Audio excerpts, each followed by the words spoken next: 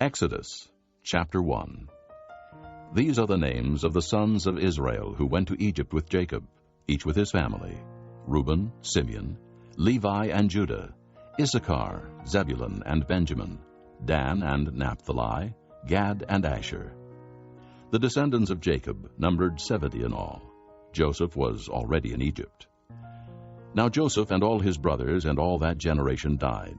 But the Israelites were fruitful and multiplied greatly and became exceedingly numerous, so that the land was filled with them. Then a new king, who did not know about Joseph, came to power in Egypt. "Look," he said to his people, "the Israelites have become much too numerous for us. Come, we must deal shrewdly with them, or they will become even more numerous, and if war breaks out, we'll join our enemies, fight against us, and leave the country." So they put slave masters over them to oppress them with forced labor, and they built Pithom and Ramesses as store cities for Pharaoh. But the more they were oppressed, the more they multiplied and spread. So the Egyptians came to dread the Israelites and worked them ruthlessly. They made their lives bitter with hard labor in brick and mortar, and with all kinds of work in the fields. In all their hard labor, the Egyptians used them ruthlessly. The king of Egypt said to the Hebrew midwives, whose names were Shiphrah and Puah, "When you help the Hebrew women in childbirth and observe them on the delivery stool, if it is a boy, kill him. But if it is a girl, let her live."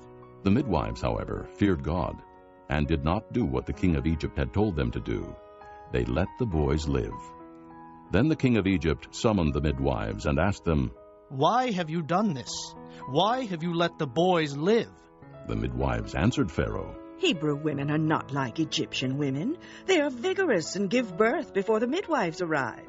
So God was kind to the midwives, and the people increased and became even more numerous. And because the midwives feared God, he gave them families of their own. Then Pharaoh gave this order to all his people: "Every boy that is born you must throw into the Nile, but let every girl live." Chapter 2. Now a man of the house of Levi married a Levite woman, and she became pregnant and gave birth to a son. When she saw that he was a fine child, she hid him for 3 months. But when she could hide him no longer, she got a papyrus basket for him and coated it with tar and pitch. Then she placed the child in it and put it among the reeds along the bank of the Nile.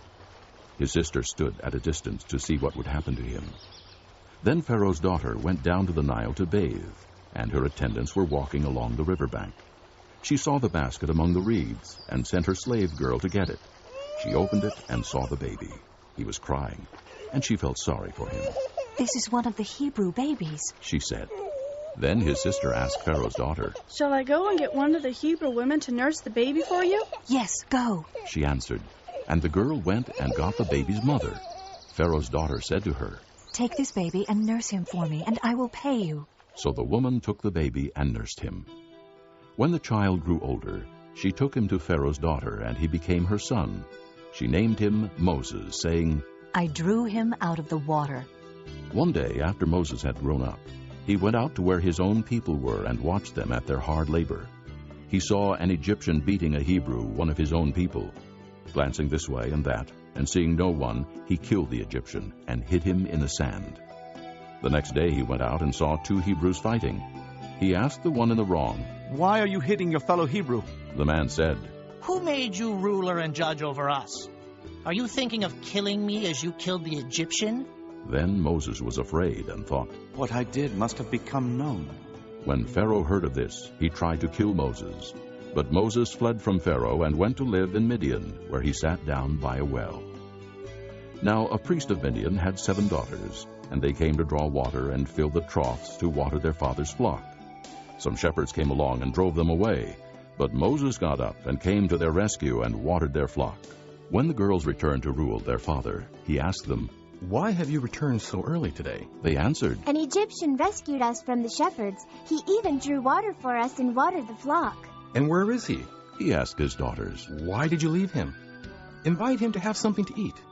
Moses agreed to stay with the man who gave his daughter Zipporah to Moses in marriage. Zipporah gave birth to a son, And Moses named him Gershom, saying, I have become an alien in a foreign land. During that long period, the king of Egypt died. The Israelites groaned in their slavery and cried out, and their cry for help because of their slavery went up to God. God heard their groaning, and he remembered his covenant with Abraham, with Isaac, and with Jacob. So God looked on the Israelites and was concerned about them. Chapter 3. Now Moses was tending the flock of Jethro, his father-in-law, the priest of Midian, and he led the flock to the far side of the desert and came to Horeb, the mountain of God. There the angel of the Lord appeared to him in flames of fire from within a bush. Moses saw that though the bush was on fire, it did not burn up. So Moses thought, I will go over and see this strange sight, why the bush does not burn up. When the Lord saw that he had gone over to look, God called to him from within the bush, Moses, Moses. And Moses said, Here I am. Do not come any closer. God said, Take off your sandals, for the place where you are standing is holy ground. Then he said, I am the God of your father, the God of Abraham, the God of Isaac, and the God of Jacob. At this, Moses hid his face, because he was afraid to look at God. The Lord said, I have indeed seen the misery of my people in Egypt. I have heard them crying out because of their slave drivers, and I am concerned about their suffering. So I have come down to rescue them from the hand of the Egyptians, and to bring them up out of that land into a good and spacious land, a land flowing with milk and honey, the home of the Canaanites, Hittites, Amorites, Perizzites, Hivites, and Jebusites. And now the cry of the Israelites has reached me, and I have seen the way the Egyptians are oppressing them. So now, go. I am sending you to Pharaoh to bring my people, the Israelites, out of Egypt. But Moses said to God, Who am I, that I should go to Pharaoh and bring the Israelites out of Egypt? And God said, I will be with you, and this will be the sign to you, that it is I who have sent you. When you have brought the people out of Egypt, you will worship God on this mountain. Moses said to God, Suppose I go to the Israelites and say to them, The God of your fathers has sent me to you, and they ask me, What is his name? Then what shall I tell them? God said to Moses, I am who I am. This is what you are to say to the Israelites. I am has sent me to you. God also said to Moses, Say to the Israelites, The Lord, the God of your fathers, the God of Abraham, the God of Isaac, and the God of Jacob, has sent me to you. This is my name forever, the name by which I am to be remembered from generation to generation. Go assemble the elders of Israel, and say to them, The Lord, the God of your fathers, the God of Abraham, Isaac, and Jacob, appeared to me and said, I have watched over you, and have seen what has been done to you in Egypt, and I have promised to bring you up out of your misery in Egypt into the land of the Canaanites, Hittites, Amorites, Perizzites, Hivites, and Jebusites, a land flowing with milk and honey. The elders of Israel will listen to you. Then you and the elders are to go to the king of Egypt and say to him, The Lord, the God of the Hebrews, has met with us. Let us take a 3-day journey into the desert to offer sacrifices to the Lord our God. But I know that the king of Egypt will not let you go unless a mighty hand compels him. So I will stretch out my hand and strike the Egyptians with all the wonders that I will perform among them. After that, he will let you go. And I will make the Egyptians favorably disposed toward this people, so that when you leave, you will not go empty-handed. Every woman is to ask her neighbor, and any woman living in her house, for articles of silver and gold, and for clothing, which you will put on your sons and daughters. And so you will plunder the Egyptians. Chapter 4. Moses answered, What if they do not believe me, or listen to me and say, The Lord did not appear to you? Then the Lord said to him, What is that in your hand? A staff, he replied. The Lord said, Throw it on the ground. Moses threw it on the ground, and it became a snake, and he ran from it. Then the Lord said to him, Reach out your hand and take it by the tail. So Moses reached out and took hold of the snake, and it turned back into a staff in his hand. This, said the Lord, is so that they may believe that the Lord, the God of their fathers, the God of Abraham, the God of Isaac, and the God of Jacob has appeared to you.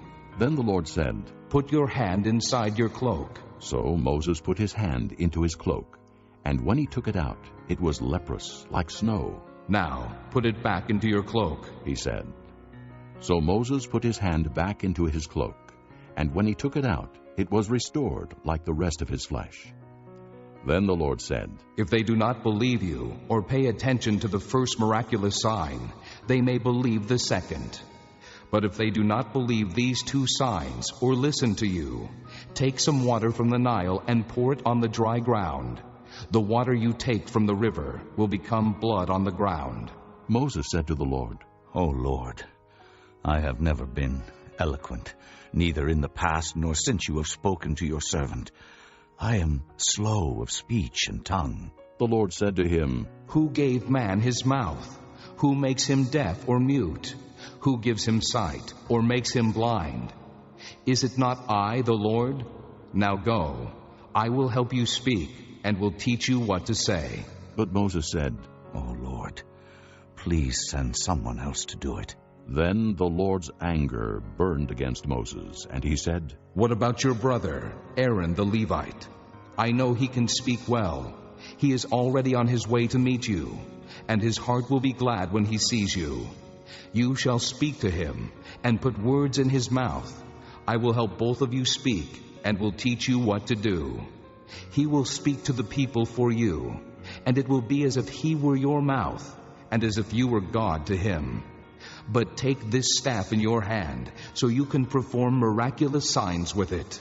Then Moses went back to Jethro, his father-in-law, and said to him, Let me go back to my own people in Egypt, to see if any of them are still alive. Jethro said, Go, and I wish you well. Now the Lord had said to Moses in Midian, Go back to Egypt, for all the men who wanted to kill you are dead. So Moses took his wife and sons, put them on a donkey, and started back to Egypt. And he took the staff of God in his hand. The Lord said to Moses, When you return to Egypt, see that you perform before Pharaoh all the wonders I have given you the power to do. But I will harden his heart, so that he will not let the people go. Then say to Pharaoh, This is what the Lord says, Israel is my firstborn son, and I told you, Let my son go, so he may worship me. But you refuse to let him go, so I will kill your firstborn son. At a lodging place on the way, the Lord met Moses and was about to kill him. But Zipporah took a flint knife, cut off her son's foreskin, and touched Moses' feet with it. Surely you are a bridegroom of blood to me, she said. So the Lord let him alone. At that time she said, bridegroom of blood, referring to circumcision.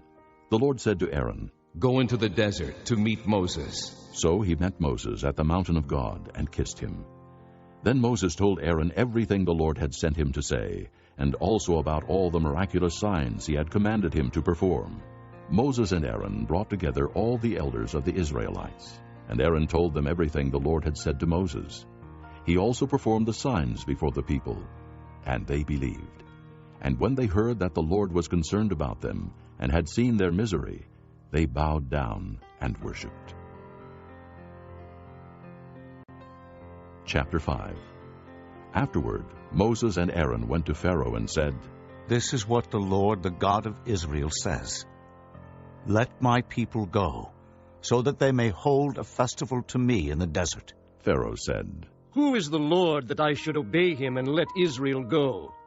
I do not know the Lord, and I will not let Israel go. Then they said, The God of the Hebrews has met with us. Now let us take a 3-day journey into the desert to offer sacrifices to the Lord our God, or he may strike us with plagues or with the sword. But the king of Egypt said, Moses and Aaron, why are you taking the people away from their labor? Get back to your work. Then Pharaoh said, Look, the people of the land are now numerous, and you are stopping them from working. That same day, Pharaoh gave this order to the slave drivers and foremen in charge of the people. You are no longer to supply the people with straw for making bricks. let them go and gather their own straw. But require them to make the same number of bricks as before. Don't reduce the quota. They are lazy. That is why they are crying out, 'Let us go and sacrifice to our God.' Make the work harder for the men, so that they keep working and pay no attention to lies." Then the slave drivers and the foreman went out and said to the people, "This is what Pharaoh says. I will not give you any more straw. Go and get your own straw wherever you can find it. But your work will not be reduced at all." So the people scattered all over Egypt to gather stubble to use for straw. The slave drivers kept pressing them, saying, "Complete the work required of you for each day, just as when you had straw." The Israelite foremen, appointed by Pharaoh's slave drivers, were beaten and were asked, "Why didn't you meet your quota of bricks yesterday or today as before?" Then the Israelite foreman went and appealed to Pharaoh. "Why have you treated your servants this way? Your servants are given no straw, yet we are told, 'Make bricks.' Your servants are being beaten, but the fault is with your own people." Pharaoh said, "Lazy, that's what you are. Lazy. That is why you keep saying, 'Let us go and sacrifice to the Lord.' Now get to work. You will not be given any straw, yet you must produce your full quota of bricks." The Israelite foremen realized they were in trouble when they were told, "You are not to reduce the number of bricks required of you for each day." When they left Pharaoh, they found Moses and Aaron waiting to meet them, and they said, "May the Lord look upon you and judge you.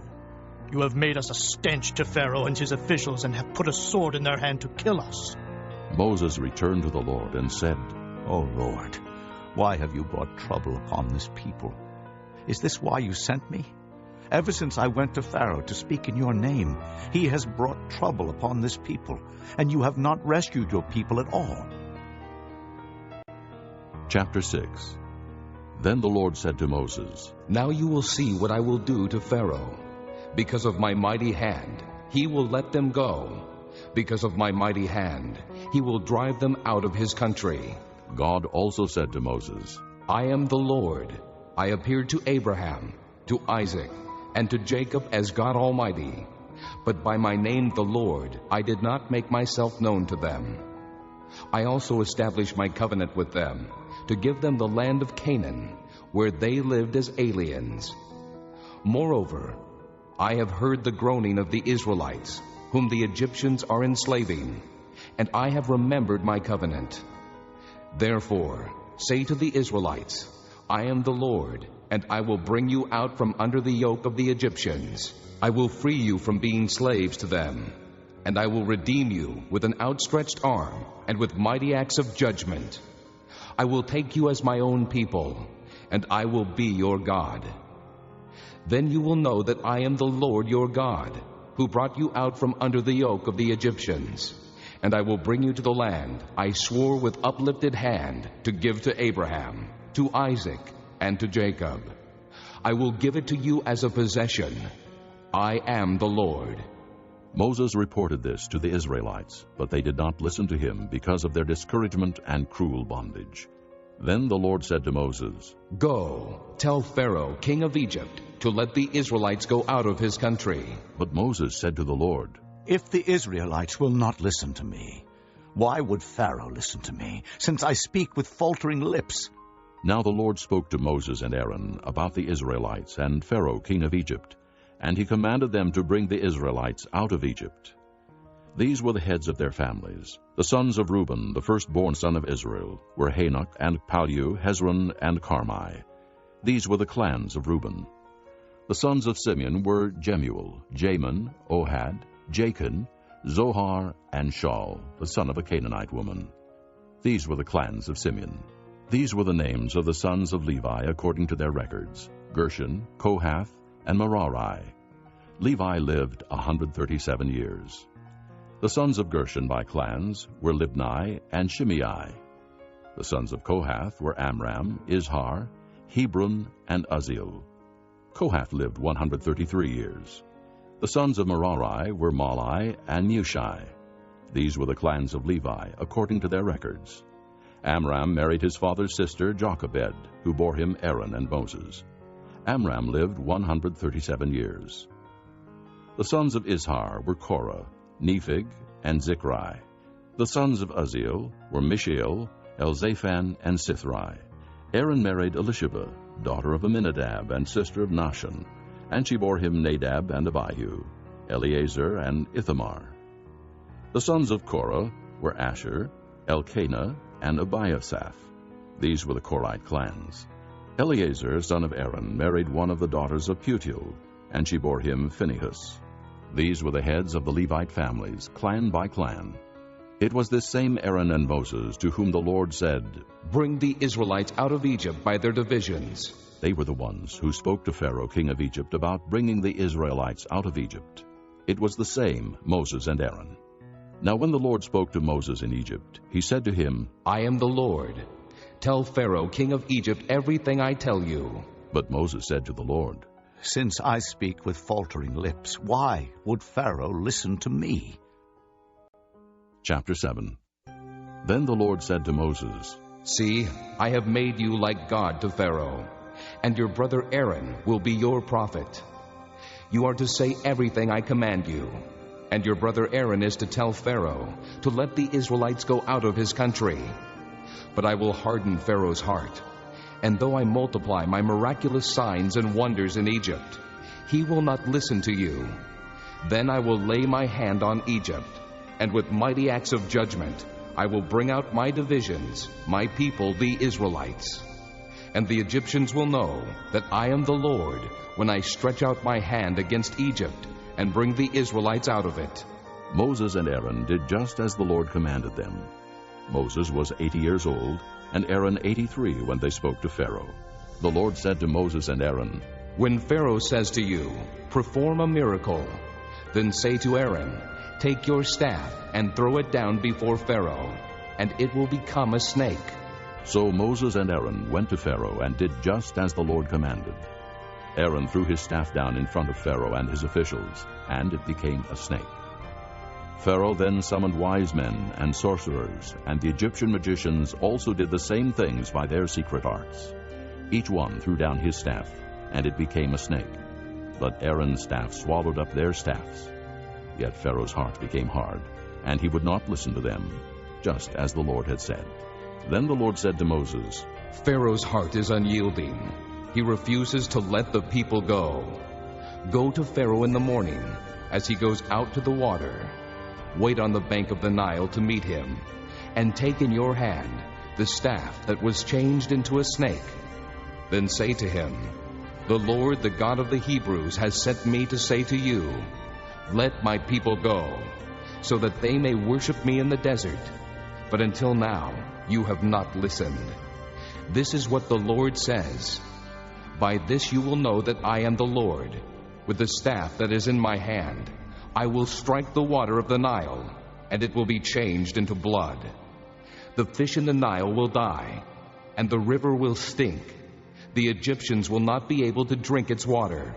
The Lord said to Moses, "Tell Aaron, take your staff and stretch out your hand over the waters of Egypt, over the streams and canals, over the ponds and all the reservoirs, and they will turn to blood.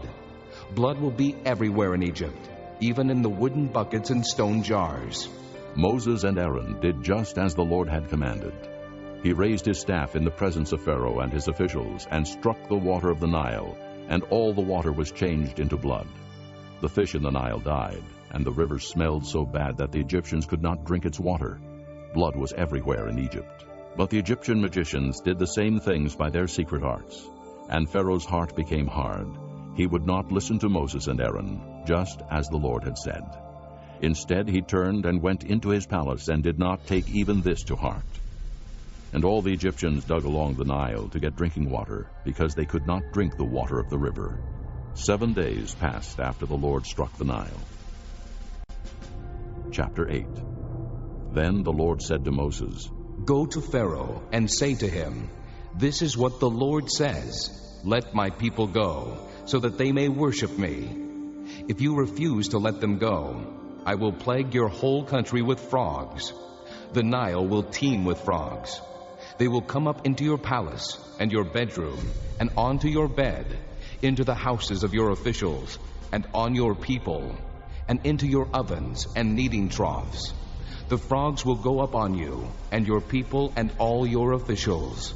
Then the Lord said to Moses, Tell Aaron, stretch out your hand with your staff over the streams and canals and ponds, and make frogs come up on the land of Egypt. So Aaron stretched out his hand over the waters of Egypt, and the frogs came up and covered the land.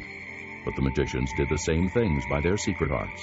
They also made frogs come up on the land of Egypt. Pharaoh summoned Moses and Aaron and said, Pray to the Lord to take the frogs away from me and my people, and I will let your people go to offer sacrifices to the Lord.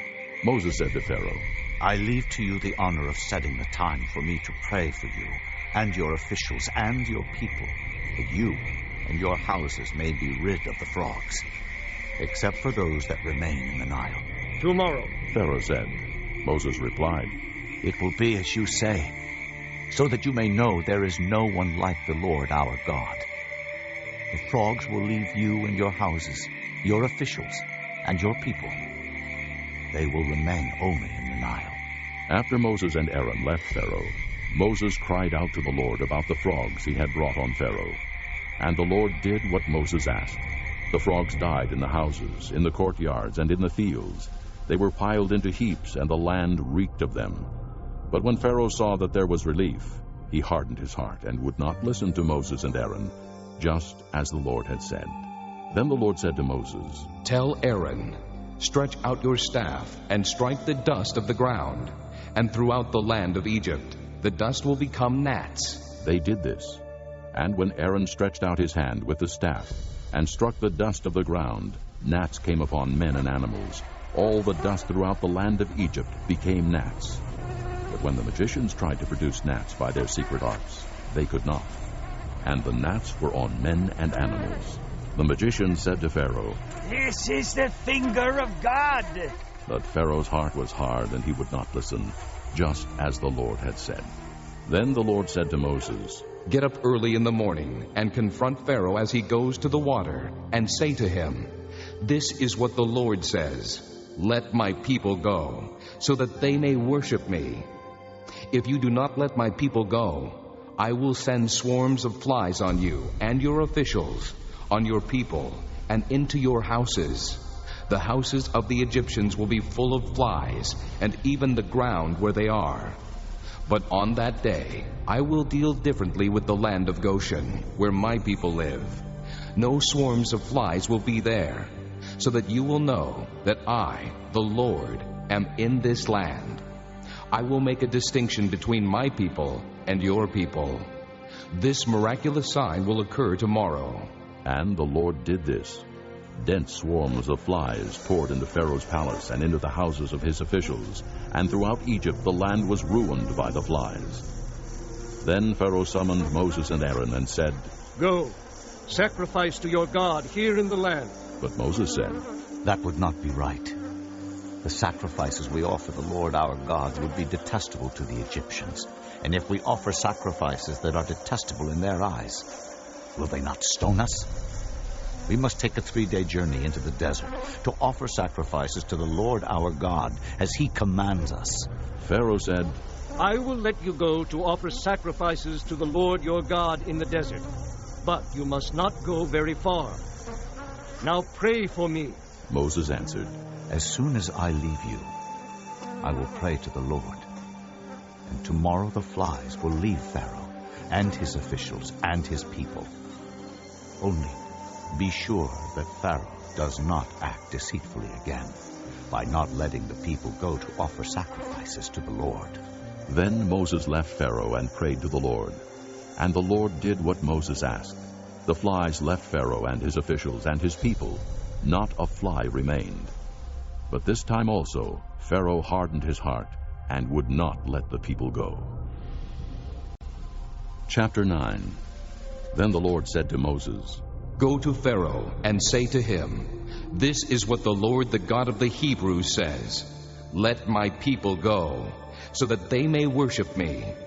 If you refuse to let them go and continue to hold them back, the hand of the Lord will bring a terrible plague on your livestock in the field, on your horses and donkeys and camels, and on your cattle and sheep and goats.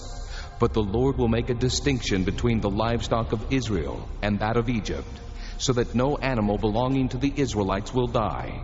The Lord set a time and said, Tomorrow the Lord will do this in the land. And the next day the Lord did it. All the livestock of the Egyptians died, but not one animal belonging to the Israelites died. Pharaoh sent men to investigate and found that not even one of the animals of the Israelites had died. Yet his heart was unyielding, and he would not let the people go. Then the Lord said to Moses and Aaron, Take handfuls of soot from a furnace, and have Moses toss it into the air in the presence of Pharaoh. It will become fine dust over the whole land of Egypt, and festering boils will break out on men and animals throughout the land. So they took soot from a furnace and stood before Pharaoh. Moses tossed it into the air, and festering boils broke out on men and animals. The magicians could not stand before Moses because of the boils that were on them and on all the Egyptians.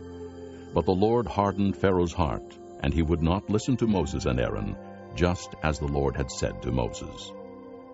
Then the Lord said to Moses, Get up early in the morning, confront Pharaoh, and say to him, This is what the Lord, the God of the Hebrews, says. Let my people go, so that they may worship me. Or this time I will send the full force of my plagues against you, and against your officials and your people, so you may know that there is no one like me in all the earth. For by now I could have stretched out my hand and struck you and your people with a plague that would have wiped you off the earth. But I have raised you up for this very purpose, that I might show you my power, and that my name might be proclaimed in all the earth. You still set yourself against my people, and will not let them go. Therefore, at this time tomorrow, I will send the worst hailstorm that has ever fallen on Egypt, from the day it was founded till now. Give an order now to bring your livestock and everything you have in the field to a place of shelter, because the hail will fall on every man and animal that has not been brought in and is still out in the field, and they will die. Those officials of Pharaoh who feared the word of the Lord hurried to bring their slaves and their livestock inside. But those who ignored the word of the Lord left their slaves and livestock in the field. Then the Lord said to Moses, Stretch out your hand toward the sky, so that hail will fall all over Egypt, on men and animals, and on everything growing in the fields of Egypt. When Moses stretched out his staff toward the sky, the Lord sent thunder and hail, and lightning flashed down to the ground. So the Lord rained hail on the land of Egypt. Hail fell and lightning flashed back and forth. It was the worst storm in all the land of Egypt since it had become a nation. Throughout Egypt, hail struck everything in the fields, both men and animals. It beat down everything growing in the fields and stripped every tree. The only place it did not hail was the land of Goshen, where the Israelites were. Then Pharaoh summoned Moses and Aaron. This time I have sinned, he said to them. The Lord is in the right, and I and my people are in the wrong. Pray to the Lord, for we have had enough thunder and hail. I will let you go. You don't have to stay any longer. Moses replied, When I have gone out of the city, I will spread out my hands in prayer to the Lord. The thunder will stop, and there will be no more hail. So you may know that the earth is the Lord's. But I know that you and your officials still do not fear the Lord God. The flax and barley were destroyed, since the barley had headed and the flax was in bloom. The wheat and spelt, however, were not destroyed, because they ripen later. Then Moses left Pharaoh and went out of the city. He spread out his hands toward the Lord. The thunder and hail stopped, and the rain no longer poured down on the land. When Pharaoh saw that the rain and hail and thunder had stopped, he sinned again. He and his officials hardened their hearts. So Pharaoh's heart was hard, and he would not let the Israelites go, just as the Lord had said through Moses. Chapter 10. Then the Lord said to Moses, Go to Pharaoh, for I have hardened his heart and the hearts of his officials, so that I may perform these miraculous signs of mine among them, that you may tell your children and grandchildren how I dealt harshly with the Egyptians, and how I performed my signs among them, and that you may know that I am the Lord.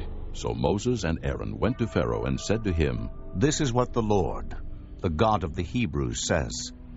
How long will you refuse to humble yourself before me? Let my people go, so that they may worship me. If you refuse to let them go, I will bring locusts into your country tomorrow. They will cover the face of the ground, so that it cannot be seen. They will devour what little you have left after the hail, including every tree that is growing in your fields. They will fill your houses, and those of all your officials, and all the Egyptians. Something neither your fathers nor your forefathers have ever seen from the day they settled in this land till now. Then Moses turned and left Pharaoh. Pharaoh's officials said to him, "How long will this man be a snare to us? Let the people go so that they may worship the Lord their God. Do you not yet realize that Egypt is ruined?" Then Moses and Aaron were brought back to Pharaoh. "Go, worship the Lord your God," he said. "But just who will be going?"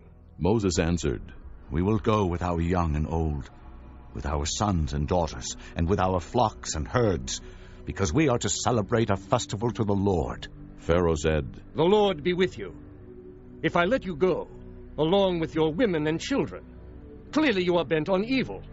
No, have only the men go and worship the Lord, since that's what you have been asking for." Then Moses and Aaron were driven out of Pharaoh's presence. And the Lord said to Moses, "Stretch out your hand over Egypt, so that locusts will swarm over the land and devour everything growing in the fields, everything left by the hail." So Moses stretched out his staff over Egypt, and the Lord made an east wind blow across the land all that day and all that night. By morning the wind had brought the locusts. They invaded all Egypt and settled down in every area of the country in great numbers. Never before had there been such a plague of locusts, nor will there ever be again. They covered all the ground until it was black.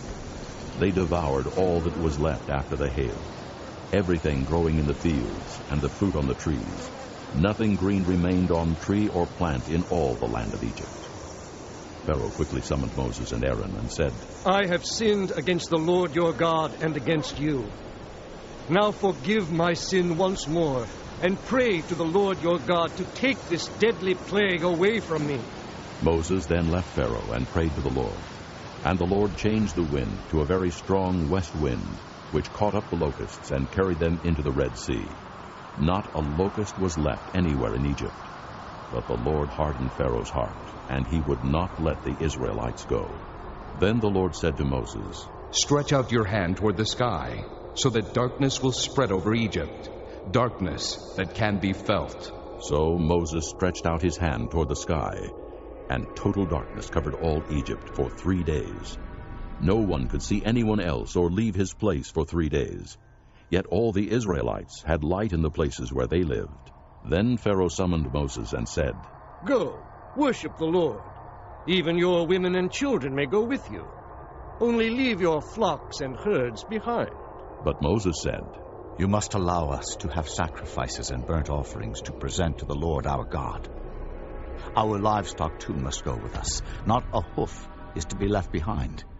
We have to use some of them in worshiping the Lord our God, and until we get there, we will not know what we are to use to worship the Lord." But the Lord hardened Pharaoh's heart, and he was not willing to let them go. Pharaoh said to Moses, "Get out of my sight. Make sure you do not appear before me again. The day you see my face, you will die." "Just as you say," Moses replied. "I will never appear before you again." Chapter 11. Now the Lord had said to Moses, "I will bring one more plague on Pharaoh and on Egypt. After that, he will let you go from here, and when he does, he will drive you out completely. Tell the people that men and women alike are to ask their neighbors for articles of silver and gold." The Lord made the Egyptians favorably disposed toward the people, and Moses himself was highly regarded in Egypt by Pharaoh's officials and by the people.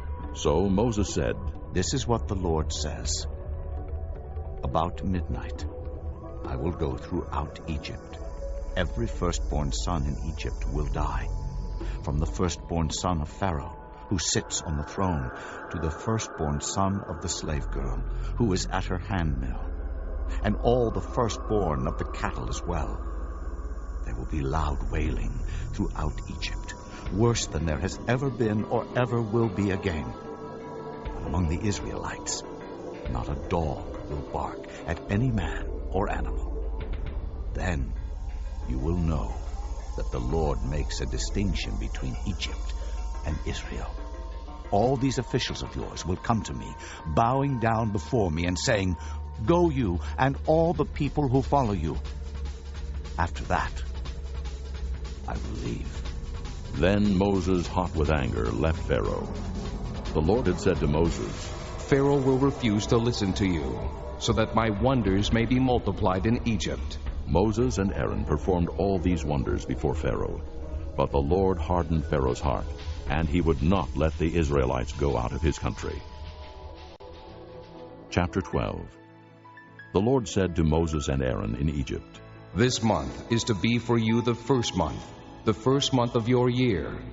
Tell the whole community of Israel that on the 10th day of this month, each man is to take a lamb for his family, one for each household. If any household is too small for a whole lamb, they must share one with their nearest neighbor, having taken into account the number of people there are. You are to determine the amount of lamb needed in accordance with what each person will eat. The animals you choose must be year-old males without defect, and you may take them from the sheep or the goats. Take care of them until the 14th day of the month, when all the people of the community of Israel must slaughter them at twilight. Then they are to take some of the blood and put it on the sides and tops of the door frames of the houses where they eat the lambs. That same night they are to eat the meat roasted over the fire, along with bitter herbs and bread made without yeast. Do not eat the meat raw or cooked in water, but roast it over the fire, head, legs, and inner parts. Do not leave any of it till morning. If some is left till morning, you must burn it. This is how you are to eat it, with your cloak tucked into your belt, your sandals on your feet, and your staff in your hand. Eat it in haste. It is the Lord's Passover. On that same night, I will pass through Egypt and strike down every firstborn, both men and animals. And I will bring judgment on all the gods of Egypt. I am the Lord. The blood will be a sign for you on the houses where you are, and when I see the blood, I will pass over you. No destructive plague will touch you when I strike Egypt. This is a day you are to commemorate. For the generations to come, you shall celebrate it as a festival to the Lord, a lasting ordinance. For 7 days you are to eat bread made without yeast. On the first day, remove the yeast from your houses. For whoever eats anything with yeast in it, from the first day through the 7th, must be cut off from Israel. On the first day, hold a sacred assembly, and another one on the 7th day. Do no work at all on these days, except to prepare food for everyone to eat. That is all you may do. Celebrate the Feast of Unleavened Bread, because it was on this very day that I brought your divisions out of Egypt. Celebrate this day as a lasting ordinance for the generations to come. In the first month, you are to eat bread made without yeast, from the evening of the 14th day until the evening of the 21st day. For 7 days, no yeast is to be found in your houses, and whoever eats anything with yeast in it must be cut off from the community of Israel, whether he is an alien or native born. Eat nothing made with yeast. Wherever you live, you must eat unleavened bread. Then Moses summoned all the elders of Israel and said to them, Go at once and select the animals for your families and slaughter the Passover lamb. Take a bunch of hyssop, dip it into the blood in the basin, and put some of the blood on the top and on both sides of the doorframe. Not one of you shall go out the door of his house until morning. When the Lord goes through the land to strike down the Egyptians, he will see the blood on the top and sides of the doorframe, and will pass over that doorway. And he will not permit the destroyer to enter your houses and strike you down. Obey these instructions as a lasting ordinance for you and your descendants. When you enter the land that the Lord will give you, as he promised, observe this ceremony. And when your children ask you, 'What does this ceremony mean to you?' then tell them, 'It is the Passover sacrifice to the Lord, who passed over the houses of the Israelites in Egypt and spared our homes when he struck down the Egyptians.'" Then the people bowed down and worshipped. The Israelites did just what the Lord commanded Moses and Aaron. At midnight, the Lord struck down all the firstborn in Egypt, from the firstborn of Pharaoh who sat on the throne, to the firstborn of the prisoner who was in the dungeon, and the firstborn of all the livestock as well. Pharaoh and all his officials and all the Egyptians got up during the night, and there was loud wailing in Egypt, for there was not a house without someone dead. During the night, Pharaoh summoned Moses and Aaron and said, "Up! Leave my people, you and the Israelites. Go worship the Lord as you have requested. Take your flocks and herds as you have said, and go, and also bless me." The Egyptians urged the people to hurry and leave the country. "For otherwise," they said, "we will all die." So the people took their dough before the yeast was added, and carried it on their shoulders in kneading troughs wrapped in clothing. The Israelites did as Moses instructed, and asked the Egyptians for articles of silver and gold and for clothing.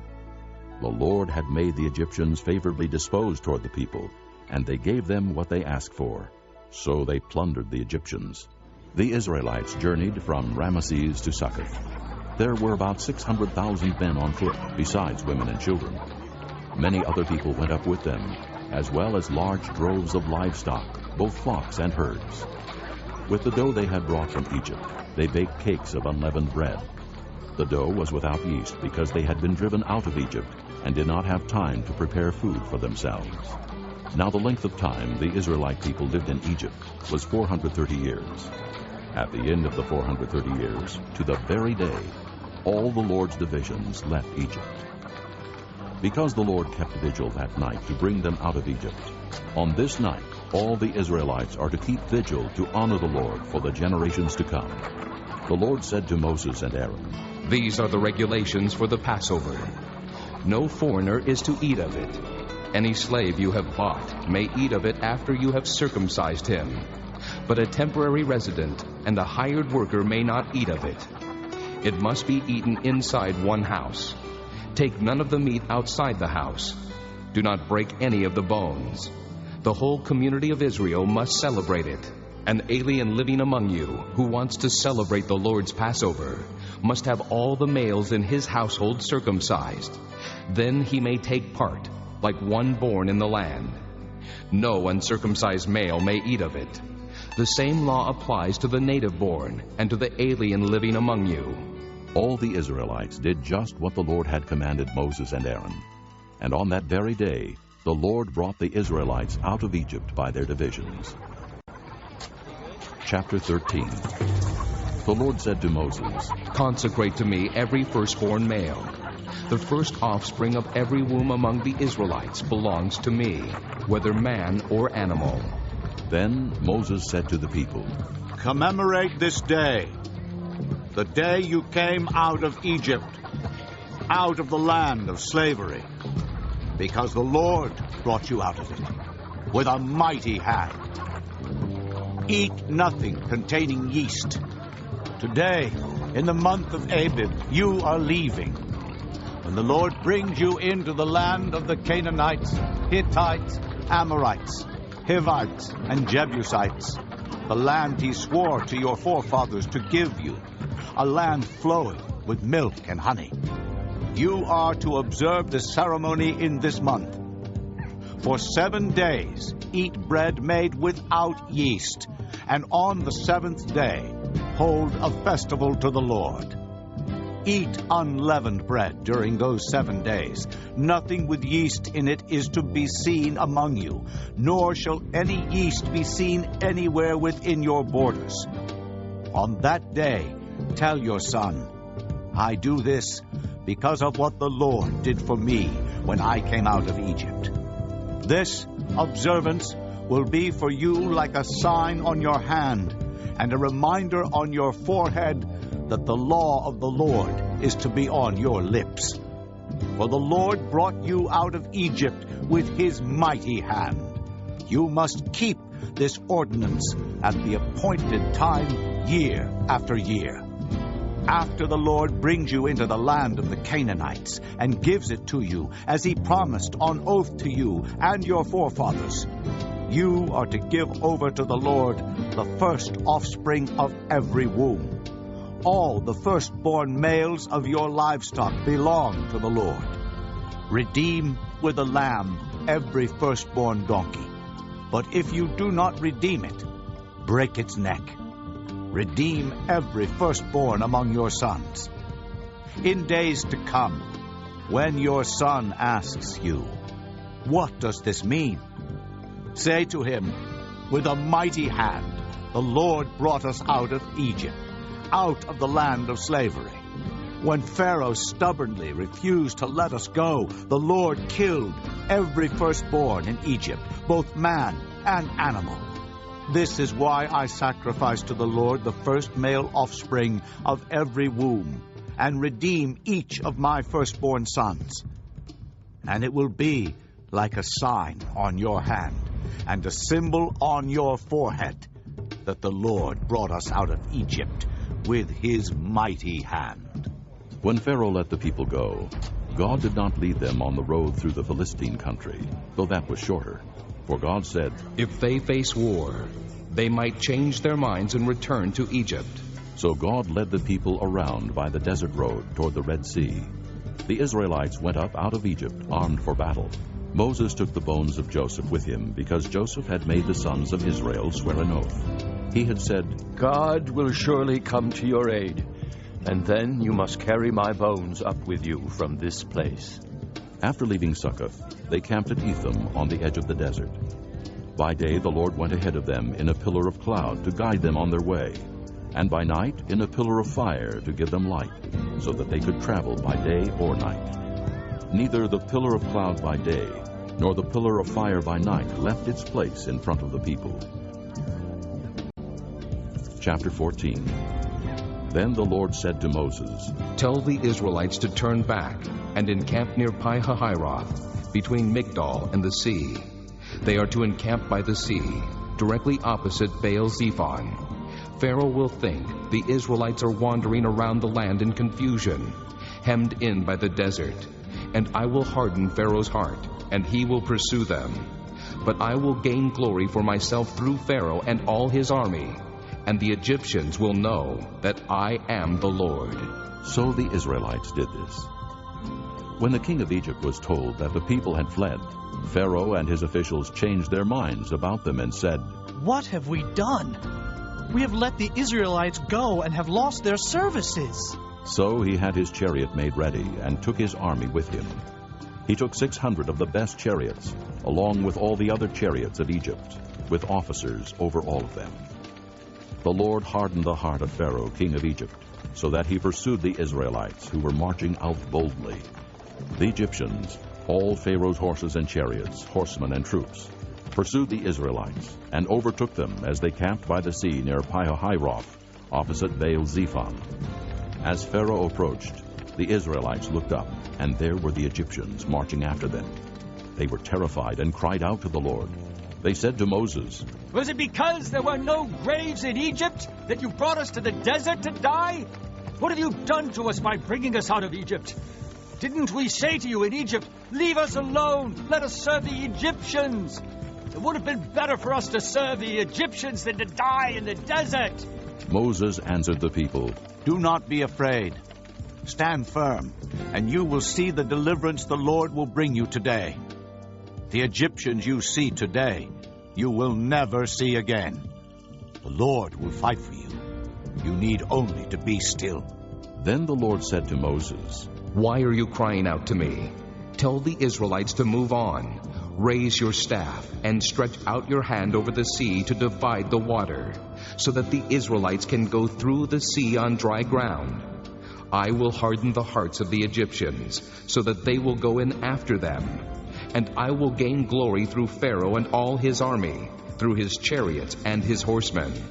The Egyptians will know that I am the Lord when I gain glory through Pharaoh, his chariots, and his horsemen."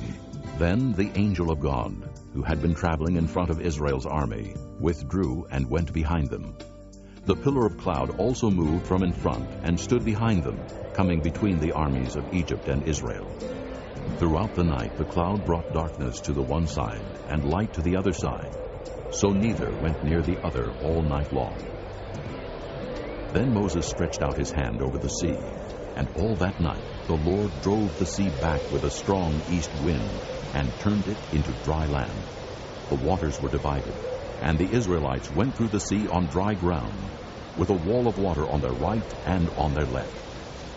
The Egyptians pursued them, and all Pharaoh's horses and chariots and horsemen followed them into the sea. During the last watch of the night, the Lord looked down from the pillar of fire and cloud at the Egyptian army and threw it into confusion. He made the wheels of their chariots come off, so that they had difficulty driving. And the Egyptians said, "Let's get away from the Israelites. The Lord is fighting for them against Egypt." Then the Lord said to Moses, "Stretch out your hand over the sea, so that the waters may flow back over the Egyptians and their chariots and horsemen." Moses stretched out his hand over the sea, and at daybreak the sea went back to its place. The Egyptians were fleeing toward it, and the Lord swept them into the sea. The water flowed back and covered the chariots and horsemen, the entire army of Pharaoh that had followed the Israelites into the sea. Not one of them survived. But the Israelites went through the sea on dry ground, with a wall of water on their right and on their left. That day the Lord saved Israel from the hands of the Egyptians, and Israel saw the Egyptians lying dead on the shore. And when the Israelites saw the great power the Lord displayed against the Egyptians, the people feared the Lord, and put their trust in him and in Moses his servant. Chapter 15. Then Moses and the Israelites sang this song to the Lord. I will sing to the Lord, for he is highly exalted. The horse and its rider he has hurled into the sea. The Lord is my strength and my song. He has become my salvation. He is my God, and I will praise him, my father's God, and I will exalt him. The Lord is a warrior. The Lord is his name. Pharaoh's chariots and his army he has hurled into the sea. The best of Pharaoh's officers are drowned in the Red Sea. The deep waters have covered them. They sank to the depths like a stone. Your right hand, O Lord, was majestic in power. Your right hand, O Lord, shattered the enemy. In the greatness of your majesty, you threw down those who opposed you. You unleashed your burning anger. It consumed them like stubble. By the blast of your nostrils, the waters piled up. The surging waters stood firm like a wall. The deep waters congealed in the heart of the sea. The enemy boasted, I will pursue, I will overtake them. I will divide the spoils, I will gorge myself on them. I will draw my sword, and my hand will destroy them. But you blew with your breath, and the sea covered them. They sank like lead in the mighty waters. Who among the gods is like you, O Lord? Who is like you, majestic in holiness, awesome in glory, working wonders? You stretched out your right hand, and the earth swallowed them. In your unfailing love, you will lead the people you have redeemed. In your strength, you will guide them to your holy dwelling. The nations will hear and tremble. Anguish will grip the people of Philistia. The chiefs of Edom will be terrified. The leaders of Moab will be seized with trembling. The people of Canaan will melt away. Terror and dread will fall upon them. By the power of your arm, they will be as still as a stone. Until your people pass by, O Lord, until the people you bought pass by. You will bring them in and plant them on the mountain of your inheritance, the place, O Lord, you made for your dwelling, the sanctuary O Lord, your hands established. The Lord will reign forever and ever. When Pharaoh's horses, chariots, and horsemen went into the sea, the Lord brought the waters of the sea back over them. But the Israelites walked through the sea on dry ground. Then Miriam, the prophetess, Aaron's sister, took a tambourine in her hand, and all the women followed her with tambourines and dancing. Miriam sang to them, "Sing to the Lord, for he is highly exalted. The horse and its rider he has hurled into the sea." Then Moses led Israel from the Red Sea, and they went into the desert of Shur. For 3 days they traveled in the desert without finding water. When they came to Marah, they could not drink its water because it was bitter. That is why the place is called Marah. So the people grumbled against Moses, saying, "What are we to drink?" Then Moses cried out to the Lord, and the Lord showed him a piece of wood. He threw it into the water, and the water became sweet. There the Lord made a decree and a law for them, and there he tested them. He said, "If you listen carefully to the voice of the Lord your God, and do what is right in his eyes, if you pay attention to his commands and keep all his decrees, I will not bring on you any of the diseases I brought on the Egyptians, for I am the Lord who heals you." Then they came to Elim, where there were 12 springs and 70 palm trees, and they camped there near the water. Chapter 16. The whole Israelite community set out from Elim and came to the desert of Sin, which is between Elim and Sinai, on the 15th day of the 2nd month after they had come out of Egypt. In the desert, the whole community grumbled against Moses and Aaron. The Israelites said to them, "If only we had died by the Lord's hand in Egypt. There we sat around pots of meat and ate all the food we wanted. But you have brought us out into this desert to starve this entire assembly to death." Then the Lord said to Moses, "I will rain down bread from heaven for you. The people are to go out each day and gather enough for that day. In this way I will test them and see whether they will follow my instructions. On the 6th day they are to prepare what they bring in, and that is to be twice as much as they gather on the other days." So Moses and Aaron said to all the Israelites, "In the evening you will know that it was the Lord who brought you out of Egypt. And in the morning you will see the glory of the Lord, because he has heard your grumbling against him. Who are we that you should grumble against us?" Moses also said, "You will know that it was the Lord when he gives you meat to eat in the evening, and all the bread you want in the morning, because he has heard your grumbling against him. Who are we? You are not grumbling against us, but against the Lord." Then Moses told Aaron, "Say to the entire Israelite community, 'Come before the Lord, for he has heard your grumbling.'"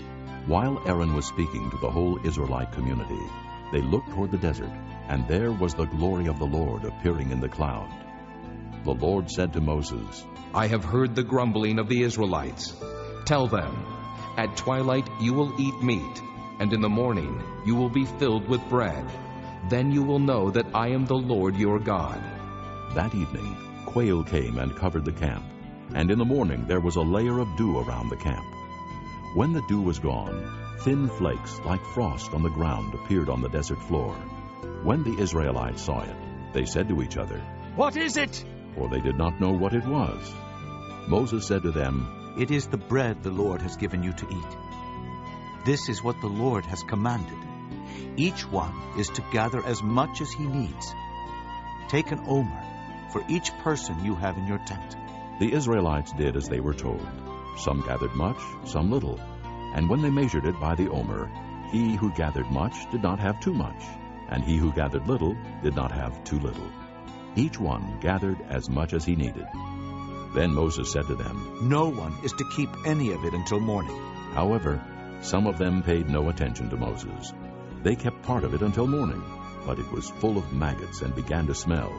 So Moses was angry with them. Each morning everyone gathered as much as he needed, and when the sun grew hot, it melted away. On the 6th day they gathered twice as much, 2 omers for each person. And the leaders of the community came and reported this to Moses. He said to them, "This is what the Lord commanded. Tomorrow is to be a day of rest, a holy Sabbath to the Lord. So bake what you want to bake, and boil what you want to boil. Save whatever is left, and keep it until morning. So they saved it until morning, as Moses commanded, and it did not stink or get maggots in it. Eat it today, Moses said, because today is a Sabbath to the Lord. You will not find any of it on the ground today. 6 days you are to gather it, but on the 7th day, the Sabbath, there will not be any. Nevertheless, some of the people went out on the 7th day to gather it, but they found none. Then the Lord said to Moses, How long will you refuse to keep my commands and my instructions? Bear in mind that the Lord has given you the Sabbath. That is why on the 6th day he gives you bread for 2 days. Everyone is to stay where he is on the 7th day. No one is to go out. So the people rested on the 7th day.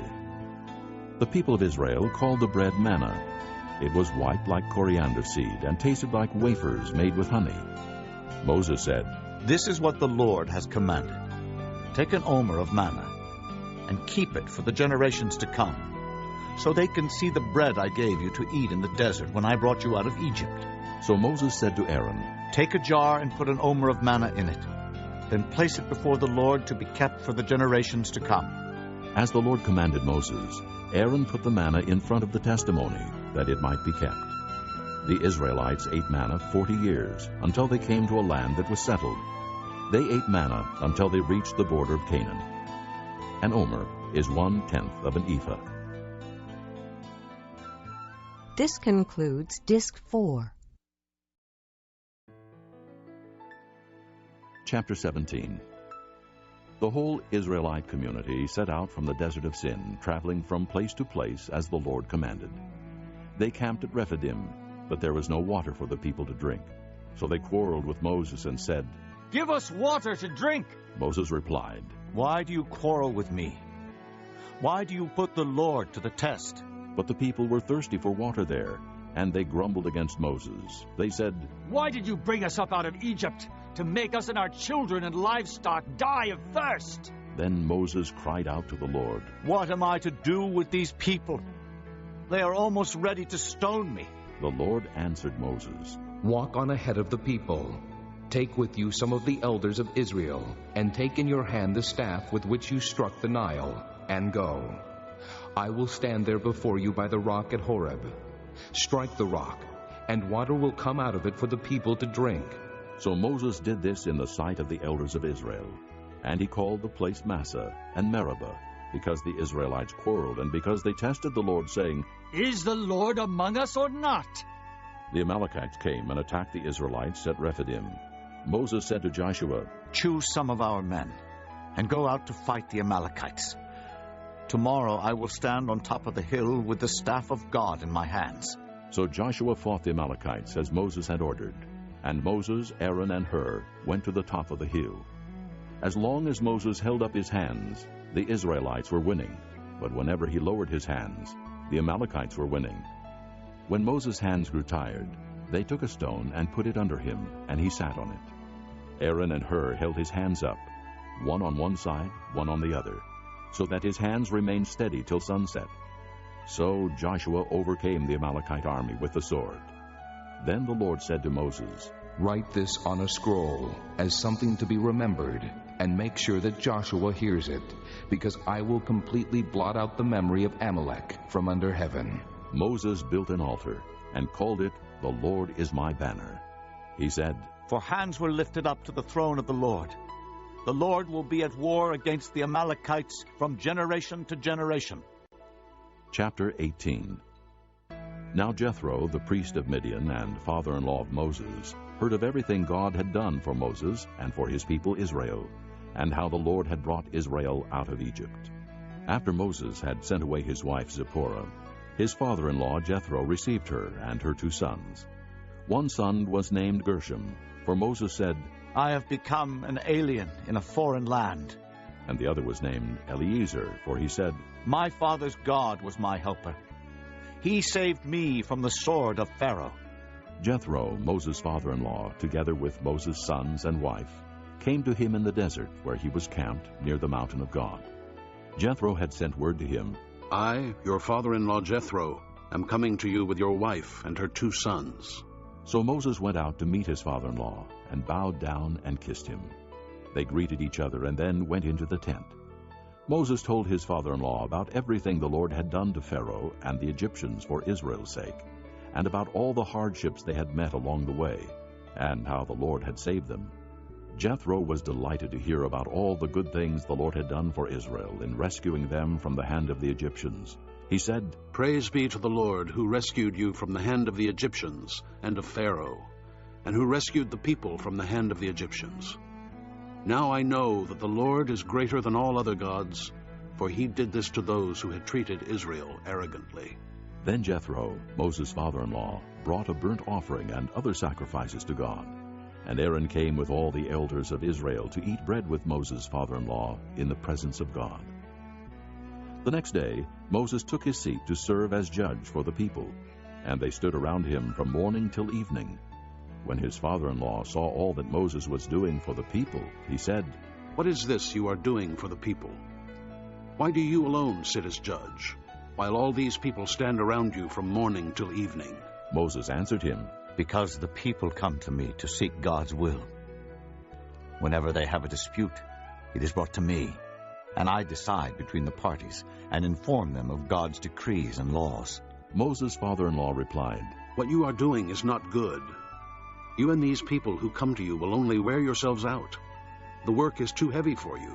You cannot handle it alone. Listen now to me, and I will give you some advice, and may God be with you. You must be the people's representative before God and bring their disputes to him. Teach them the decrees and laws and show them the way to live and the duties they are to perform. But select capable men from all the people, men who fear God, trustworthy men who hate dishonest gain, and appoint them as officials over thousands, hundreds, 50s, and 10s. Have them serve as judges for the people at all times, but have them bring every difficult case to you. The simple cases they can decide themselves. That will make your load lighter because they will share it with you. If you do this, and God so commands, you will be able to stand the strain, and all these people will go home satisfied." Moses listened to his father-in-law and did everything he said. He chose capable men from all Israel and made them leaders of the people, officials over thousands, hundreds, 50s, and 10s. They served as judges for the people at all times. The difficult cases they brought to Moses, but the simple ones they decided themselves. Then Moses sent his father-in-law on his way, and Jethro returned to his own country. Chapter 19. In the 3rd month after the Israelites left Egypt, on the very day, they came to the desert of Sinai. After they set out from Rephidim, they entered the desert of Sinai, and Israel camped there in the desert, in front of the mountain. Then Moses went up to God, and the Lord called to him from the mountain and said, "This is what you are to say to the house of Jacob, and what you are to tell the people of Israel. You yourselves have seen what I did to Egypt, and how I carried you on eagle's wings, and brought you to myself. Now if you obey me fully, and keep my covenant, then out of all nations you will be my treasured possession. Although the whole earth is mine, you will be for me a kingdom of priests and a holy nation. These are the words you are to speak to the Israelites." So Moses went back and summoned the elders of the people and set before them all the words the Lord had commanded him to speak. The people all responded together, "We will do everything the Lord has said." So Moses brought their answer back to the Lord. The Lord said to Moses, "I am going to come to you in a dense cloud, so that the people will hear me speaking with you, and will always put their trust in you." Then Moses told the Lord what the people had said. And the Lord said to Moses, "Go to the people, and consecrate them today and tomorrow. Have them wash their clothes, and be ready by the 3rd day, because on that day the Lord will come down on Mount Sinai, in the sight of all the people. Put limits for the people around the mountain, and tell them, 'Be careful that you do not go up the mountain or touch the foot of it.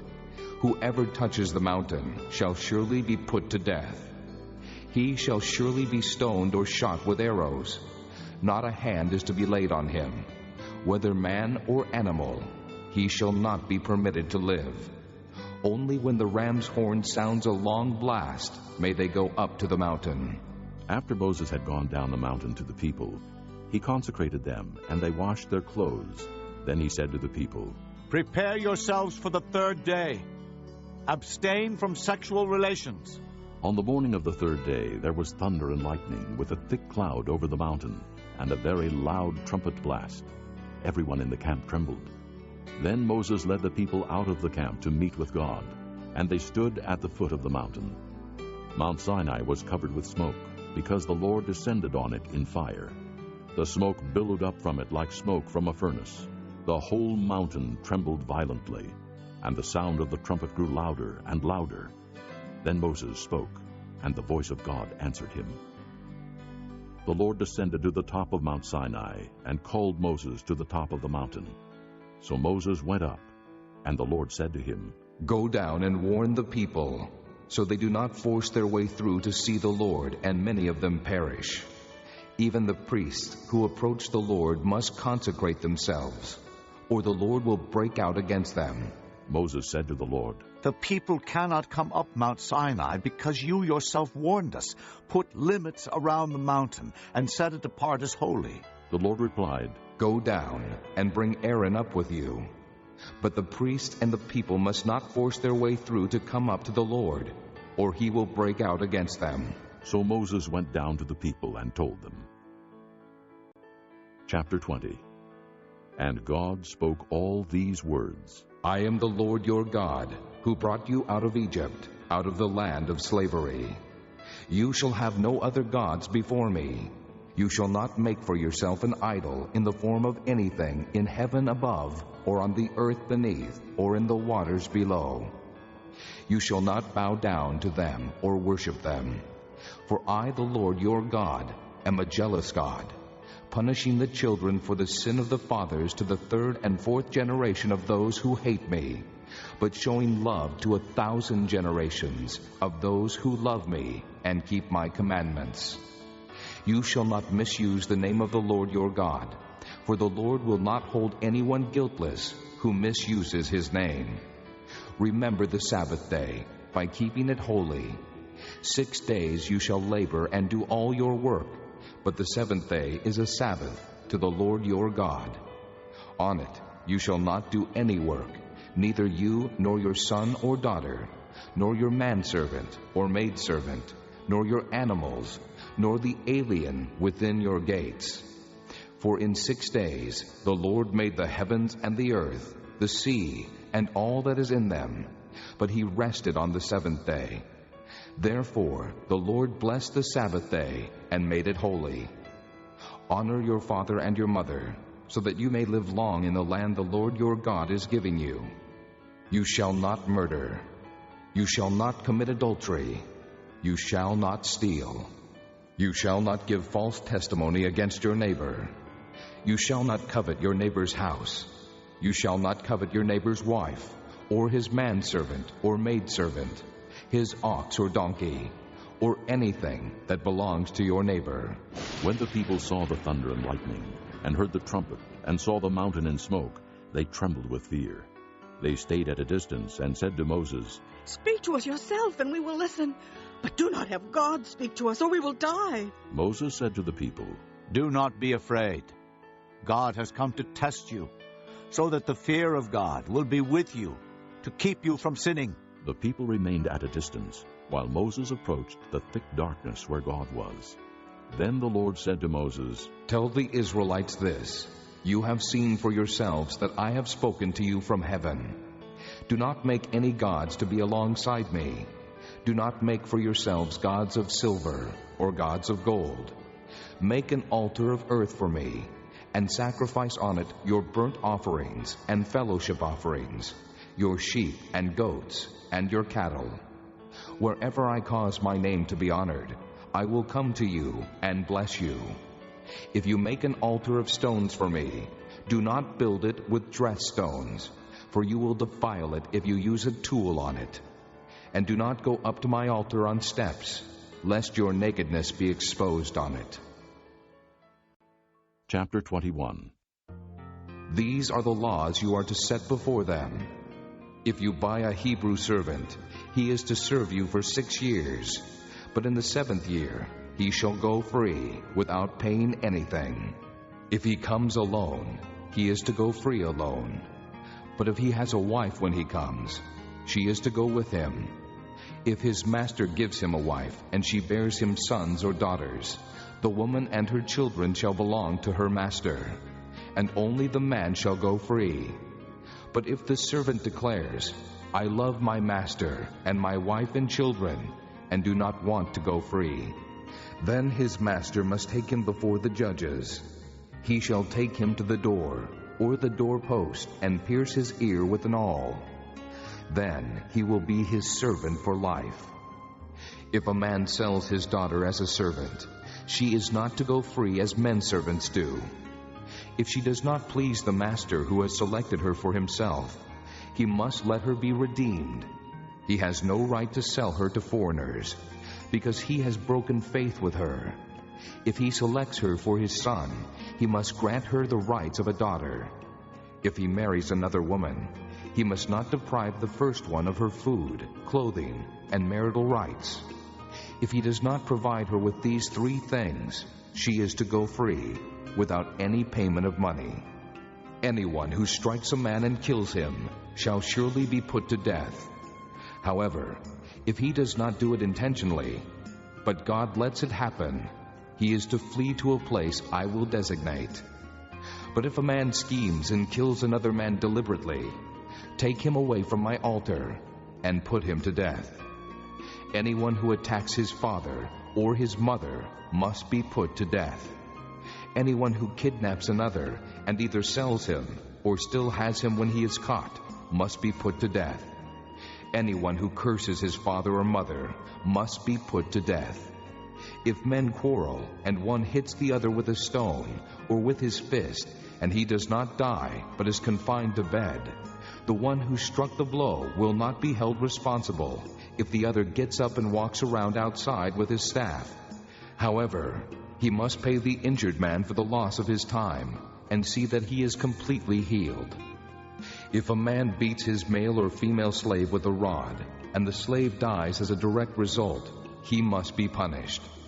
But he is not to be punished if the slave gets up after a day or 2, since the slave is his property. If men who are fighting hit a pregnant woman, and she gives birth prematurely, but there is no serious injury, the offender must be fined whatever the woman's husband demands and the court allows. But if there is serious injury, you are to take life for life, eye for eye, tooth for tooth, hand for hand, foot for foot, burn for burn, wound for wound, bruise for bruise. If a man hits a manservant or maidservant in the eye and destroys it, he must let the servant go free to compensate for the eye. And if he knocks out the tooth of a manservant or maidservant, he must let the servant go free to compensate for the tooth. If a bull gores a man or a woman to death, the bull must be stoned to death, and its meat must not be eaten. But the owner of the bull will not be held responsible. If, however, the bull has had the habit of goring, and the owner has been warned but has not kept it penned up, and it kills a man or woman, the bull must be stoned, and the owner also must be put to death. However, if payment is demanded of him, he may redeem his life by paying whatever is demanded. This law also applies if the bull gores a son or daughter. If the bull gores a male or female slave, the owner must pay 30 shekels of silver to the master of the slave, and the bull must be stoned. If a man uncovers a pit or digs one and fails to cover it, and an ox or a donkey falls into it, the owner of the pit must pay for the loss. He must pay its owner, and the dead animal will be his. If a man's bull injures the bull of another, and it dies, they are to sell the live one, and divide both the money and the dead animal equally. However, if it was known that the bull had the habit of goring, yet the owner did not keep it penned up, the owner must pay animal for animal, and the dead animal will be his. Chapter 22. If a man steals an ox or a sheep and slaughters it or sells it, he must pay back 5 head of cattle for the ox and 4 sheep for the sheep. If a thief is caught breaking in and is struck so that he dies, the defender is not guilty of bloodshed. But if it happens after sunrise, he is guilty of bloodshed. A thief must certainly make restitution, but if he has nothing, he must be sold to pay for his theft. If the stolen animal is found alive in his possession, whether ox or donkey or sheep, he must pay back double. If a man grazes his livestock in a field or vineyard and lets them stray, and they graze in another man's field, he must make restitution from the best of his own field or vineyard. If a fire breaks out and spreads into thorn bushes, so that it burns shocks of grain or standing grain or the whole field, the one who started the fire must make restitution. If a man gives his neighbor silver or goods for safekeeping, and they are stolen from the neighbor's house, the thief, if he is caught, must pay back double. But if the thief is not found, the owner of the house must appear before the judges to determine whether he has laid his hands on the other man's property. In all cases of illegal possession of an ox, a donkey, a sheep, a garment, or any other lost property about which somebody says, "This is mine," both parties are to bring their cases before the judges. The one whom the judges declare guilty must pay back double to his neighbor. If a man gives a donkey, an ox, a sheep, or any other animal to his neighbor for safekeeping, and it dies, or is injured, or is taken away while no one is looking, the issue between them will be settled by the taking of an oath before the Lord that the neighbor did not lay hands on the other person's property. The owner is to accept this, and no restitution is required. But if the animal was stolen from the neighbor, he must make restitution to the owner. If it was torn to pieces by a wild animal, he shall bring in the remains as evidence, and he will not be required to pay for the torn animal. If a man borrows an animal from his neighbor, and it is injured or dies while the owner is not present, he must make restitution. But if the owner is with the animal, the borrower will not have to pay. If the animal was hired, the money paid for the hire covers the loss. If a man seduces a virgin who is not pledged to be married and sleeps with her, he must pay the bride price, and she shall be his wife. If her father absolutely refuses to give her to him, he must still pay the bride price for virgins. Do not allow a sorceress to live. Anyone who has sexual relations with an animal must be put to death. Whoever sacrifices to any god other than the Lord must be destroyed. Do not mistreat an alien or oppress him, for you were aliens in Egypt. Do not take advantage of a widow or an orphan. If you do, and they cry out to me, I will certainly hear their cry. My anger will be aroused, and I will kill you with the sword. Your wives will become widows, and your children fatherless. If you lend money to one of my people among you who is needy, do not be like a moneylender. Charge him no interest. If you take your neighbor's cloak as a pledge, return it to him by sunset, because his cloak is the only covering he has for his body. What else will he sleep in? When he cries out to me, I will hear, for I am compassionate. Do not blaspheme God or curse the ruler of your people. Do not hold back offerings from your granaries or your vats. You must give me the firstborn of your sons. Do the same with your cattle and your sheep. Let them stay with their mothers for 7 days, but give them to me on the 8th day. You are to be my holy people. So do not eat the meat of an animal torn by wild beasts. Throw it to the dogs. Chapter 23. Do not spread false reports. Do not help a wicked man by being a malicious witness. Do not follow the crowd in doing wrong. When you give testimony in a lawsuit, do not pervert justice by siding with the crowd, and do not show favoritism to a poor man in his lawsuit. If you come across your enemy's ox or donkey wandering off, be sure to take it back to him. If you see the donkey of someone who hates you fallen down under its load, do not leave it there. Be sure you help him with it. Do not deny justice to your poor people in their lawsuits. Have nothing to do with a false charge, and do not put an innocent or honest person to death, for I will not acquit the guilty. Do not accept a bribe, for a bribe blinds those who see and twists the words of the righteous. Do not oppress an alien. You yourselves know how it feels to be aliens, because you were aliens in Egypt. For 6 years you are to sow your fields and harvest the crops. But during the 7th year, let the land lie unplowed and unused. Then the poor among your people may get food from it, and the wild animals may eat what they leave. Do the same with your vineyard and your olive grove. 6 days do your work, but on the 7th day do not work, so that your ox and your donkey may rest, and the slave born in your household, and the alien as well, may be refreshed. Be careful to do everything I have said to you. Do not invoke the names of other gods. Do not let them be heard on your lips. 3 times a year you are to celebrate a festival to me. Celebrate the feast of unleavened bread. For 7 days eat bread made without yeast, as I commanded you. Do this at the appointed time, in the month of Abib, for in that month you came out of Egypt. No one is to appear before me empty-handed. Celebrate the feast of harvest with the first fruits of the crops you sow in your field. Celebrate the feast of ingathering at the end of the year, when you gather in your crops from the field. 3 times a year all the men are to appear before the sovereign Lord. Do not offer the blood of a sacrifice to me along with anything containing yeast.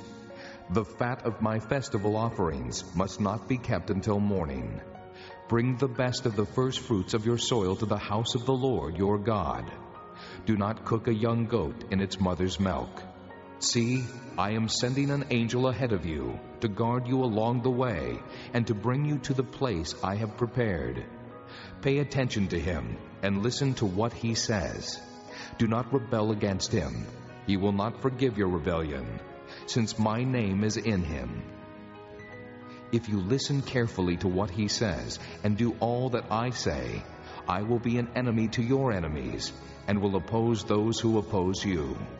My angel will go ahead of you and bring you into the land of the Amorites, Hittites, Perizzites, Canaanites, Hivites, and Jebusites, and I will wipe them out. Do not bow down before their gods, or worship them, or follow their practices. You must demolish them and break their sacred stones to pieces. Worship the Lord your God, and his blessing will be on your food and water. I will take away sickness from among you, and none will miscarry or be barren in your land. I will give you a full lifespan. I will send my terror ahead of you and throw into confusion every nation you encounter. I will make all your enemies turn their backs and run. I will send the hornet ahead of you to drive the Hivites, Canaanites, and Hittites out of your way. But I will not drive them out in a single year, because the land would become desolate and the wild animals too numerous for you. Little by little I will drive them out before you, until you have increased enough to take possession of the land. I will establish your borders from the Red Sea to the Sea of the Philistines, and from the desert to the river. I will hand over to you the people who live in the land, and you will drive them out before you. Do not make a covenant with them or with their gods. Do not let them live in your land, or they will cause you to sin against me, because the worship of their gods will certainly be a snare to you. Chapter 24. Then he said to Moses, Come up to the Lord, you and Aaron, Nadab, and Abihu, and 70 of the elders of Israel. You are to worship at a distance, but Moses alone is to approach the Lord. The others must not come near, and the people may not come up with him. When Moses went and told the people all the Lord's words and laws, they responded with one voice, Everything the Lord has said we will do. Moses then wrote down everything the Lord had said. He got up early the next morning and built an altar at the foot of the mountain, and set up 12 stone pillars representing the 12 tribes of Israel. Then he sent young Israelite men and they offered burnt offerings and sacrificed young bulls as fellowship offerings to the Lord. Moses took half of the blood and put it in bowls, and the other half he sprinkled on the altar. Then he took the book of the covenant and read it to the people. They responded, "We will do everything the Lord has said. We will obey." Moses then took the blood, sprinkled it on the people, and said, "This is the blood of the covenant that the Lord has made with you in accordance with all these words." Moses and Aaron, Nadab and Abihu, and the 70 elders of Israel went up and saw the God of Israel. Under his feet was something like a pavement made of sapphire, clear as the sky itself. But God did not raise his hand against these leaders of the Israelites. They saw God, and they ate and drank. The Lord said to Moses, "Come up to me on the mountain and stay here, and I will give you the tablets of stone with the law and commands I have written for their instruction." Then Moses set out with Joshua his aide, and Moses went up on the mountain of God. He said to the elders, "Wait here for us until we come back to you. Aaron and Hur are with you, and anyone involved in a dispute can go to them." When Moses went up on the mountain, the cloud covered it, and the glory of the Lord settled on Mount Sinai. For 6 days the cloud covered the mountain, and on the 7th day the Lord called to Moses from within the cloud. To the Israelites the glory of the Lord looked like a consuming fire on top of the mountain. Then Moses entered the cloud as he went on up the mountain, and he stayed on the mountain 40 days and 40 nights. Chapter 25. The Lord said to Moses, "Tell the Israelites to bring me an offering. You are to receive the offering for me, from each man whose heart prompts him to give. These are the offerings you are to receive from them: gold, silver, and bronze, blue, purple, and scarlet yarn, and fine linen, goat hair, ram skins dyed red, and hides of sea cows, acacia wood, olive oil for the light, spices for the anointing oil and for the fragrant incense, and onyx stones, and other gems to be mounted on the ephod and breastpiece. Then have them make a sanctuary for me, and I will dwell among them. Make this tabernacle and all its furnishings exactly like the pattern I will show you. Have them make a chest of acacia wood, 2.5 cubits long, 1.5 cubits wide, and 1.5 cubits high. Overlay it with pure gold, both inside and out, and make a gold molding around it. Cast 4 gold rings for it, and fasten them to its 4 feet, with 2 rings on one side and 2 rings on the other. Then make poles of acacia wood, and overlay them with gold. Insert the poles into the rings on the sides of the chest to carry it. The poles are to remain in the rings of this ark. They are not to be removed. Then put in the ark the testimony which I will give you. Make an atonement cover of pure gold, 2.5 cubits long, and 1.5 cubits wide, and make 2 cherubim out of hammered gold at the ends of the cover. Make 1 cherub on one end, and the 2nd cherub on the other. Make the cherubim of one piece with the cover at the 2 ends. The cherubim are to have their wings spread upward, overshadowing the cover with them. The cherubim are to face each other, looking toward the cover. Place the cover on top of the ark, and put in the ark the testimony which I will give you. There, above the cover between the 2 cherubim that are over the ark of the testimony, I will meet with you and give you all my commands for the Israelites. Make a table of acacia wood, 2 cubits long, 1 cubit wide, and 1.5 cubits high. Overlay it with pure gold, and make a gold molding around it. Also make around it a rim, a handbreadth wide, and put a gold molding on the rim. Make 4 gold rings for the table, and fasten them to the 4 corners where the 4 legs are. The rings are to be close to the rim to hold the poles used in carrying the table. Make the poles of acacia wood, overlay them with gold, and carry the table with them. And make its plates and dishes of pure gold, as well as its pitchers and bowls for the pouring out of offerings. Put the bread of the presence on this table to be before me at all times. Make a lampstand of pure gold, and hammer it out, base and shaft. Its flower-like cups, buds, and blossoms shall be of one piece with it. 6 branches are to extend from the sides of the lampstand, 3 on one side and 3 on the other. 3 cups shaped like almond flowers, with buds and blossoms, are to be on one branch, 3 on the next branch, and the same for all 6 branches extending from the lampstand. And on the lampstand there are to be 4 cups shaped like almond flowers, with buds and blossoms. 1 bud shall be under the first pair of branches, extending from the lampstand, a 2nd bud under the 2nd pair, and a 3rd bud under the 3rd pair, 6 branches in all. The buds and branches shall all be of one piece with the lampstand, hammered out of pure gold. Then make it 7 lamps, and set them up on it, so that they light the space in front of it. Its wick trimmers and trays are to be of pure gold. A talent of pure gold is to be used for the lampstand and all these accessories. See that you make them according to the pattern shown you on the mountain. Chapter 26. Make the tabernacle with 10 curtains of finely twisted linen, and blue, purple, and scarlet yarn, with cherubim worked into them by a skilled craftsman. All the curtains are to be the same size, 28 cubits long, and 4 cubits wide. Join 5 of the curtains together, and do the same with the other 5. Make loops of blue material along the edge of the end curtain in one set, and do the same with the end curtain in the other set.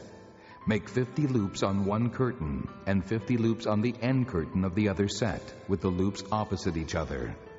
Then make 50 gold clasps, and use them to fasten the curtains together, so that the tabernacle is a unit. Make curtains of goat hair for the tent over the tabernacle, 11 altogether. All 11 curtains are to be the same size, 30 cubits long and 4 cubits wide. Join 5 of the curtains together into one set, and the other 6 into another set. Fold the 6th curtain double at the front of the tent. Make 50 loops along the edge of the end curtain in one set, and also along the edge of the end curtain in the other set. Then make 50 bronze clasps and put them in the loops to fasten the tent together as a unit. As for the additional length of the tent curtains, the half curtain that is left over is to hang down at the rear of the tabernacle. The tent curtains will be a cubit longer on both sides. What is left will hang over the sides of the tabernacle so as to cover it. Make for the tent a covering of ram skins dyed red, and over that a covering of hides of sea cows. Make upright frames of acacia wood for the tabernacle. Each frame is to be 10 cubits long and a cubit and a half wide, with 2 projections set parallel to each other. Make all the frames of the tabernacle in this way. Make 20 frames for the south side of the tabernacle, and make 40 silver bases to go under them, 2 bases for each frame, 1 under each projection. For the other side, the north side of the tabernacle, make 20 frames, and 40 silver bases, 2 under each frame. Make 6 frames for the far end, that is the west end of the tabernacle, and make 2 frames for the corners at the far end. At these 2 corners, they must be double from the bottom all the way to the top, and fitted into a single ring. Both shall be like that. So there will be 8 frames and 16 silver bases, 2 under each frame. Also make crossbars of acacia wood, 5 for the frames on one side of the tabernacle, 5 for those on the other side, and 5 for the frames on the west at the far end of the tabernacle. The center crossbar is to extend from end to end at the middle of the frames.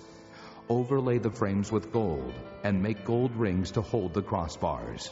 Also overlay the crossbars with gold. Set up the tabernacle according to the plan shown you on the mountain. Make a curtain of blue, purple, and scarlet yarn, and finely twisted linen, with cherubim worked into it by a skilled craftsman. Hang it with gold hooks on 4 posts of acacia wood overlaid with gold, and standing on 4 silver bases.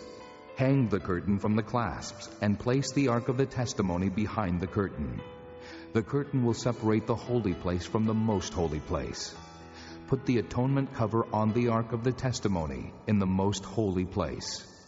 Place the table outside the curtain on the north side of the tabernacle, and put the lampstand opposite it on the south side. For the entrance to the tent, make a curtain of blue, purple, and scarlet yarn, and finely twisted linen. The work of an embroiderer. Make gold hooks for this curtain, and 5 posts of acacia wood overlaid with gold, and cast 5 bronze bases for them. Chapter 27. Build an altar of acacia wood, 3 cubits high. It is to be square, 5 cubits long, and 5 cubits wide. Make a horn at each of the 4 corners, so that the horns and the altar are of one piece, and overlay the altar with bronze. Make all its utensils of bronze, its pots to remove the ashes, and its shovels, sprinkling bowls, meat forks, and fire pans. Make a grating for it, a bronze network, and make a bronze ring at each of the 4 corners of the network. Put it under the ledge of the altar, so that it is halfway up the altar. Make poles of acacia wood for the altar, and overlay them with bronze. The poles are to be inserted into the rings, so they will be on 2 sides of the altar when it is carried. Make the altar hollow out of boards. It is to be made just as you were shown on the mountain. Make a courtyard for the tabernacle. The south side shall be 100 cubits long, and is to have curtains of finely twisted linen, with 20 posts and 20 bronze bases, and with silver hooks and bands on the posts. The north side shall also be 100 cubits long, and is to have curtains with 20 posts and 20 bronze bases, and with silver hooks and bands on the posts. The west end of the courtyard shall be 50 cubits wide, and have curtains with 10 posts and 10 bases. On the east end toward the sunrise, the courtyard shall also be 50 cubits wide. Curtains 15 cubits long are to be on one side of the entrance, with 3 posts and 3 bases. And curtains 15 cubits long are to be on the other side, with 3 posts and 3 bases. For the entrance to the courtyard, provide a curtain 20 cubits long, of blue, purple, and scarlet yarn and finely twisted linen, the work of an embroiderer, with 4 posts and 4 bases. All the posts around the courtyard are to have silver bands and hooks and bronze bases. The courtyard shall be 100 cubits long and 50 cubits wide, with curtains of finely twisted linen 5 cubits high, and with bronze bases. All the other articles used in the service of the tabernacle, whatever their function, including all the tent pegs for it and those for the courtyard, are to be of bronze. Command the Israelites to bring you clear oil of pressed olives for the light, so that the lamps may be kept burning. In the tent of meeting, outside the curtain that is in front of the testimony, Aaron and his sons are to keep the lamps burning before the Lord from evening till morning.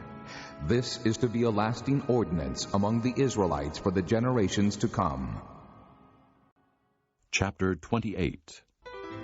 Have Aaron your brother brought to you from among the Israelites, along with his sons Nadab and Abihu, Eleazar and Ithamar, so they may serve me as priests.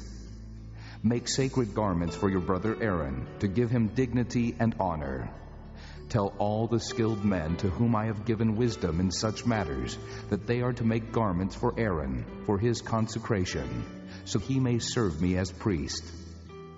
These are the garments they are to make: a breastpiece, an ephod, a robe, a woven tunic, a turban, and a sash.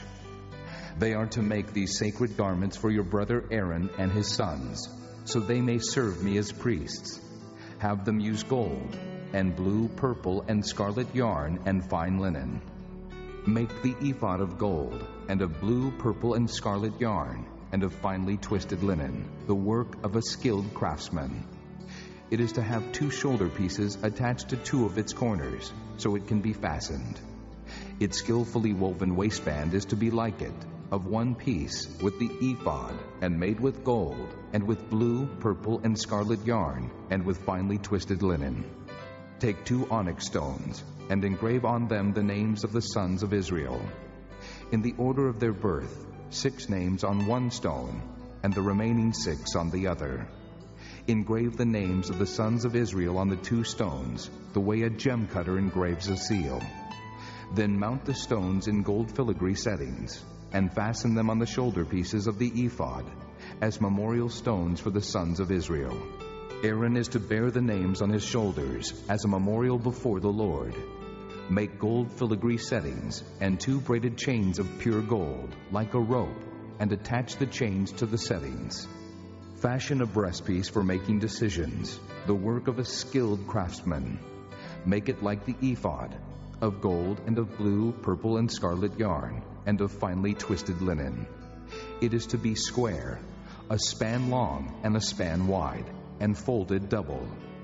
Then mount 4 rows of precious stones on it. In the first row there shall be a ruby, a topaz, and a beryl. In the second row a turquoise, a sapphire, and an emerald. In the third row a jacinth, an agate, and an amethyst. In the fourth row a chrysolite, an onyx, and a jasper. Mount them in gold filigree settings. There are to be 12 stones, 1 for each of the names of the sons of Israel, each engraved like a seal with the name of one of the 12 tribes. For the breastpiece, make braided chains of pure gold, like a rope. Make 2 gold rings for it, and fasten them to 2 corners of the breastpiece. Fasten the 2 gold chains to the rings at the corners of the breastpiece, and the other ends of the chains to the 2 settings, attaching them to the shoulder pieces of the ephod at the front. Make 2 gold rings and attach them to the other 2 corners of the breastpiece on the inside edge next to the ephod. Make 2 more gold rings and attach them to the bottom of the shoulder pieces on the front of the ephod, close to the seam just above the waistband of the ephod. The rings of the breastpiece are to be tied to the rings of the ephod with blue cord, connecting it to the waistband, so that the breastpiece will not swing out from the ephod.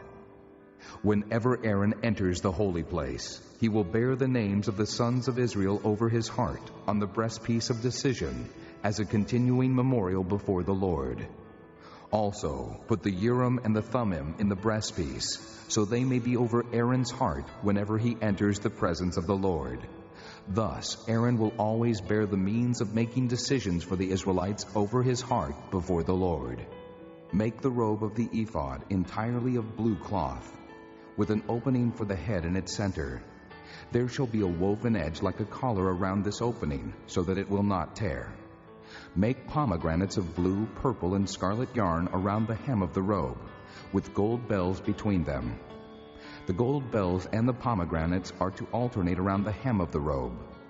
Aaron must wear it when he ministers. The sound of the bells will be heard when he enters the holy place before the Lord, and when he comes out, so that he will not die. Make a plate of pure gold and engrave on it as on a seal, holy to the Lord. Fasten a blue cord to it, to attach it to the turban.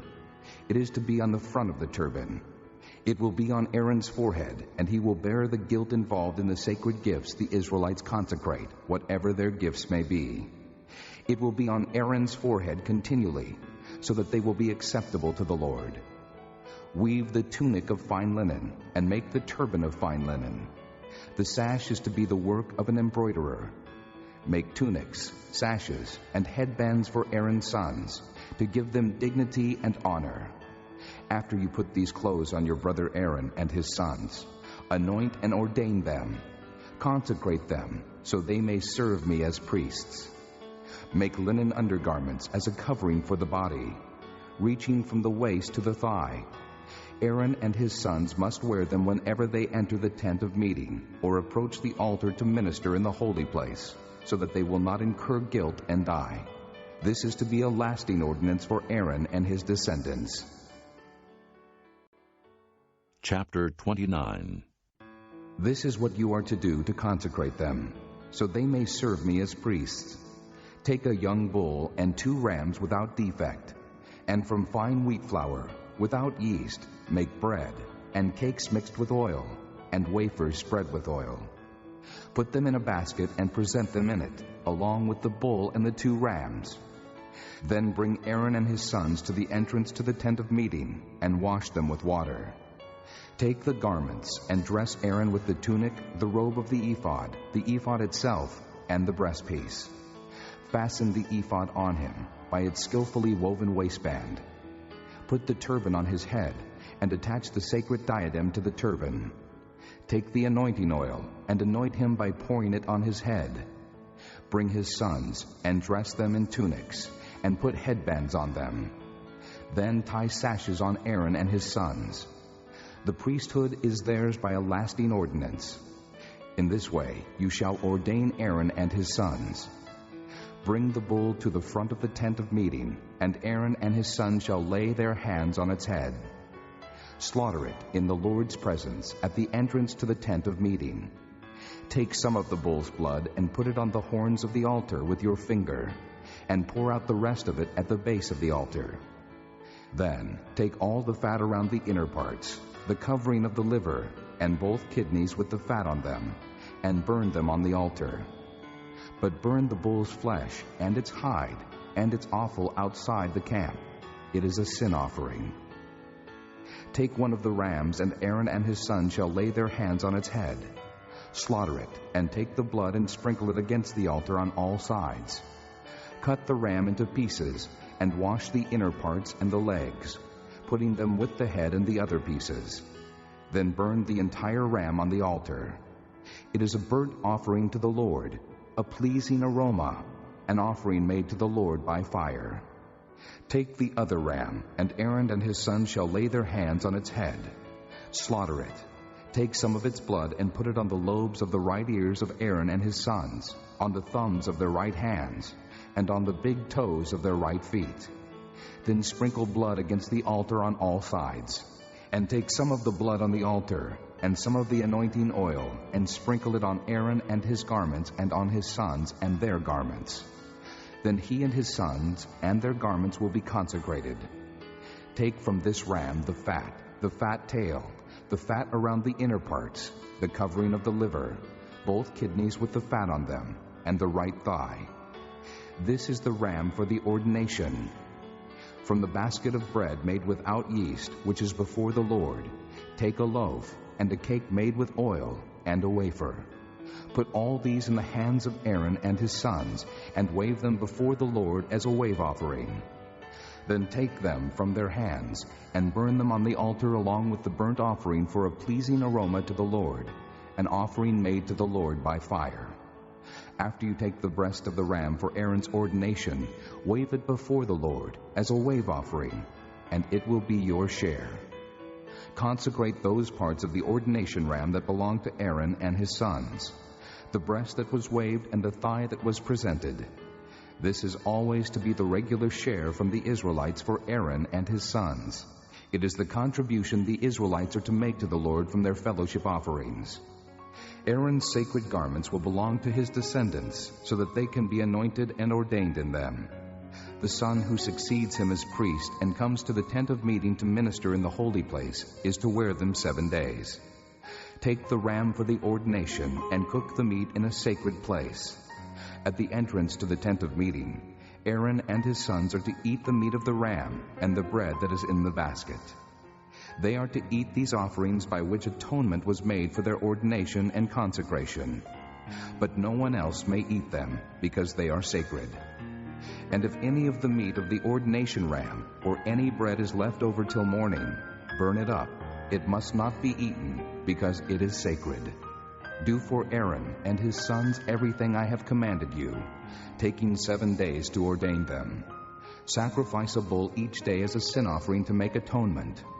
Purify the altar by making atonement for it, and anoint it to consecrate it. For 7 days make atonement for the altar and consecrate it. Then the altar will be most holy, and whatever touches it will be holy. This is what you are to offer on the altar regularly each day: 2 lambs a year old. Offer one in the morning and the other at twilight. With the first lamb, offer 1/10 of an ephah of fine flour mixed with 1/4 of a hin of oil from pressed olives, and 1/4 of a hin of wine as a drink offering. Sacrifice the other lamb at twilight, with the same grain offering and its drink offering as in the morning, a pleasing aroma, an offering made to the Lord by fire. For the generations to come, this burnt offering is to be made regularly at the entrance to the tent of meeting before the Lord. There I will meet you and speak to you. There also I will meet with the Israelites, and the place will be consecrated by my glory. So I will consecrate the tent of meeting and the altar, and will consecrate Aaron and his sons to serve me as priests. Then I will dwell among the Israelites and be their God. They will know that I am the Lord their God, who brought them out of Egypt, so that I might dwell among them. I am the Lord their God. Chapter 30. Make an altar of acacia wood for burning incense. It is to be square, a cubit long and a cubit wide, and 2 cubits high, its horns of one piece with it.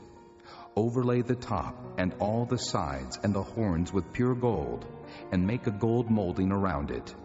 Make 2 gold rings for the altar below the molding, 2 on opposite sides, to hold the poles used to carry it.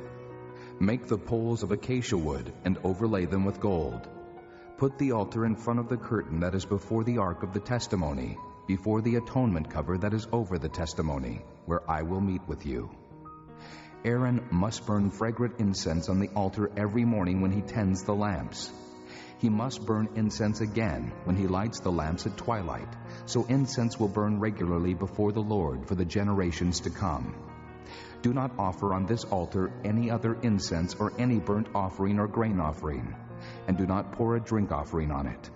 Once a year, Aaron shall make atonement on its horns. This annual atonement must be made with the blood of the atoning sin offering for the generations to come. It is most holy to the Lord. Then the Lord said to Moses, When you take a census of the Israelites to count them, each one must pay the Lord a ransom for his life at the time he is counted. Then no plague will come on them when you number them. Each one who crosses over to those already counted is to give a half shekel, according to the sanctuary shekel, which weighs 20 gerahs. This half shekel is an offering to the Lord. All who cross over, those 20 years old or more, are to give an offering to the Lord. The rich are not to give more than a half shekel, and the poor are not to give less when you make the offering to the Lord to atone for your lives. Receive the atonement money from the Israelites and use it for the service of the tent of meeting. It will be a memorial for the Israelites before the Lord, making atonement for your lives. Then the Lord said to Moses, Make a bronze basin with its bronze stand for washing. Place it between the tent of meeting and the altar, and put water in it. Aaron and his sons are to wash their hands and feet with water from it. Whenever they enter the tent of meeting, they shall wash with water, so that they will not die. Also, when they approach the altar to minister by presenting an offering made to the Lord by fire, they shall wash their hands and feet, so that they will not die. This is to be a lasting ordinance for Aaron and his descendants for the generations to come. Then the Lord said to Moses, Take the following fine spices, 500 shekels of liquid myrrh, half as much, that is 250 shekels of fragrant cinnamon, 250 shekels of fragrant cane, 500 shekels of cassia, all according to the sanctuary shekel, and a hin of olive oil. Make these into a sacred anointing oil, a fragrant blend, the work of a perfumer. It will be the sacred anointing oil.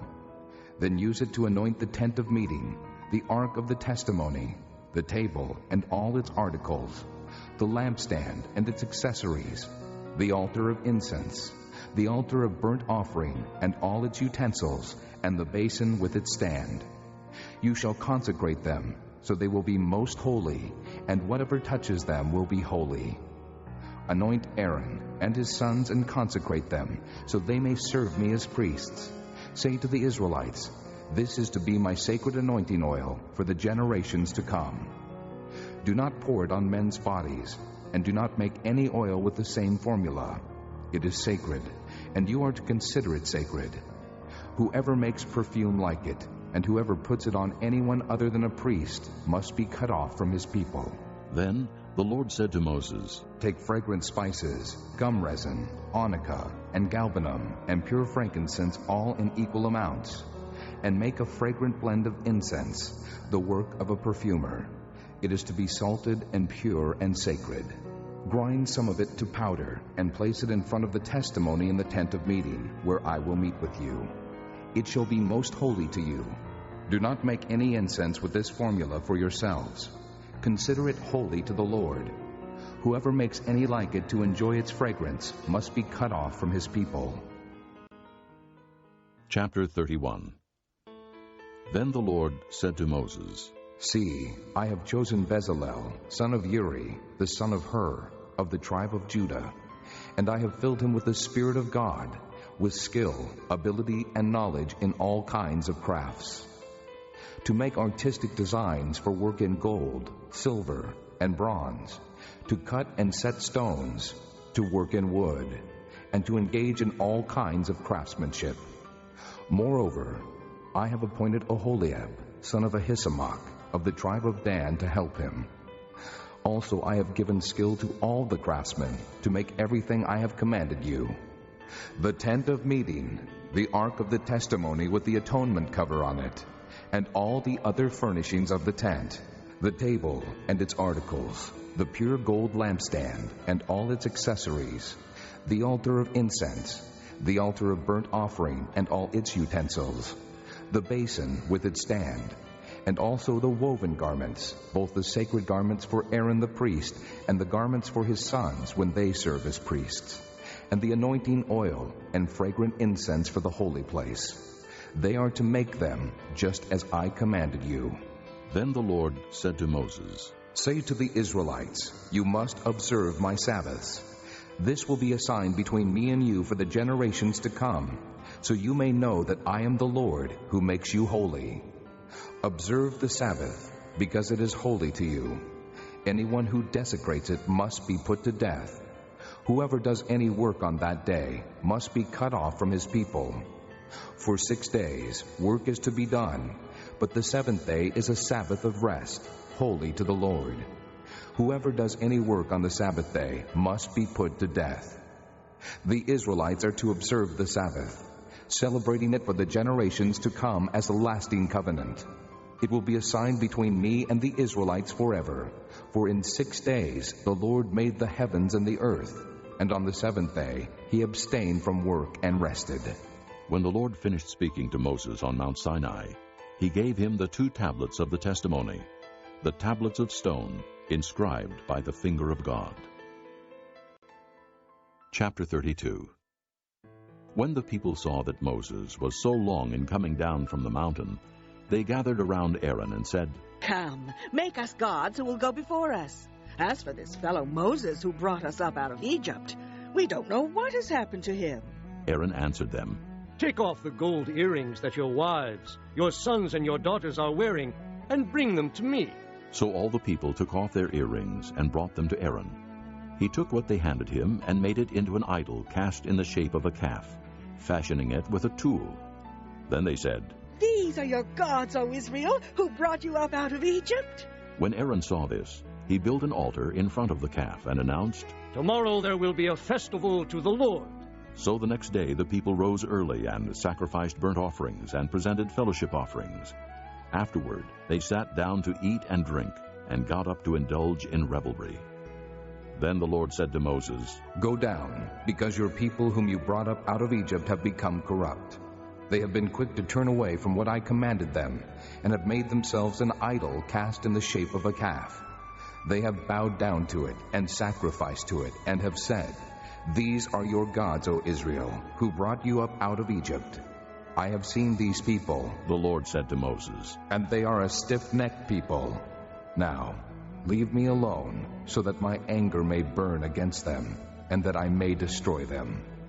Then I will make you into a great nation. But Moses sought the favor of the Lord his God.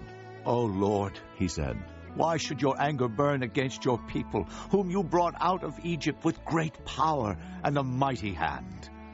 Why should the Egyptians say, It was with evil intent that he brought them out, to kill them in the mountains and to wipe them off the face of the earth? Turn from your fierce anger, relent, and do not bring disaster on your people. Remember your servants Abraham, Isaac, and Israel, to whom you swore by your own self. I will make your descendants as numerous as the stars in the sky, and I will give your descendants all this land I promised them, and it will be their inheritance, forever. Then the Lord relented, and did not bring on his people the disaster he had threatened.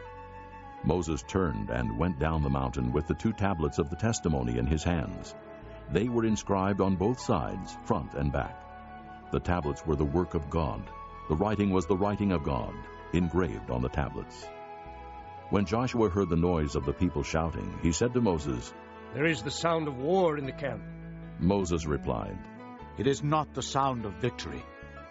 It is not the sound of defeat. It is the sound of singing that I hear." When Moses approached the camp and saw the calf and the dancing, his anger burned, and he threw the tablets out of his hands, breaking them to pieces at the foot of the mountain. And he took the calf they had made and burned it in the fire. Then he ground it to powder, scattered it on the water, and made the Israelites drink it. He said to Aaron, "What did these people do to you, that you led them into such great sin?" "Do not be angry, my lord," Aaron answered. "You know how prone these people are to evil. They said to me, 'Make us gods who will go before us.' As for this fellow Moses who brought us up out of Egypt, we don't know what has happened to him." So I told them, 'Whoever has any gold jewelry, take it off.' Then they gave me the gold, and I threw it into the fire, and out came this calf." Moses saw that the people were running wild, and that Aaron had let them get out of control, and so become a laughingstock to their enemies. So he stood at the entrance to the camp and said, "Whoever is for the Lord, come to me." And all the Levites rallied to him. Then he said to them, "This is what the Lord, the God of Israel, says. Each man strap a sword to his side. Go back and forth through the camp, from one end to the other, each killing his brother and friend and neighbor." The Levites did as Moses commanded, and that day about 3,000 of the people died. Then Moses said, "You have been set apart to the Lord today, for you were against your own sons and brothers, and he has blessed you this day."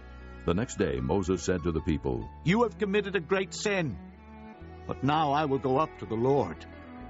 Perhaps I can make atonement for your sin." So Moses went back to the Lord and said, "Oh, what a great sin these people have committed. They have made themselves gods of gold. But now, please forgive their sin. But if not, then blot me out of the book you have written." The Lord replied to Moses, "Whoever has sinned against me, I will blot out of my book. Now go, lead the people to the place I spoke of, and my angel will go before you. However, when the time comes for me to punish, I will punish them for their sin." And the Lord struck the people with a plague because of what they did with the calf Aaron had made. Chapter 33. Then the Lord said to Moses, "Leave this place, you and the people you brought up out of Egypt, and go up to the land I promised on oath to Abraham, Isaac, and Jacob, saying, 'I will give it to your descendants.' I will send an angel before you, and drive out the Canaanites, Amorites, Hittites, Perizzites, Hivites, and Jebusites. Go up to the land flowing with milk and honey. But I will not go with you, because you are a stiff-necked people, and I might destroy you on the way." When the people heard these distressing words, they began to mourn, and no one put on any ornaments. For the Lord had said to Moses, "Tell the Israelites, you are a stiff-necked people. If I were to go with you, even for a moment, I might destroy you. Now take off your ornaments, and I will decide what to do with you." So the Israelites stripped off their ornaments at Mount Horeb. Now Moses used to take a tent and pitch it outside the camp some distance away, calling it the tent of meeting. Anyone inquiring of the Lord would go to the tent of meeting outside the camp. And whenever Moses went out to the tent, all the people rose and stood at the entrances to their tents, watching Moses until he entered the tent. As Moses went into the tent, the pillar of cloud would come down and stay at the entrance, while the Lord spoke with Moses. Whenever the people saw the pillar of cloud standing at the entrance to the tent, they all stood and worshipped, each at the entrance to his tent. The Lord would speak to Moses face to face, as a man speaks with his friend. Then Moses would return to the camp, but his young aide Joshua, son of Nun, did not leave the tent. Moses said to the Lord, "You have been telling me, 'Lead these people,' but you have not let me know whom you will send with me. You have said, 'I know you by name,' and you have found favor with me. If you are pleased with me, teach me your ways, so I may know you and continue to find favor with you. Remember that this nation is your people." The Lord replied, "My presence will go with you, and I will give you rest." Then Moses said to him, "If your presence does not go with us, do not send us up from here. How will anyone know that you are pleased with me and with your people unless you go with us? What else will distinguish me and your people from all the other people on the face of the earth?" And the Lord said to Moses, "I will do the very thing you have asked, because I am pleased with you, and I know you by name." Then Moses said, "Now, show me your glory." And the Lord said, "I will cause all my goodness to pass in front of you, and I will proclaim my name, the Lord, in your presence. I will have mercy on whom I will have mercy, and I will have compassion on whom I will have compassion. But," he said, "you cannot see my face, for no one may see me and live." Then the Lord said, "There is a place near me where you may stand on a rock. When my glory passes by, I will put you in a cleft in the rock and cover you with my hand until I have passed by. Then I will remove my hand, and you will see my back, but my face must not be seen." This concludes Disc 5. Chapter 34. The Lord said to Moses, "Chisel out 2 stone tablets like the first ones, and I will write on them the words that were on the first tablets which you broke. Be ready in the morning, and then come up on Mount Sinai. Present yourself to me there on top of the mountain. No one is to come with you, or be seen anywhere on the mountain. Not even the flocks and herds may graze in front of the mountain." So Moses chiseled out 2 stone tablets, like the first ones, and went up Mount Sinai early in the morning, as the Lord had commanded him. And he carried the 2 stone tablets in his hands. Then the Lord came down in the cloud, and stood there with him, and proclaimed his name, the Lord. And he passed in front of Moses, proclaiming, "The Lord, the compassionate and gracious God, slow to anger, abounding in love and faithfulness, maintaining love to thousands, and forgiving wickedness, rebellion, and sin.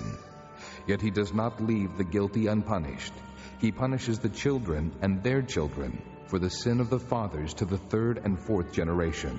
Moses bowed to the ground at once and worshipped. "O Lord, if I have found favor in your eyes," he said, "then let the Lord go with us. Although this is a stiff-necked people, forgive our wickedness and our sin, and take us as your inheritance." Then the Lord said, "I am making a covenant with you.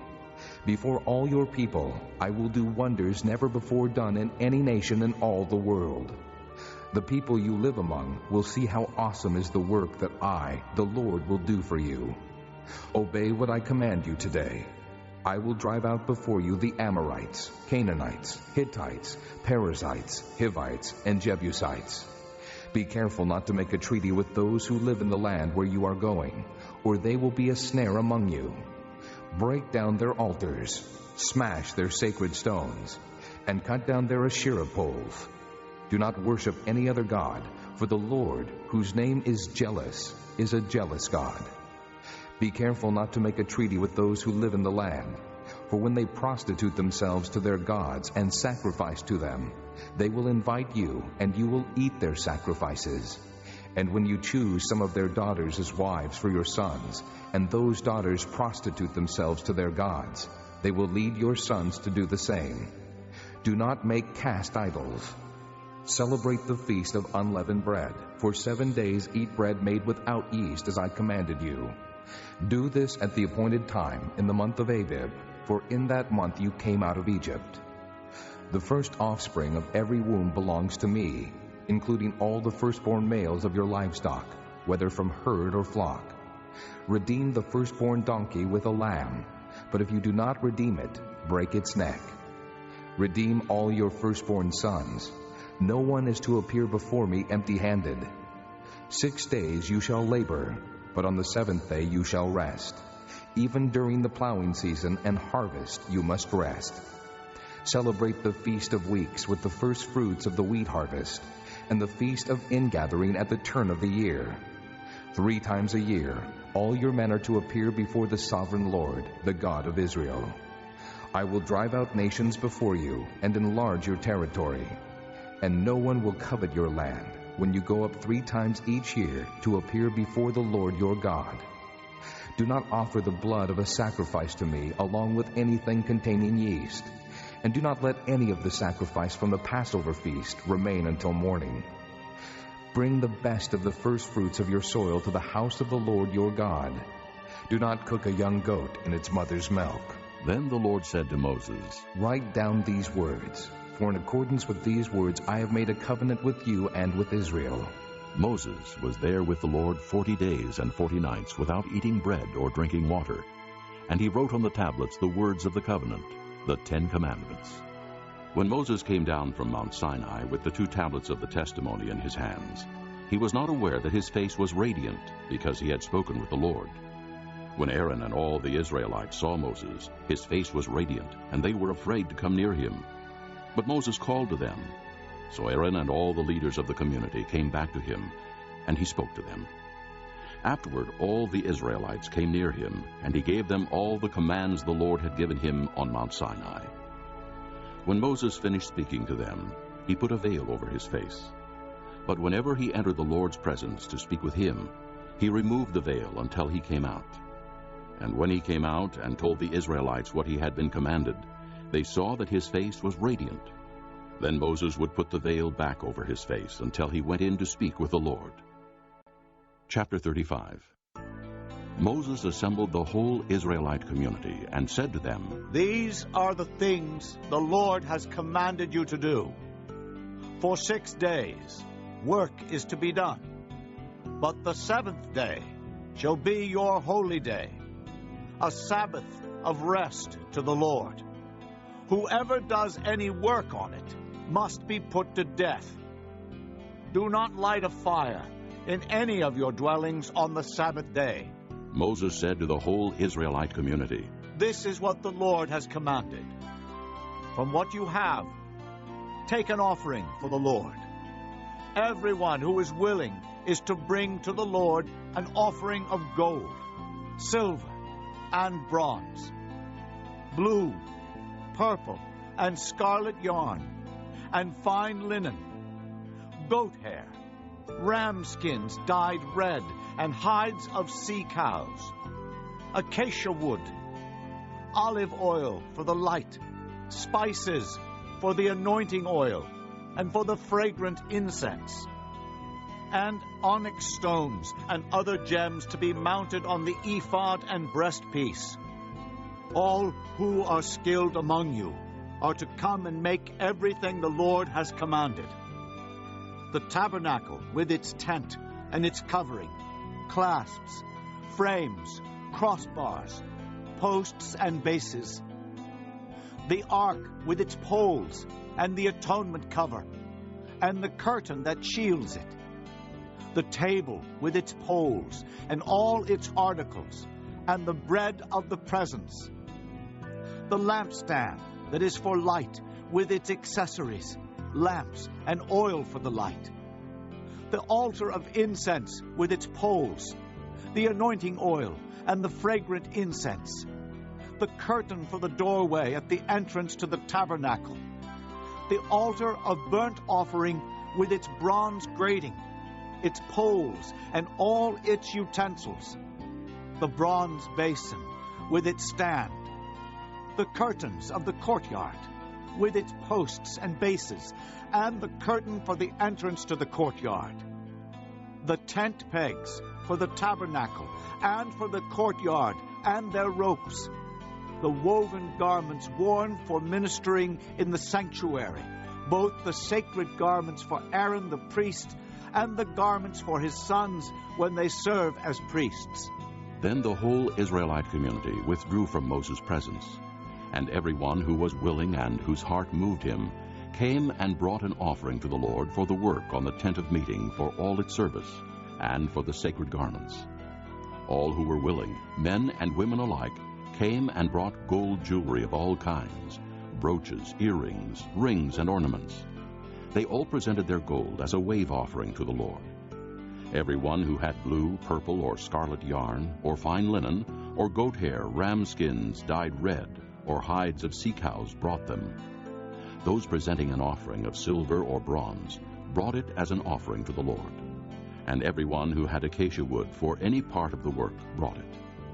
Every skilled woman spun with her hands and brought what she had spun, blue, purple, or scarlet yarn, or fine linen. And all the women who were willing and had the skill spun the goat hair. The leaders brought onyx stones and other gems to be mounted on the ephod and breastpiece. They also brought spices and olive oil for the light, and for the anointing oil, and for the fragrant incense. All the Israelite men and women who were willing brought to the Lord freewill offerings for all the work the Lord through Moses had commanded them to do. Then Moses said to the Israelites, See, the Lord has chosen Bezalel, son of Uri, the son of Hur, of the tribe of Judah, and he has filled him with the Spirit of God, with skill, ability, and knowledge in all kinds of crafts, to make artistic designs for work in gold, silver, and bronze, to cut and set stones, to work in wood, and to engage in all kinds of artistic craftsmanship. And he has given both him and Oholiab, son of Ahisamach, of the tribe of Dan, the ability to teach others.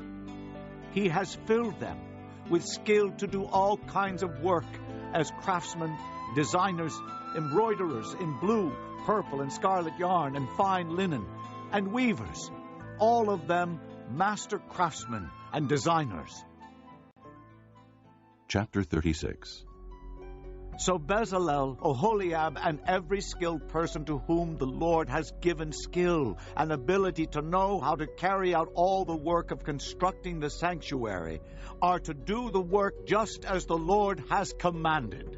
Then Moses summoned Bezalel and Oholiab, and every skilled person to whom the Lord had given ability, and who was willing to come and do the work. They received from Moses all the offerings the Israelites had brought to carry out the work of constructing the sanctuary.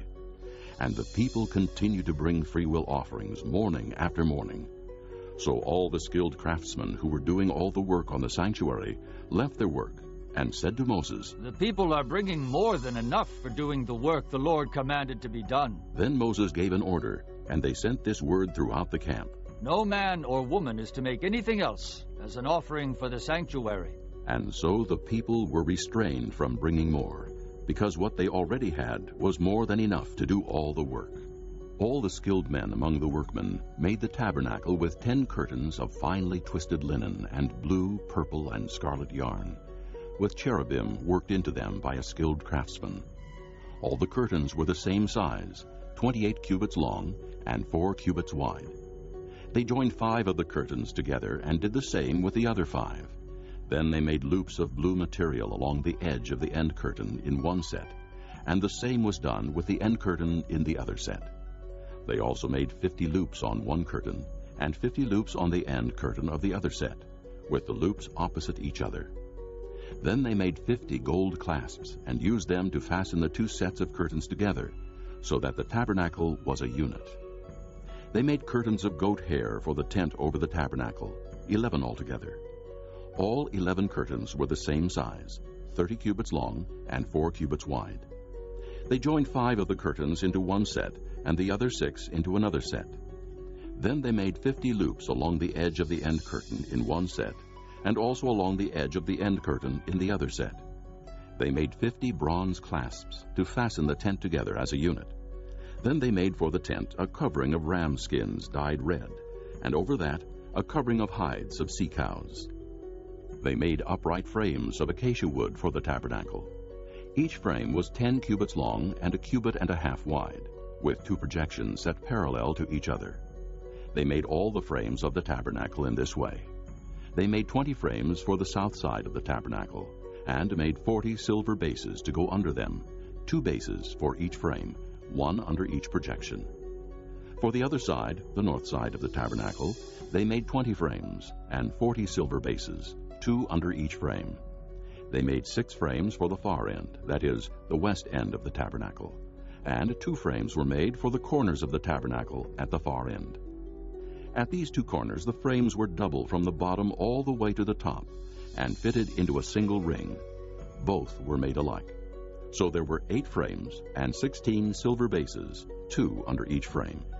They also made crossbars of acacia wood, 5 for the frames on one side of the tabernacle, 5 for those on the other side, and 5 for the frames on the west at the far end of the tabernacle. They made the center crossbar so that it extended from end to end at the middle of the frames. They overlaid the frames with gold and made gold rings to hold the crossbars. They also overlaid the crossbars with gold. They made the curtain of blue, purple, and scarlet yarn and finely twisted linen, with cherubim worked into it by a skilled craftsman. They made 4 posts of acacia wood for it, and overlaid them with gold. They made gold hooks for them, and cast their 4 silver bases. For the entrance to the tent, they made a curtain of blue, purple, and scarlet yarn, and finely twisted linen, the work of an embroiderer. And they made 5 posts with hooks for them. They overlaid the tops of the posts and their bands with gold, and made their 5 bases of bronze. Chapter 37. Bezalel made the ark of acacia wood, 2.5 cubits long, 1.5 cubits wide, and 1.5 cubits high. He overlaid it with pure gold, both inside and out, and made a gold molding around it. He cast 4 gold rings for it, and fastened them to its 4 feet, with 2 rings on one side and 2 rings on the other. Then he made poles of acacia wood, and overlaid them with gold. And he inserted the poles into the rings on the sides of the ark to carry it. He made the atonement cover of pure gold, 2.5 cubits long, and 1.5 cubits wide. Then he made 2 cherubim out of hammered gold at the ends of the cover. He made 1 cherub on one end, and the second cherub on the other. At the 2 ends he made them of one piece with the cover. The cherubim had their wings spread upward, overshadowing the cover with them. The cherubim faced each other, looking toward the cover. They made the table of acacia wood, 2 cubits long, 1 cubit wide, and 1.5 cubits high. Then they overlaid it with pure gold, and made a gold molding around it. They also made around it a rim, a handbreadth wide, and put a gold molding on the rim. They cast 4 gold rings for the table, and fastened them to the 4 corners, where the 4 legs were. The rings were put close to the rim to hold the poles used in carrying the table. The poles for carrying the table were made of acacia wood, and were overlaid with gold. And they made from pure gold the articles for the table, its plates and dishes and bowls, and its pitchers for the pouring out of drink offerings.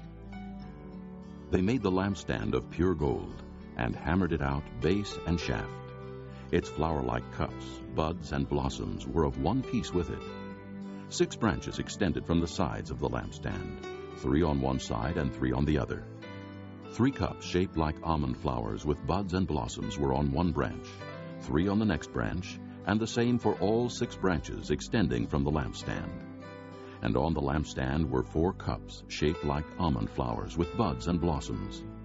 1 bud was under the first pair of branches, extending from the lampstand, a 2nd bud under the 2nd pair, and a 3rd bud under the 3rd pair, 6 branches in all.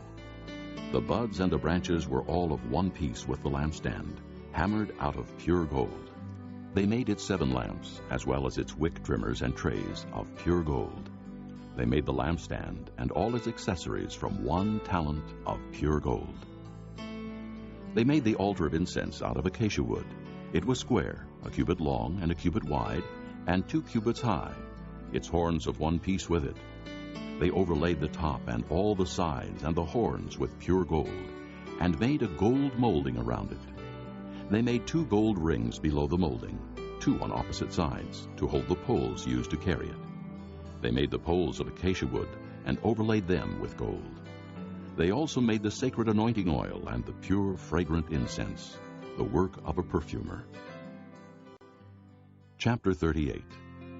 They built the altar of burnt offering of acacia wood, 3 cubits high.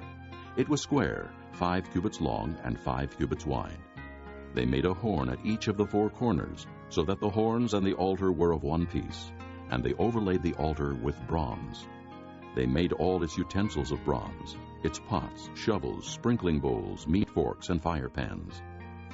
They made a grating for the altar, a bronze network to be under its ledge, halfway up the altar. They cast bronze rings to hold the poles for the four corners of the bronze grating. They made the poles of acacia wood and overlaid them with bronze. They inserted the poles into the rings so they would be on the sides of the altar for carrying it. They made it hollow out of boards. They made the bronze basin and its bronze stand from the mirrors of the women who served at the entrance to the tent of meeting. Next they made the courtyard. The south side was 100 cubits long and had curtains of finely twisted linen, with 20 posts and 20 bronze bases, and with silver hooks and bands on the posts. The north side was also 100 cubits long, and had 20 posts and 20 bronze bases, with silver hooks and bands on the posts. The west end was 50 cubits wide, and had curtains with 10 posts and 10 bases, with silver hooks and bands on the posts. The east end, toward the sunrise, was also 50 cubits wide. Curtains 15 cubits long were on one side of the entrance, with 3 posts and 3 bases, and curtains 15 cubits long were on the other side of the entrance to the courtyard, with 3 posts and 3 bases. All the curtains around the courtyard were of finely twisted linen. The bases for the posts were bronze. The hooks and bands on the posts were silver, and their tops were overlaid with silver. So all the posts of the courtyard had silver bands. The curtain for the entrance to the courtyard was of blue, purple, and scarlet yarn and finely twisted linen, the work of an embroiderer. It was 20 cubits long, and like the curtains of the courtyard, 5 cubits high, with 4 posts and 4 bronze bases. Their hooks and bands were silver, and their tops were overlaid with silver.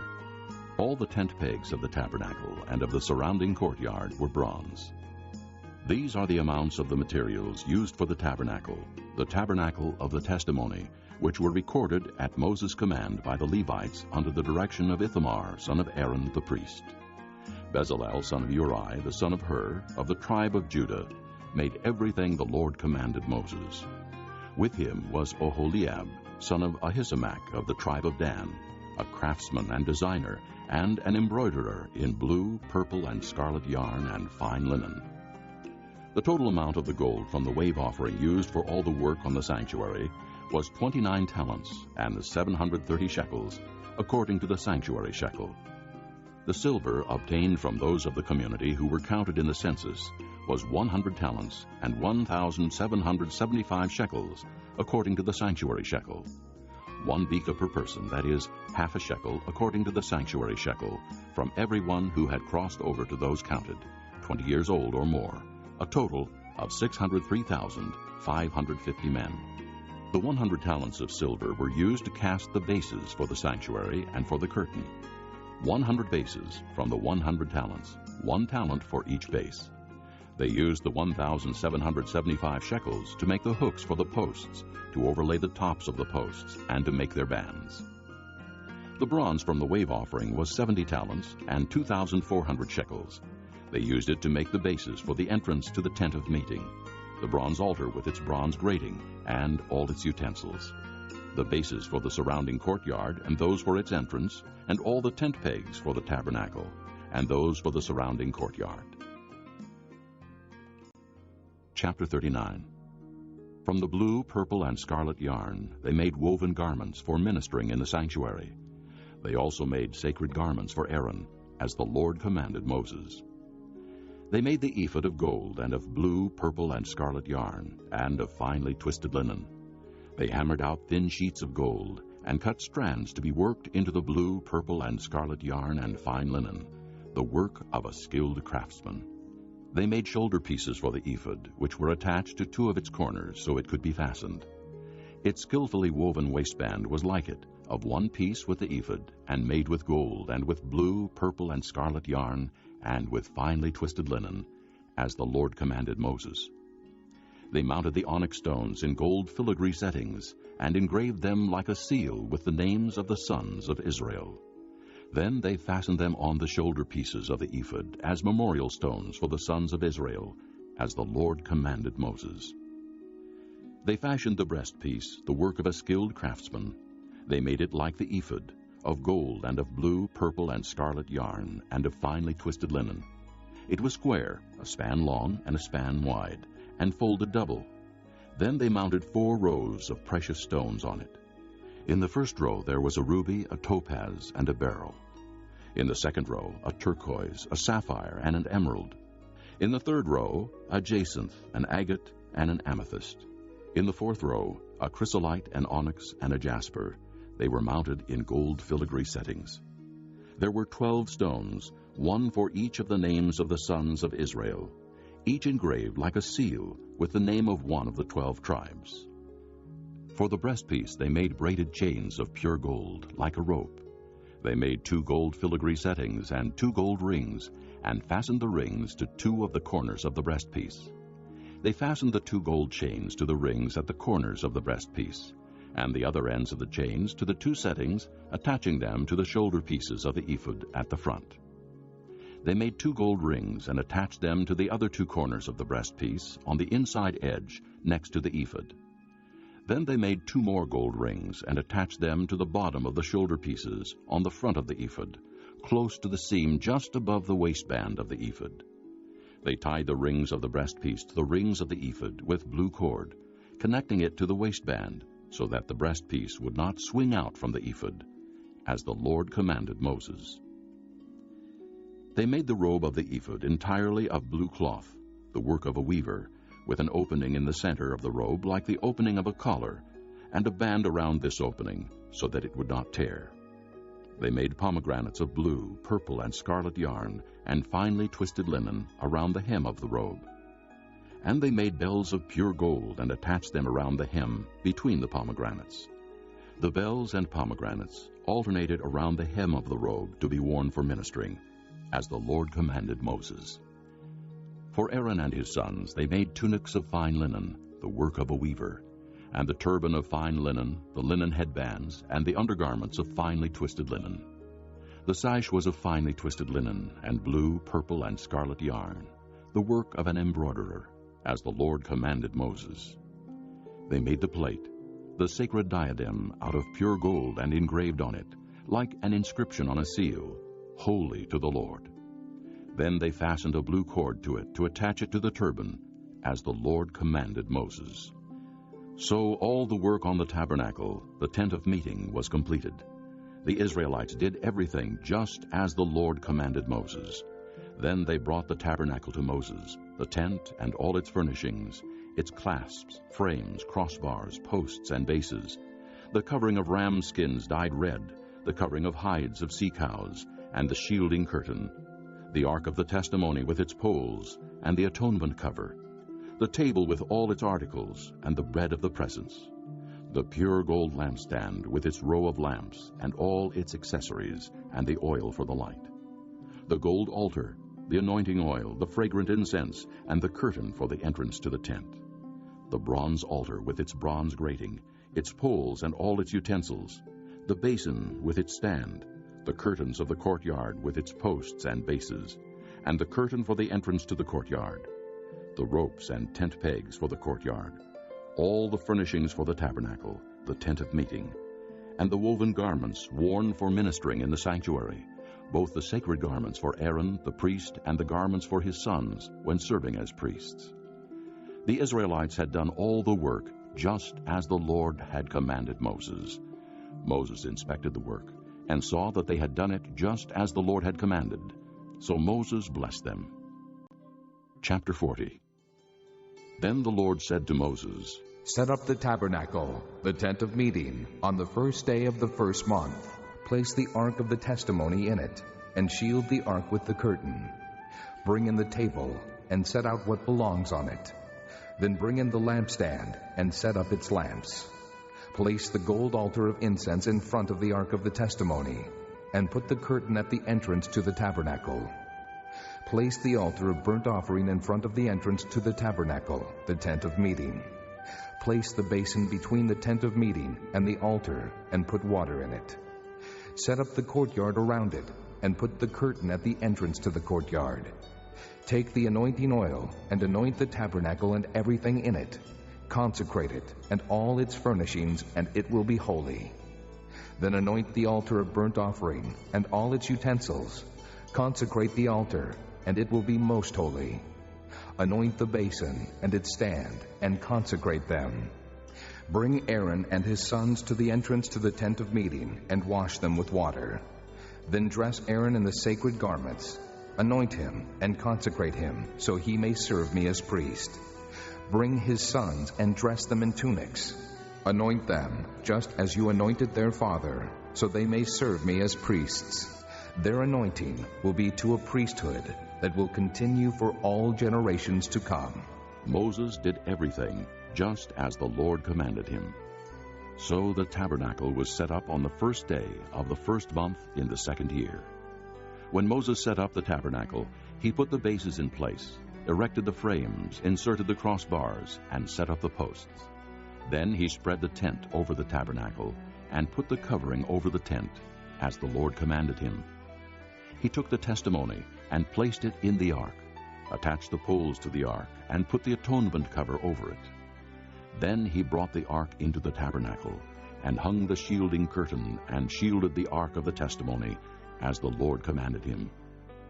Moses placed the table in the tent of meeting on the north side of the tabernacle, outside the curtain, and set out the bread on it before the Lord, as the Lord commanded him.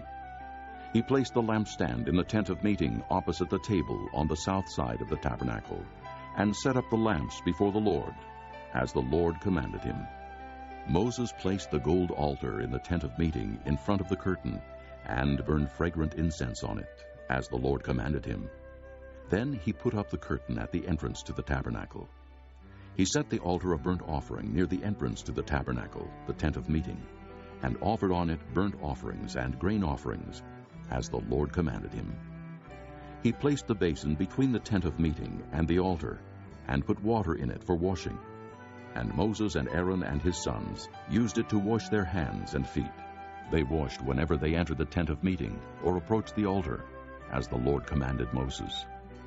Then Moses set up the courtyard around the tabernacle and altar, and put up the curtain at the entrance to the courtyard. And so Moses finished the work. Then the cloud covered the tent of meeting, and the glory of the Lord filled the tabernacle. Moses could not enter the tent of meeting, because the cloud had settled upon it, and the glory of the Lord filled the tabernacle.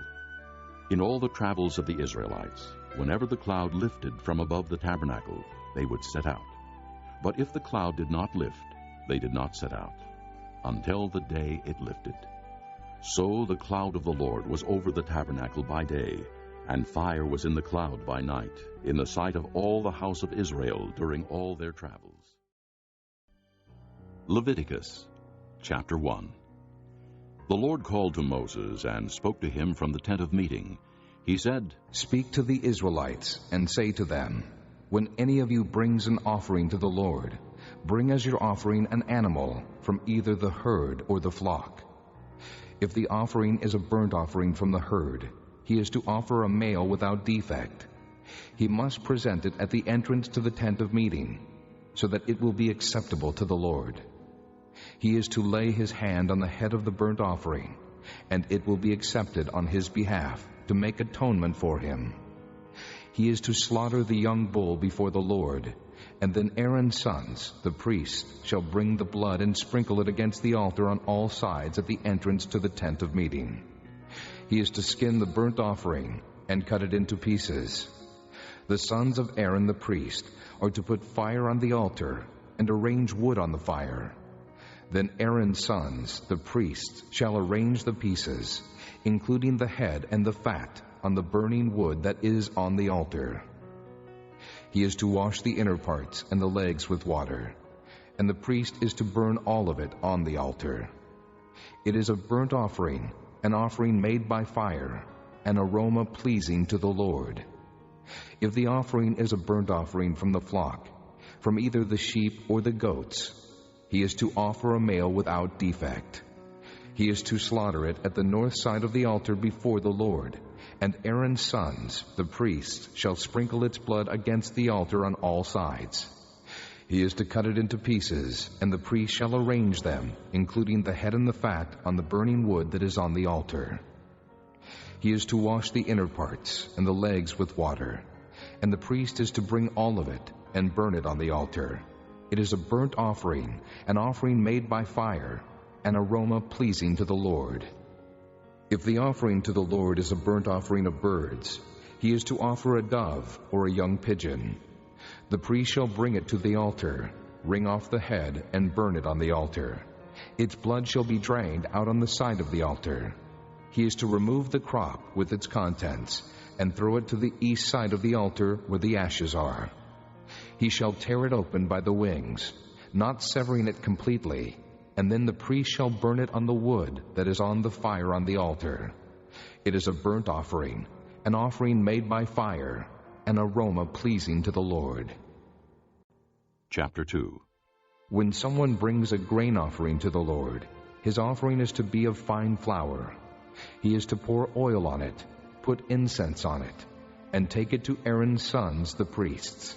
The priest shall take a handful of the fine flour and oil, together with all the incense, and burn this as a memorial portion on the altar, an offering made by fire, an aroma pleasing to the Lord. The rest of the grain offering belongs to Aaron and his sons. It is a most holy part of the offerings made to the Lord by fire.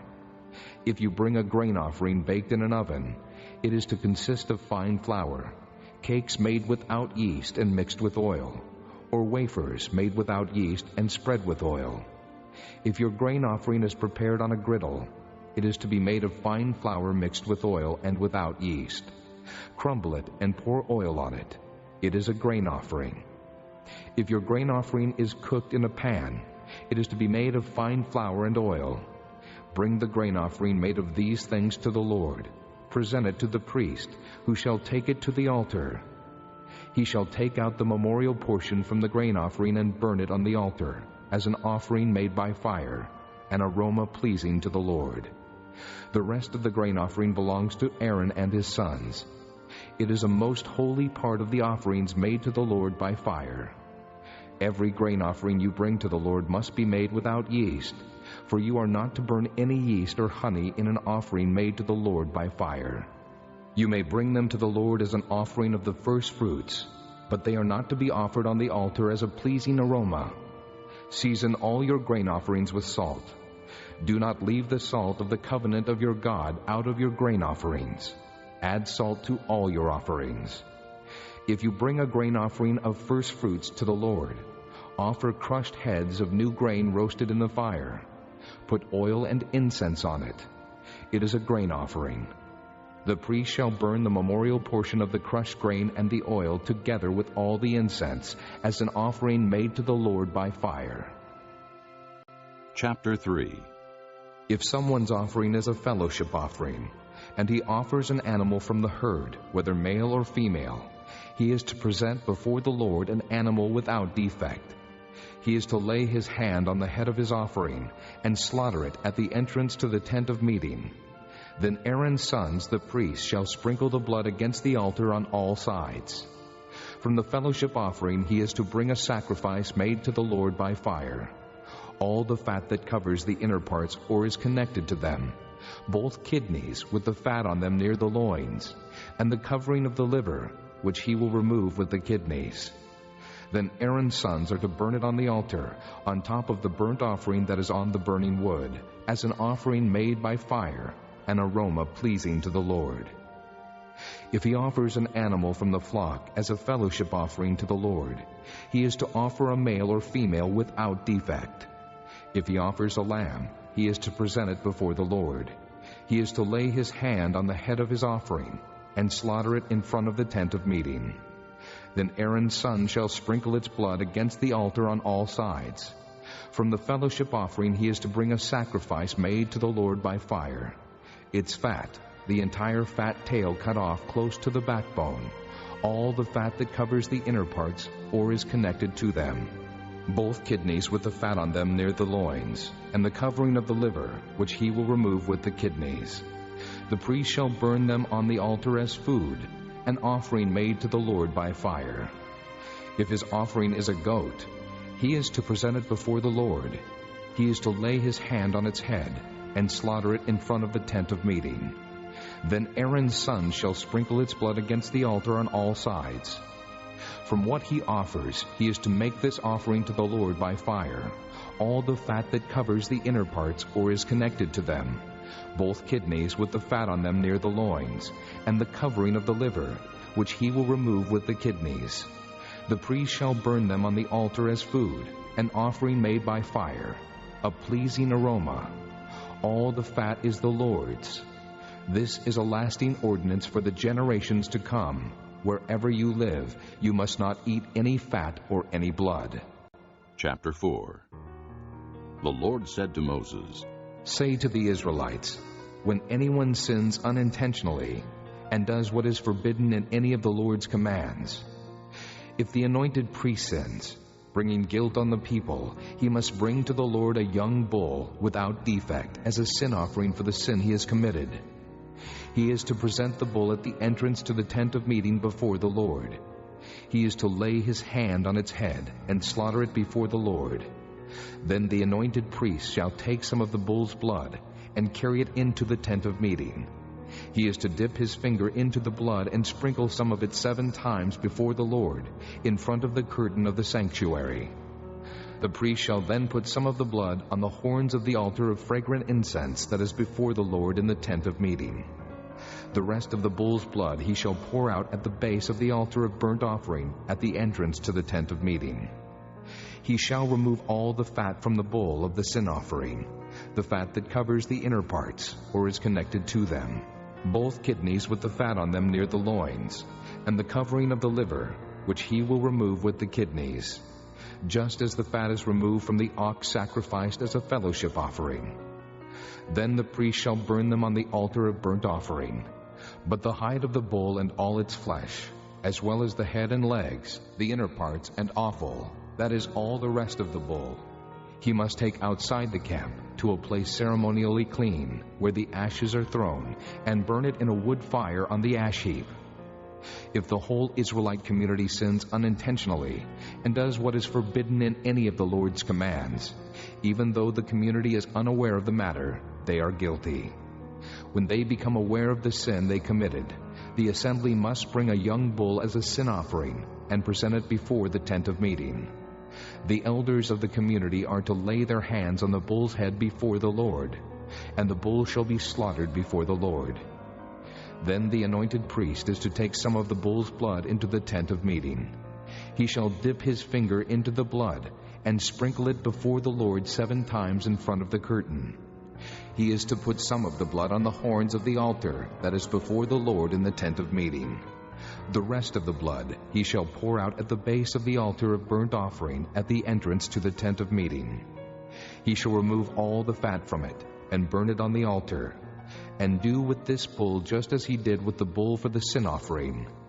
In this way the priest will make atonement for them, and they will be forgiven. Then he shall take the bull outside the camp and burn it as he burned the first bull. This is the sin offering for the community. When a leader sins unintentionally and does what is forbidden in any of the commands of the Lord his God, he is guilty. When he is made aware of the sin he committed, he must bring as his offering a male goat without defect. He is to lay his hand on the goat's head and slaughter it at the place where the burnt offering is slaughtered before the Lord. It is a sin offering. Then the priest shall take some of the blood of the sin offering with his finger and put it on the horns of the altar of burnt offering and pour out the rest of the blood at the base of the altar. He shall burn all the fat on the altar as he burned the fat of the fellowship offering. In this way the priest will make atonement for the man's sin, and he will be forgiven. If a member of the community sins unintentionally and does what is forbidden in any of the Lord's commands, he is guilty. When he is made aware of the sin he committed, he must bring as his offering for the sin he committed a female goat without defect. He is to lay his hand on the head of the sin offering and slaughter it at the place of the burnt offering. Then the priest is to take some of the blood with his finger and put it on the horns of the altar of burnt offering and pour out the rest of the blood at the base of the altar.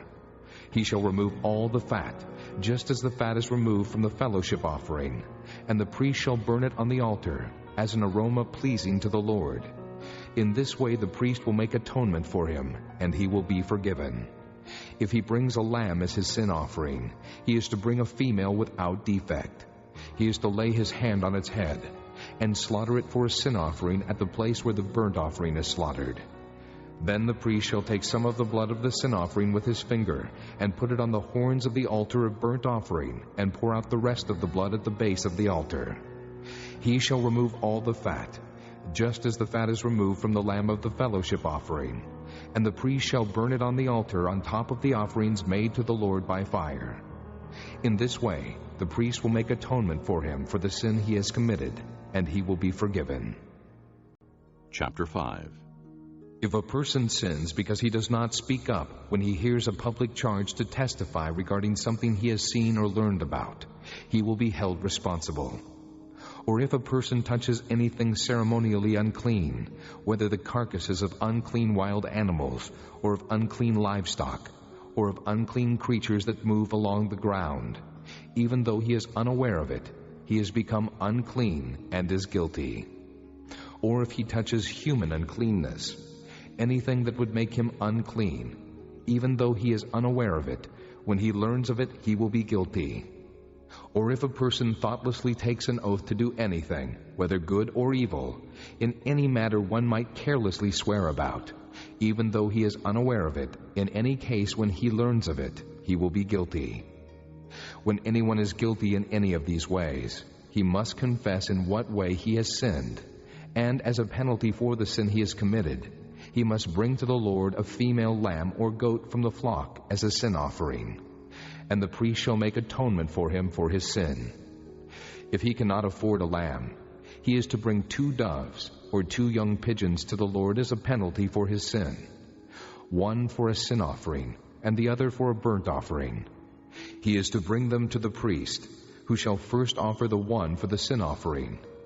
He is to wring its head from its neck, not severing it completely, and is to sprinkle some of the blood of the sin offering against the side of the altar. The rest of the blood must be drained out at the base of the altar. It is a sin offering. The priest shall then offer the other as a burnt offering in the prescribed way, and make atonement for him for the sin he has committed, and he will be forgiven. If, however, he cannot afford 2 doves or 2 young pigeons, he is to bring as an offering for his sin 1/10 of an ephah of fine flour for a sin offering. He must not put oil or incense on it, because it is a sin offering. He is to bring it to the priest, who shall take a handful of it as a memorial portion and burn it on the altar on top of the offerings made to the Lord by fire. It is a sin offering. In this way, the priest will make atonement for him for any of these sins he has committed, and he will be forgiven. The rest of the offering will belong to the priest, as in the case of the grain offering. The Lord said to Moses, When a person commits a violation and sins unintentionally in regard to any of the Lord's holy things, he is to bring to the Lord as a penalty a ram from the flock, one without defect, and of the proper value in silver, according to the sanctuary shekel. It is a guilt offering. He must make restitution for what he has failed to do in regard to the holy things. Add 1/5 of the value to that, and give it all to the priest, who will make atonement for him with the ram as a guilt offering, and he will be forgiven. If a person sins and does what is forbidden in any of the Lord's commands, even though he does not know it, he is guilty and will be held responsible. He is to bring to the priest as a guilt offering a ram from the flock, one without defect and of the proper value. In this way the priest will make atonement for him for the wrong he has committed unintentionally, and he will be forgiven. It is a guilt offering. He has been guilty of wrongdoing against the Lord. Chapter 6. The Lord said to Moses, If anyone sins and is unfaithful to the Lord by deceiving his neighbor about something entrusted to him, or left in his care, or stolen, or if he cheats him, or if he finds lost property and lies about it, or if he swears falsely, or if he commits any such sin that people may do, when he thus sins and becomes guilty, he must return what he has stolen or taken by extortion, or what was entrusted to him, or the lost property he found, or whatever it was he swore falsely about. He must make restitution in full, add 1/5 of the value to it, and give it all to the owner on the day he presents his guilt offering. And as a penalty, he must bring to the priest, that is, to the Lord, his guilt offering, a ram from the flock, one without defect and of the proper value. In this way, the priest will make atonement for him before the Lord, and he will be forgiven for any of these things he did that made him guilty. The Lord said to Moses, Give Aaron and his sons this command. These are the regulations for the burnt offering. The burnt offering is to remain on the altar hearth throughout the night till morning, and the fire must be kept burning on the altar. The priest shall then put on his linen clothes, with linen undergarments next to his body, and shall remove the ashes of the burnt offering that the fire has consumed on the altar, and place them beside the altar. Then he is to take off these clothes and put on others, and carry the ashes outside the camp to a place that is ceremonially clean. The fire on the altar must be kept burning. It must not go out. Every morning the priest is to add firewood and arrange the burnt offering on the fire and burn the fat of the fellowship offerings on it. The fire must be kept burning on the altar continuously. It must not go out. These are the regulations for the grain offering. Aaron's sons are to bring it before the Lord in front of the altar. The priest is to take a handful of fine flour and oil, together with all the incense on the grain offering, and burn the memorial portion on the altar as an aroma pleasing to the Lord. Aaron and his sons shall eat the rest of it, but it is to be eaten without yeast in a holy place. They are to eat it in the courtyard of the tent of meeting. It must not be baked with yeast. I have given it as their share of the offerings made to me by fire. Like the sin offering and the guilt offering, it is most holy. Any male descendant of Aaron may eat it. It is his regular share of the offerings made to the Lord by fire for the generations to come. Whatever touches them will become holy. The Lord also said to Moses, This is the offering Aaron and his sons are to bring to the Lord on the day he is anointed. 1/10 of an ephah of fine flour as a regular grain offering, half of it in the morning, and half in the evening. Prepare it with oil on a griddle, bring it well mixed, and present the grain offering broken in pieces as an aroma pleasing to the Lord. The son who is to succeed him as anointed priest shall prepare it. It is the Lord's regular share, and is to be burned completely. Every grain offering of a priest shall be burned completely. It must not be eaten. The Lord said to Moses, Say to Aaron and his sons, These are the regulations for the sin offering. The sin offering is to be slaughtered before the Lord, in the place the burnt offering is slaughtered. It is most holy. The priest who offers it shall eat it. It is to be eaten in a holy place, in the courtyard of the tent of meeting. Whatever touches any of the flesh will become holy, and if any of the blood is spattered on a garment, you must wash it in a holy place. The clay pot the meat is cooked in must be broken, but if it is cooked in a bronze pot, the pot is to be scoured and rinsed with water. Any male in a priest's family may eat it. It is most holy. But any sin offering whose blood is brought into the tent of meeting to make atonement in the holy place must not be eaten. It must be burned. Chapter 7. These are the regulations for the guilt offering, which is most holy. The guilt offering is to be slaughtered in the place where the burnt offering is slaughtered, and its blood is to be sprinkled against the altar on all sides. All its fat shall be offered, the fat tail, and the fat that covers the inner parts, both kidneys, with the fat on them near the loins, and the covering of the liver, which is to be removed with the kidneys. The priest shall burn them on the altar as an offering made to the Lord by fire. It is a guilt offering. Any male in a priest's family may eat it, but it must be eaten in a holy place. It is most holy. The same law applies to both the sin offering and the guilt offering. They belong to the priest who makes atonement with them. The priest who offers a burnt offering for anyone may keep its hide for himself. Every grain offering baked in an oven or cooked in a pan or on a griddle belongs to the priest who offers it. And every grain offering, whether mixed with oil or dry, belongs equally to all the sons of Aaron. These are the regulations for the fellowship offering a person may present to the Lord. If he offers it as an expression of thankfulness, then along with this thank offering, he is to offer cakes of bread made without yeast and mixed with oil, wafers made without yeast and spread with oil, and cakes of fine flour well kneaded and mixed with oil.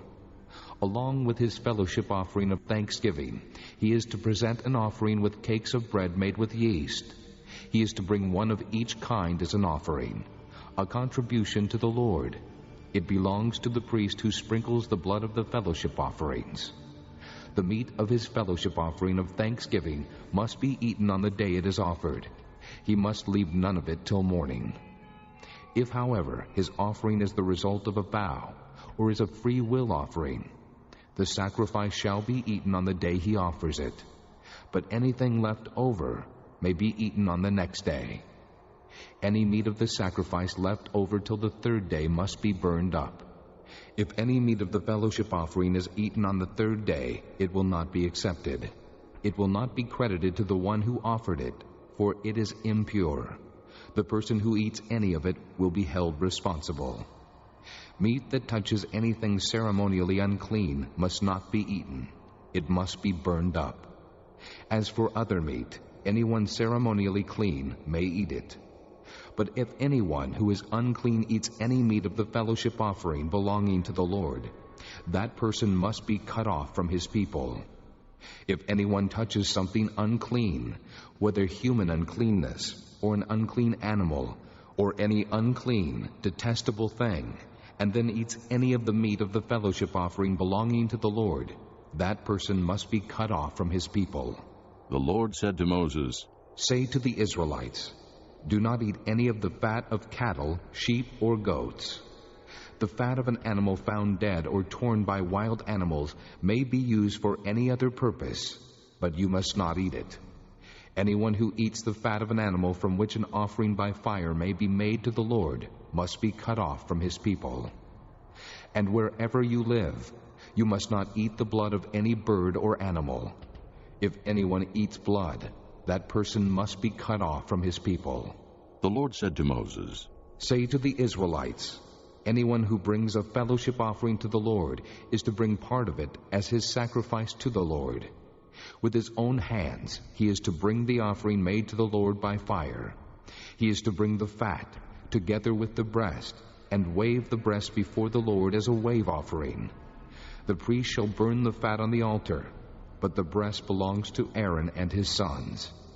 You are to give the right thigh of your fellowship offerings to the priest as a contribution. The son of Aaron, who offers the blood and the fat of the fellowship offering, shall have the right thigh as his share.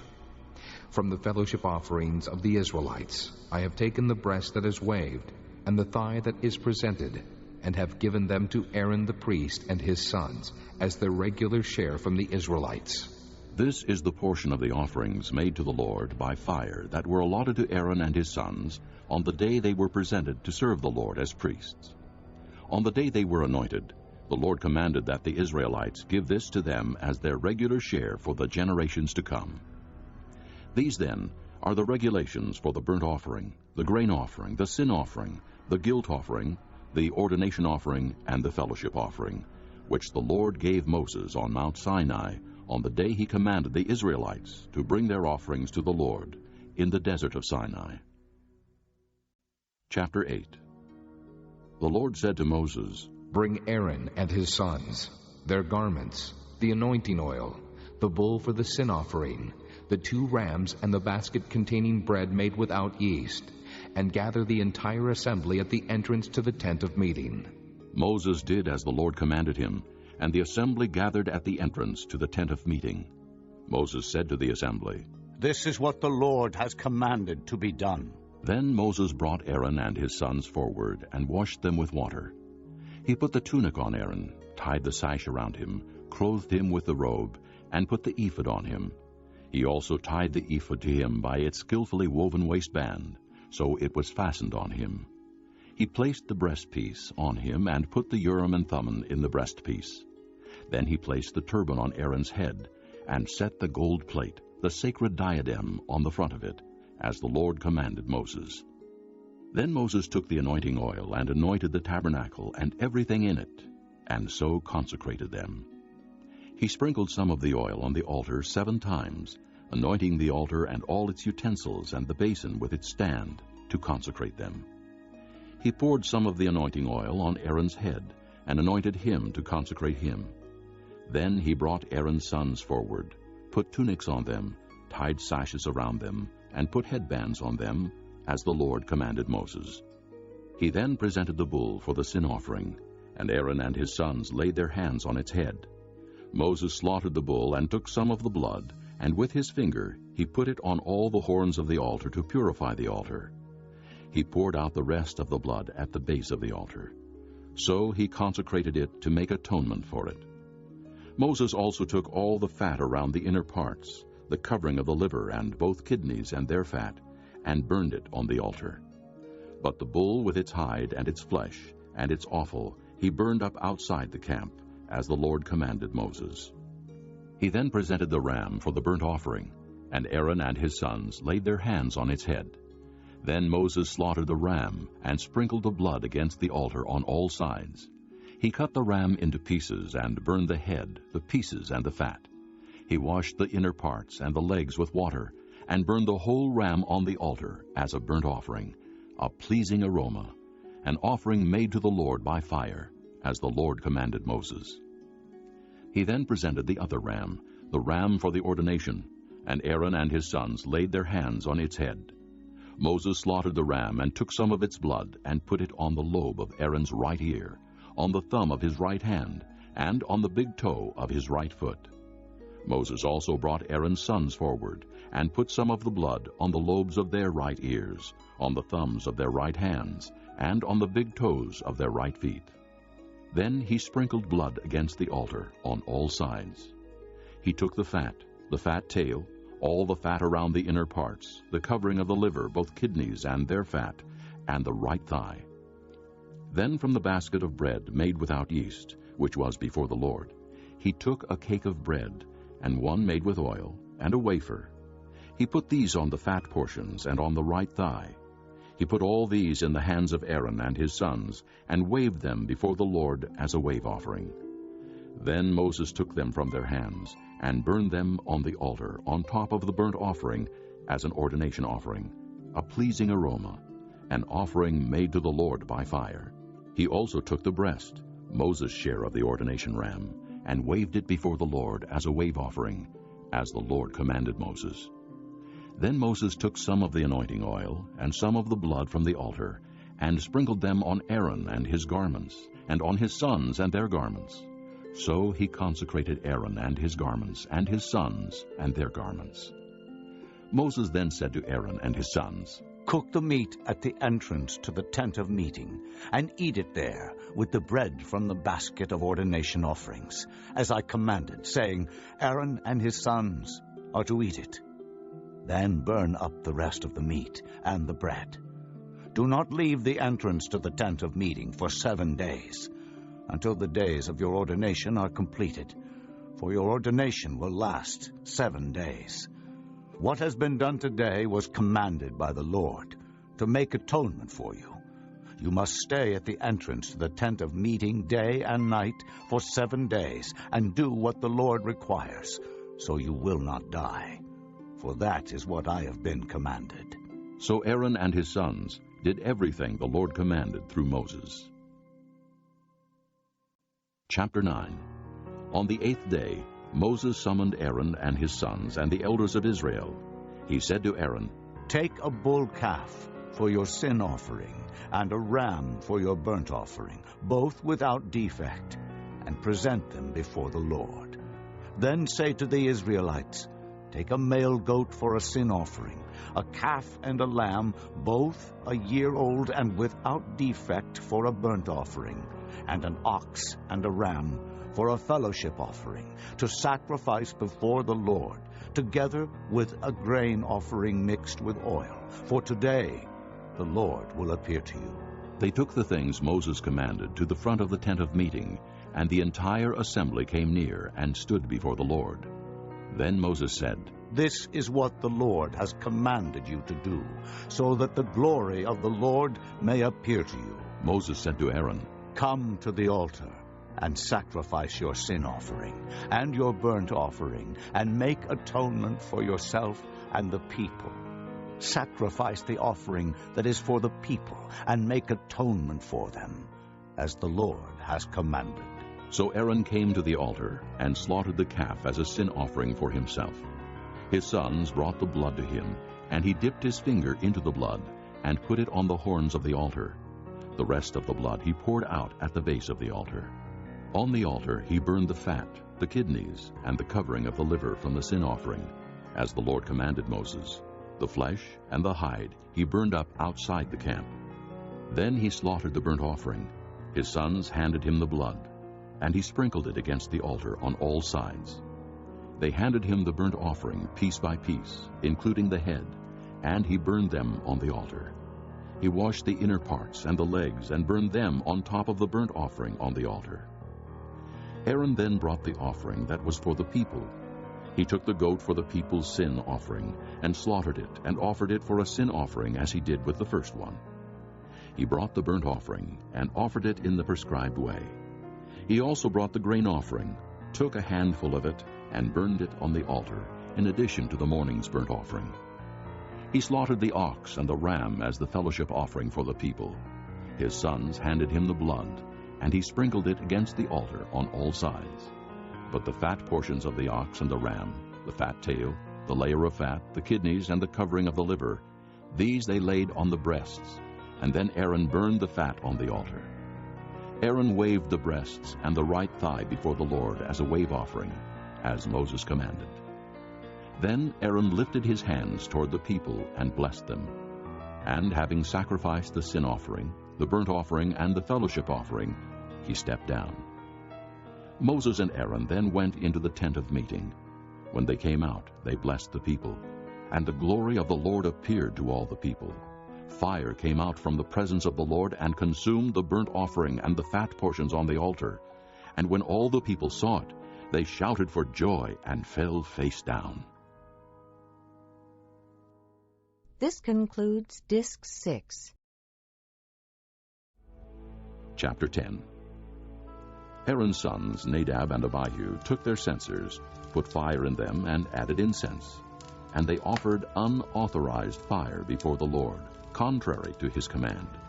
So fire came out from the presence of the Lord and consumed them, and they died before the Lord. Moses then said to Aaron, This is what the Lord spoke of when he said, Among those who approach me, I will show myself holy. In the sight of all the people, I will be honored. Aaron remained silent. Moses summoned Mishael and Elzaphan, sons of Aaron's uncle Uzziel, and said to them, Come here. Carry your cousins outside the camp, away from the front of the sanctuary. So they came and carried them, still in their tunics, outside the camp, as Moses ordered. Then Moses said to Aaron and his sons Eleazar and Ithamar, Do not let your hair become unkempt, and do not tear your clothes, or you will die, and the Lord will be angry with the whole community. But your relatives, all the house of Israel, may mourn for those the Lord has destroyed by fire. Do not leave the entrance to the tent of meeting, or you will die, because the Lord's anointing oil is on you. So they did as Moses said. Then the Lord said to Aaron, You and your sons are not to drink wine or other fermented drink whenever you go into the tent of meeting, or you will die. This is a lasting ordinance for the generations to come. You must distinguish between the holy and the common, between the unclean and the clean, and you must teach the Israelites all the decrees the Lord has given them through Moses. Moses said to Aaron and his remaining sons, Eleazar and Ithamar, Take the grain offering left over from the offerings made to the Lord by fire, and eat it, prepared without yeast, beside the altar, for it is most holy. Eat it in a holy place, because it is your share and your son's share of the offerings made to the Lord by fire, for so I have been commanded. But you and your sons and your daughters may eat the breast that was waved and the thigh that was presented. Eat them in a ceremonially clean place. They have been given to you and your children as your share of the Israelites' fellowship offerings. The thigh that was presented and the breast that was waved must be brought with the fat portions of the offerings made by fire, to be waved before the Lord as a wave offering. This will be the regular share for you and your children, as the Lord has commanded. When Moses inquired about the goat of the sin offering, and found that it had been burned up, he was angry with Eleazar and Ithamar, Aaron's remaining sons, and asked, "Why didn't you eat the sin offering in the sanctuary area? It is most holy. It was given to you to take away the guilt of the community by making atonement for them before the Lord. Since its blood was not taken into the holy place, you should have eaten the goat in the sanctuary area, as I commanded." Aaron replied to Moses, "Today they sacrificed their sin offering and their burnt offering before the Lord. But such things as this have happened to me. Would the Lord have been pleased if I had eaten the sin offering today?" When Moses heard this, he was satisfied. Chapter 11. The Lord said to Moses and Aaron, "Say to the Israelites, of all the animals that live on land, these are the ones you may eat. You may eat any animal that has a split hoof, completely divided, and that chews the cud. There are some that only chew the cud, or only have a split hoof, but you must not eat them. The camel, though it chews the cud, does not have a split hoof. It is ceremonially unclean for you. The coney, though it chews the cud, does not have a split hoof. It is unclean for you.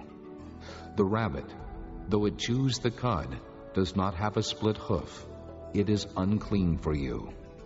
And the pig, though it has a split hoof completely divided, does not chew the cud. It is unclean for you.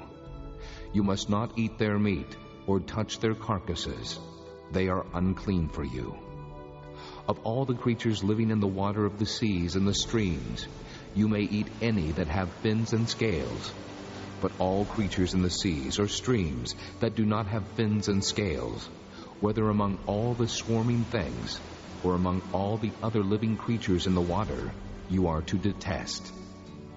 And since you are to detest them, you must not eat their meat, and you must detest their carcasses. Anything living in the water that does not have fins and scales is to be detestable to you.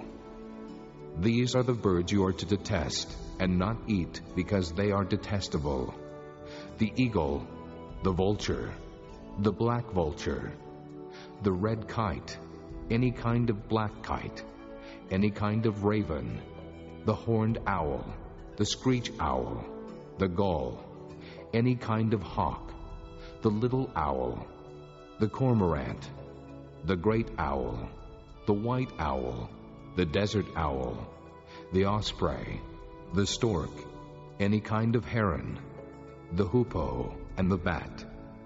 All flying insects that walk on all fours are to be detestable to you.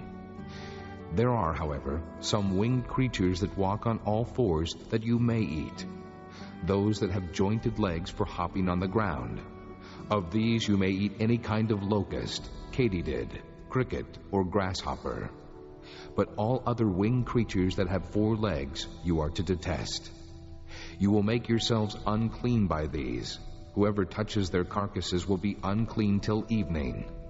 Whoever picks up one of their carcasses must wash his clothes, and he will be unclean till evening. Every animal that has a split hoof, not completely divided, or that does not chew the cud, is unclean for you. Whoever touches the carcass of any of them will be unclean. Of all the animals that walk on all fours, those that walk on their paws are unclean for you. Whoever touches their carcasses will be unclean till evening. Anyone who picks up their carcasses must wash his clothes, and he will be unclean till evening. They are unclean for you. Of the animals that move about on the ground, these are unclean for you: the weasel, the rat, any kind of great lizard, the gecko, the monitor lizard, the wall lizard, the skink, and the chameleon. Of all those that move along the ground, these are unclean for you. Whoever touches them when they are dead will be unclean till evening. When one of them dies and falls on something, that article, whatever its use, will be unclean, whether it is made of wood, cloth, hide, or sackcloth. Put it in water, it will be unclean till evening, and then it will be clean. If one of them falls into a clay pot, everything in it will be unclean, and you must break the pot. Any food that could be eaten, but has water on it from such a pot, is unclean, and any liquid that could be drunk from it is unclean. Anything that one of their carcasses falls on becomes unclean. An oven or cooking pot must be broken up. They are unclean, and you are to regard them as unclean. A spring, however, or a cistern for collecting water remains clean, but anyone who touches one of these carcasses is unclean. If a carcass falls on any seeds that are to be planted, they remain clean. But if water has been put on the seed, and a carcass falls on it, it is unclean for you. If an animal that you are allowed to eat dies, anyone who touches the carcass will be unclean till evening. Anyone who eats some of the carcass must wash his clothes, and he will be unclean till evening. Anyone who picks up the carcass must wash his clothes, and he will be unclean till evening. Every creature that moves about on the ground is detestable. It is not to be eaten. You are not to eat any creature that moves about on the ground, whether it moves on its belly or walks on all fours or on many feet. It is detestable. Do not defile yourselves by any of these creatures. Do not make yourselves unclean by means of them, or be made unclean by them. I am the Lord your God. Consecrate yourselves and be holy, because I am holy. Do not make yourselves unclean by any creature that moves about on the ground. I am the Lord who brought you up out of Egypt to be your God. Therefore be holy, because I am holy. These are the regulations concerning animals, birds, every living thing that moves in the water, and every creature that moves about on the ground. You must distinguish between the unclean and the clean, between living creatures that may be eaten and those that may not be eaten. Chapter 12. The Lord said to Moses, Say to the Israelites, a woman who becomes pregnant and gives birth to a son will be ceremonially unclean for 7 days, just as she is unclean during her monthly period. On the 8th day, the boy is to be circumcised. Then the woman must wait 33 days to be purified from her bleeding. She must not touch anything sacred or go to the sanctuary until the days of her purification are over. If she gives birth to a daughter, for 2 weeks the woman will be unclean as during her period. Then she must wait 66 days to be purified from her bleeding. When the days of her purification for a son or daughter are over, she is to bring to the priest at the entrance to the tent of meeting a year-old lamb for a burnt offering, and a young pigeon or a dove for a sin offering. He shall offer them before the Lord to make atonement for her, and then she will be ceremonially clean from her flow of blood. These are the regulations for the woman who gives birth to a boy or a girl. If she cannot afford a lamb, she is to bring 2 doves or 2 young pigeons, one for a burnt offering and the other for a sin offering. In this way, the priest will make atonement for her, and she will be clean. Chapter 13. The Lord said to Moses and Aaron, When anyone has a swelling or a rash or a bright spot on his skin that may become an infectious skin disease, he must be brought to Aaron the priest, or to one of his sons who is a priest. The priest is to examine the sore on his skin, and if the hair in the sore has turned white, and the sore appears to be more than skin deep, it is an infectious skin disease. When the priest examines him, he shall pronounce him ceremonially unclean.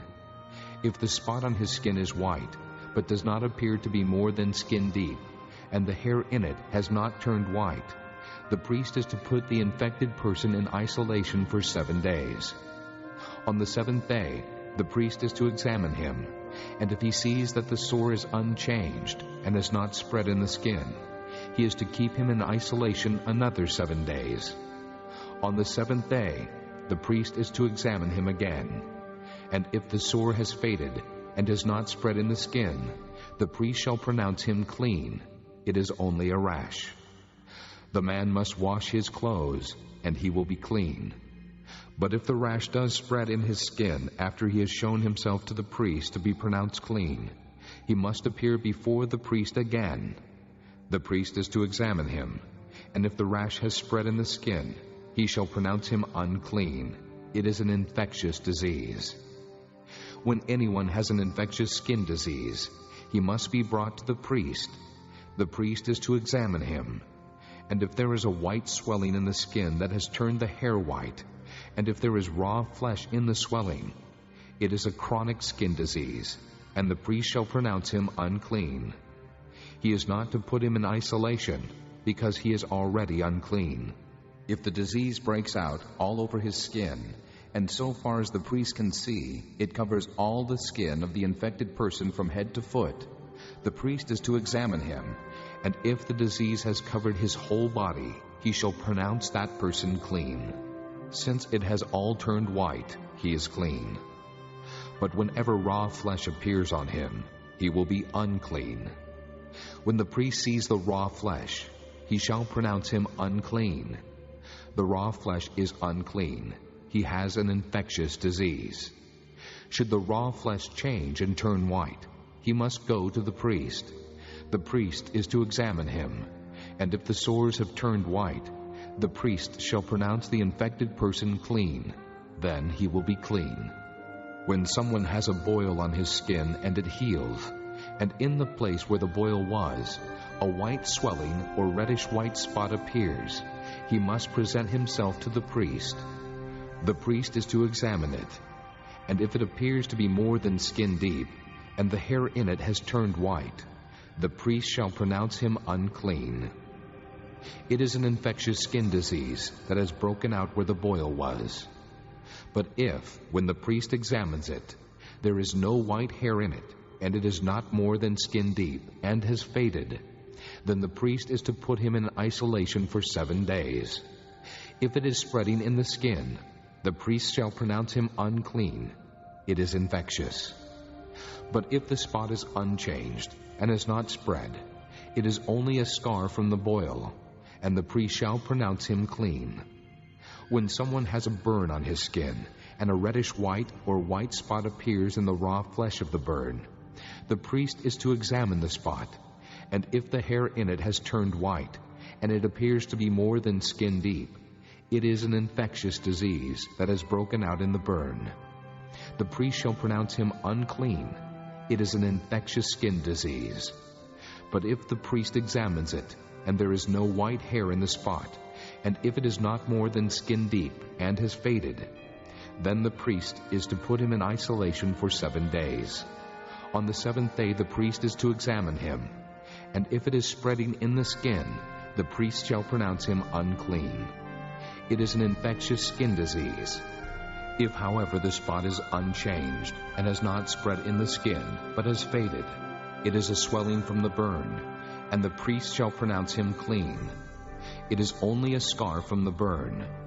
If a man or woman has a sore on the head or on the chin, the priest is to examine the sore. And if it appears to be more than skin deep, and the hair in it is yellow and thin, the priest shall pronounce that person unclean. It is an itch, an infectious disease of the head or chin.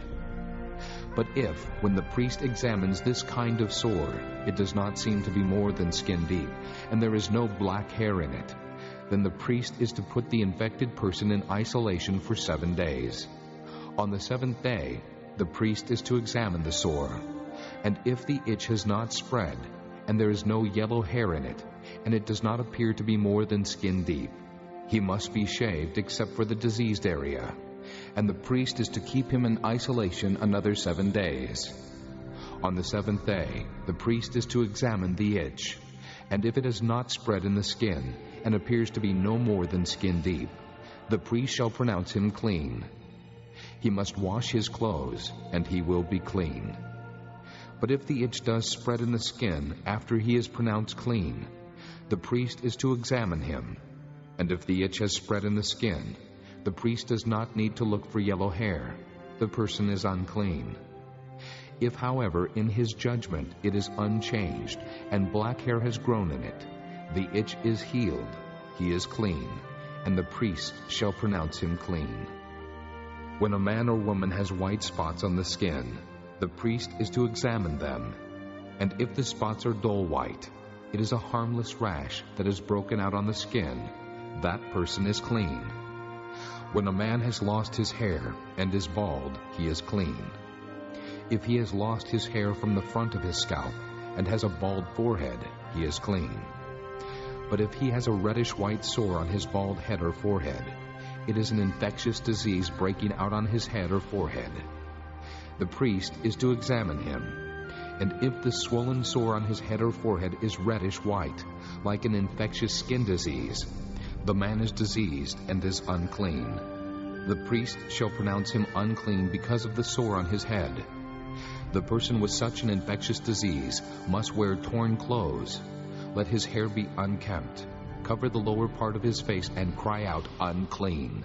Unclean!" As long as he has the infection, he remains unclean. He must live alone. He must live outside the camp. If any clothing is contaminated with mildew, any woolen or linen clothing, any woven or knitted material of linen or wool, any leather, or anything made of leather, and if the contamination in the clothing or leather, or woven or knitted material, or any leather article is greenish or reddish, it is a spreading mildew, and must be shown to the priest. The priest is to examine the mildew and isolate the affected article for 7 days. On the 7th day he is to examine it. And if the mildew has spread in the clothing, or the woven or knitted material, or the leather, whatever its use, it is a destructive mildew. The article is unclean. He must burn up the clothing, or the woven or knitted material of wool or linen, or any leather article that has the contamination in it. Because the mildew is destructive, the article must be burned up. But if, when the priest examines it, the mildew has not spread in the clothing, or the woven or knitted material, or the leather article, he shall order that the contaminated article be washed. Then he is to isolate it for another 7 days. After the affected article has been washed, the priest is to examine it, and if the mildew has not changed its appearance, even though it has not spread, it is unclean. Burn it with fire, whether the mildew has affected one side or the other. If, when the priest examines it, the mildew has faded after the article has been washed, he is to tear the contaminated part out of the clothing, or the leather, or the woven or knitted material. But if it reappears in the clothing, or in the woven or knitted material, or in the leather article, it is spreading, and whatever has the mildew must be burned with fire. The clothing, or the woven or knitted material, or any leather article that has been washed and is rid of the mildew, must be washed again, and it will be clean. These are the regulations concerning contamination by mildew in woolen or linen clothing, woven or knitted material, or any leather article, for pronouncing them clean or unclean. Chapter 14.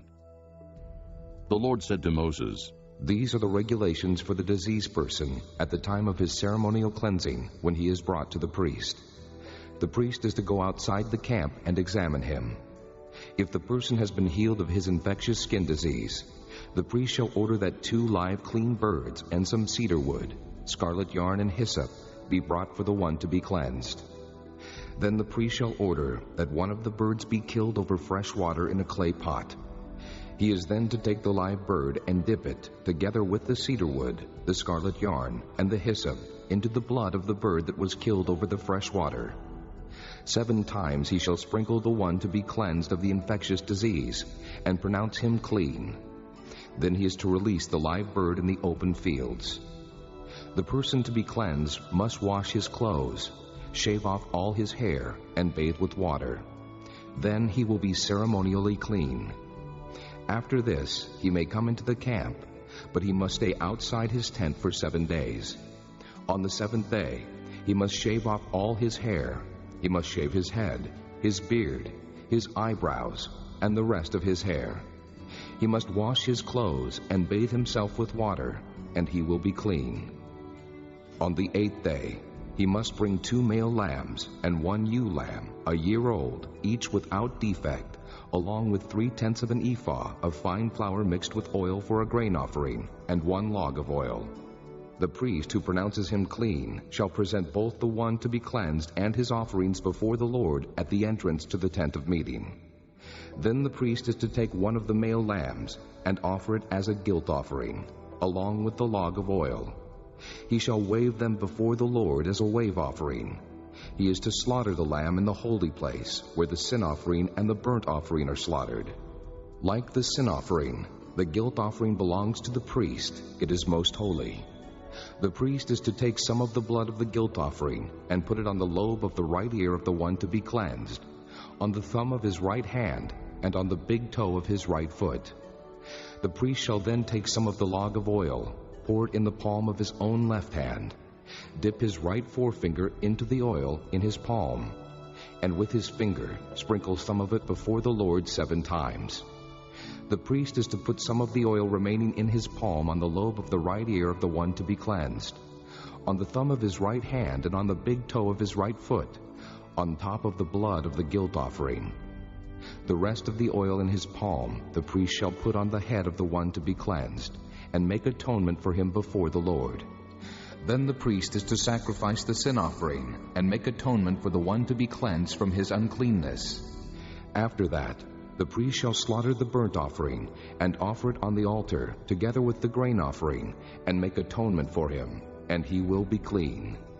If, however, he is poor, and cannot afford these, he must take 1 male lamb as a guilt offering to be waved to make atonement for him, together with 1/10 of an ephah of fine flour mixed with oil for a grain offering, a log of oil, and 2 doves or 2 young pigeons, which he can afford, 1 for a sin offering and the other for a burnt offering. On the 8th day he must bring them for his cleansing to the priest at the entrance to the tent of meeting before the Lord. The priest is to take the lamb for the guilt offering, together with the log of oil, and wave them before the Lord as a wave offering. He shall slaughter the lamb for the guilt offering, and take some of its blood, and put it on the lobe of the right ear of the one to be cleansed, on the thumb of his right hand, and on the big toe of his right foot. The priest is to pour some of the oil into the palm of his own left hand, and with his right forefinger sprinkle some of the oil from his palm 7 times before the Lord. Some of the oil in his palm he is to put on the same places he put the blood of the guilt offering, on the lobe of the right ear of the one to be cleansed, on the thumb of his right hand, and on the big toe of his right foot. The rest of the oil in his palm the priest shall put on the head of the one to be cleansed, to make atonement for him before the Lord. Then he shall sacrifice the doves or the young pigeons, which the person can afford, 1 as a sin offering, and the other as a burnt offering, together with the grain offering. In this way the priest will make atonement before the Lord on behalf of the one to be cleansed. These are the regulations for anyone who has an infectious skin disease and who cannot afford the regular offerings for his cleansing. The Lord said to Moses and Aaron, "When you enter the land of Canaan, which I am giving you as your possession, and I put a spreading mildew in a house in that land, the owner of the house must go and tell the priest, 'I have seen something that looks like mildew in my house.' The priest is to order the house to be emptied before he goes in to examine the mildew, so that nothing in the house will be pronounced unclean. After this, the priest is to go in and inspect the house. He is to examine the mildew on the walls, and if it has greenish or reddish depressions that appear to be deeper than the surface of the wall, the priest shall go out the doorway of the house and close it up for 7 days. On the 7th day, the priest shall return to inspect the house. If the mildew has spread on the walls, he is to order that the contaminated stones be torn out and thrown into an unclean place outside the town. He must have all the inside walls of the house scraped, and the material that is scraped off dumped into an unclean place outside the town. Then they are to take other stones to replace these, and take new clay and plaster the house. If the mildew reappears in the house after the stones have been torn out, and the house scraped and plastered, the priest is to go and examine it, and if the mildew has spread in the house, it is a destructive mildew. The house is unclean. It must be torn down, its stones, timbers, and all the plaster, and taken out of the town to an unclean place. Anyone who goes into the house while it is closed up will be unclean till evening. Anyone who sleeps or eats in the house must wash his clothes. But if the priest comes to examine it, and the mildew has not spread after the house has been plastered, he shall pronounce the house clean, because the mildew is gone. To purify the house, he is to take 2 birds and some cedar wood, scarlet yarn, and hyssop. He shall kill one of the birds over fresh water in a clay pot. Then he is to take the cedar wood, the hyssop, the scarlet yarn, and the live bird, dip them into the blood of the dead bird and the fresh water, and sprinkle the house 7 times. He shall purify the house with the bird's blood, the fresh water, the live bird, the cedar wood, the hyssop, and the scarlet yarn. Then he is to release the live bird in the open fields outside the town. In this way he will make atonement for the house, and it will be clean. These are the regulations for any infectious skin disease, for an itch, for mildew in clothing or in a house, and for a swelling, a rash, or a bright spot, to determine when something is clean or unclean. These are the regulations for infectious skin diseases and mildew. Chapter 15. The Lord said to Moses and Aaron, "Speak to the Israelites and say to them, when any man has a bodily discharge, the discharge is unclean. Whether it continues flowing from his body or is blocked, it will make him unclean. This is how his discharge will bring about uncleanness. Any bed the man with a discharge lies on will be unclean, and anything he sits on will be unclean. Anyone who touches his bed must wash his clothes and bathe with water, and he will be unclean till evening. Whoever sits on anything that the man with the discharge sat on must wash his clothes and bathe with water, and he will be unclean till evening. Whoever touches the man who has a discharge must wash his clothes and bathe with water, and he will be unclean till evening. If the man with the discharge spits on someone who is clean, that person must wash his clothes and bathe with water, and he will be unclean till evening. Everything the man sits on when riding will be unclean, and whoever touches any of the things that were under him will be unclean till evening. Whoever picks up those things must wash his clothes and bathe with water, and he will be unclean till evening. Anyone the man with a discharge touches without rinsing his hands with water must wash his clothes and bathe with water, and he will be unclean till evening. A clay pot that the man touches must be broken, and any wooden article is to be rinsed with water. When a man is cleansed from his discharge, he is to count off 7 days for his ceremonial cleansing. He must wash his clothes and bathe himself with fresh water, and he will be clean. On the 8th day he must take 2 doves or 2 young pigeons and come before the Lord to the entrance to the tent of meeting and give them to the priest. The priest is to sacrifice them, the one for a sin offering and the other for a burnt offering. In this way he will make atonement before the Lord for the man because of his discharge. When a man has an emission of semen, he must bathe his whole body with water, and he will be unclean till evening. Any clothing or leather that has semen on it must be washed with water, and it will be unclean till evening. When a man lies with a woman, and there is an emission of semen, both must bathe with water, and they will be unclean till evening. When a woman has her regular flow of blood, the impurity of her monthly period will last 7 days, and anyone who touches her will be unclean till evening. Anything she lies on during her period will be unclean, and anything she sits on will be unclean. Whoever touches her bed must wash his clothes and bathe with water, and he will be unclean till evening. Whoever touches anything she sits on must wash his clothes and bathe with water, and he will be unclean till evening. Whether it is the bed or anything she was sitting on, when anyone touches it, he will be unclean till evening. If a man lies with her, and her monthly flow touches him, he will be unclean for 7 days. Any bed he lies on will be unclean. When a woman has a discharge of blood for many days at a time other than her monthly period, or has a discharge that continues beyond her period, she will be unclean as long as she has the discharge, just as in the days of her period. Any bed she lies on while her discharge continues will be unclean, as is her bed during her monthly period, and anything she sits on will be unclean, as during her period. Whoever touches them will be unclean. He must wash his clothes and bathe with water, and he will be unclean till evening. When she is cleansed from her discharge, she must count off 7 days, and after that she will be ceremonially clean. On the 8th day, she must take 2 doves or 2 young pigeons and bring them to the priest at the entrance to the tent of meeting. The priest is to sacrifice one for a sin offering and the other for a burnt offering. In this way, he will make atonement for her before the Lord for the uncleanness of her discharge. You must keep the Israelites separate from things that make them unclean, so they will not die in their uncleanness for defiling my dwelling place which is among them. These are the regulations for a man with a discharge, for anyone made unclean by an emission of semen, for a woman in her monthly period, for a man or a woman with a discharge, and for a man who lies with a woman who is ceremonially unclean. Chapter 16. The Lord spoke to Moses after the death of the 2 sons of Aaron who died when they approached the Lord. The Lord said to Moses, Tell your brother Aaron not to come whenever he chooses into the most holy place behind the curtain in front of the atonement cover on the ark, or else he will die, because I appear in the cloud over the atonement cover. This is how Aaron is to enter the sanctuary area, with a young bull for a sin offering and a ram for a burnt offering.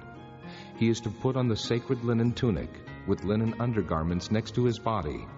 He is to tie the linen sash around him and put on the linen turban.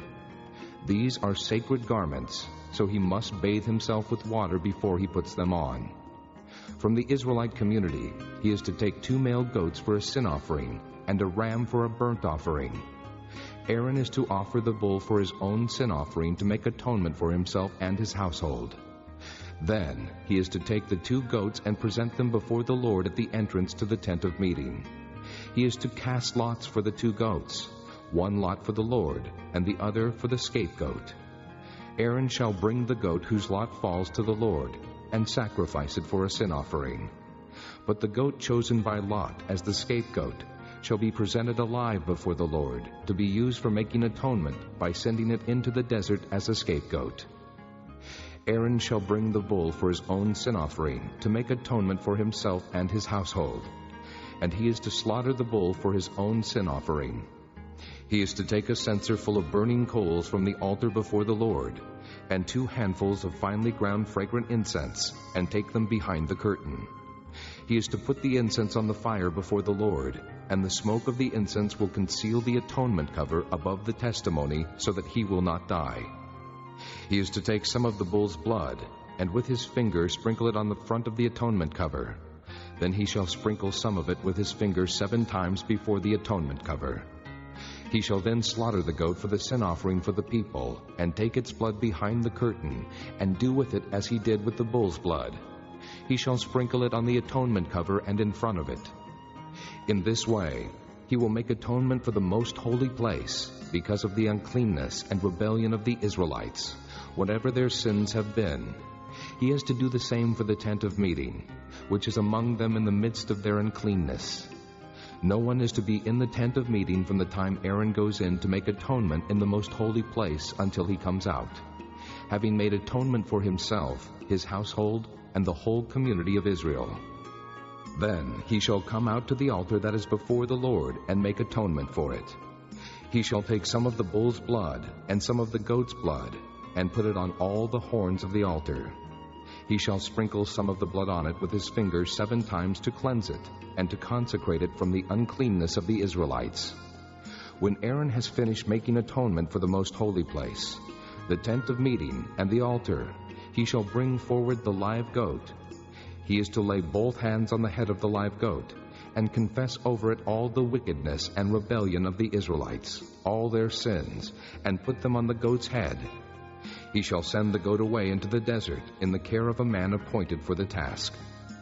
The goat will carry on itself all their sins to a solitary place, and the man shall release it in the desert.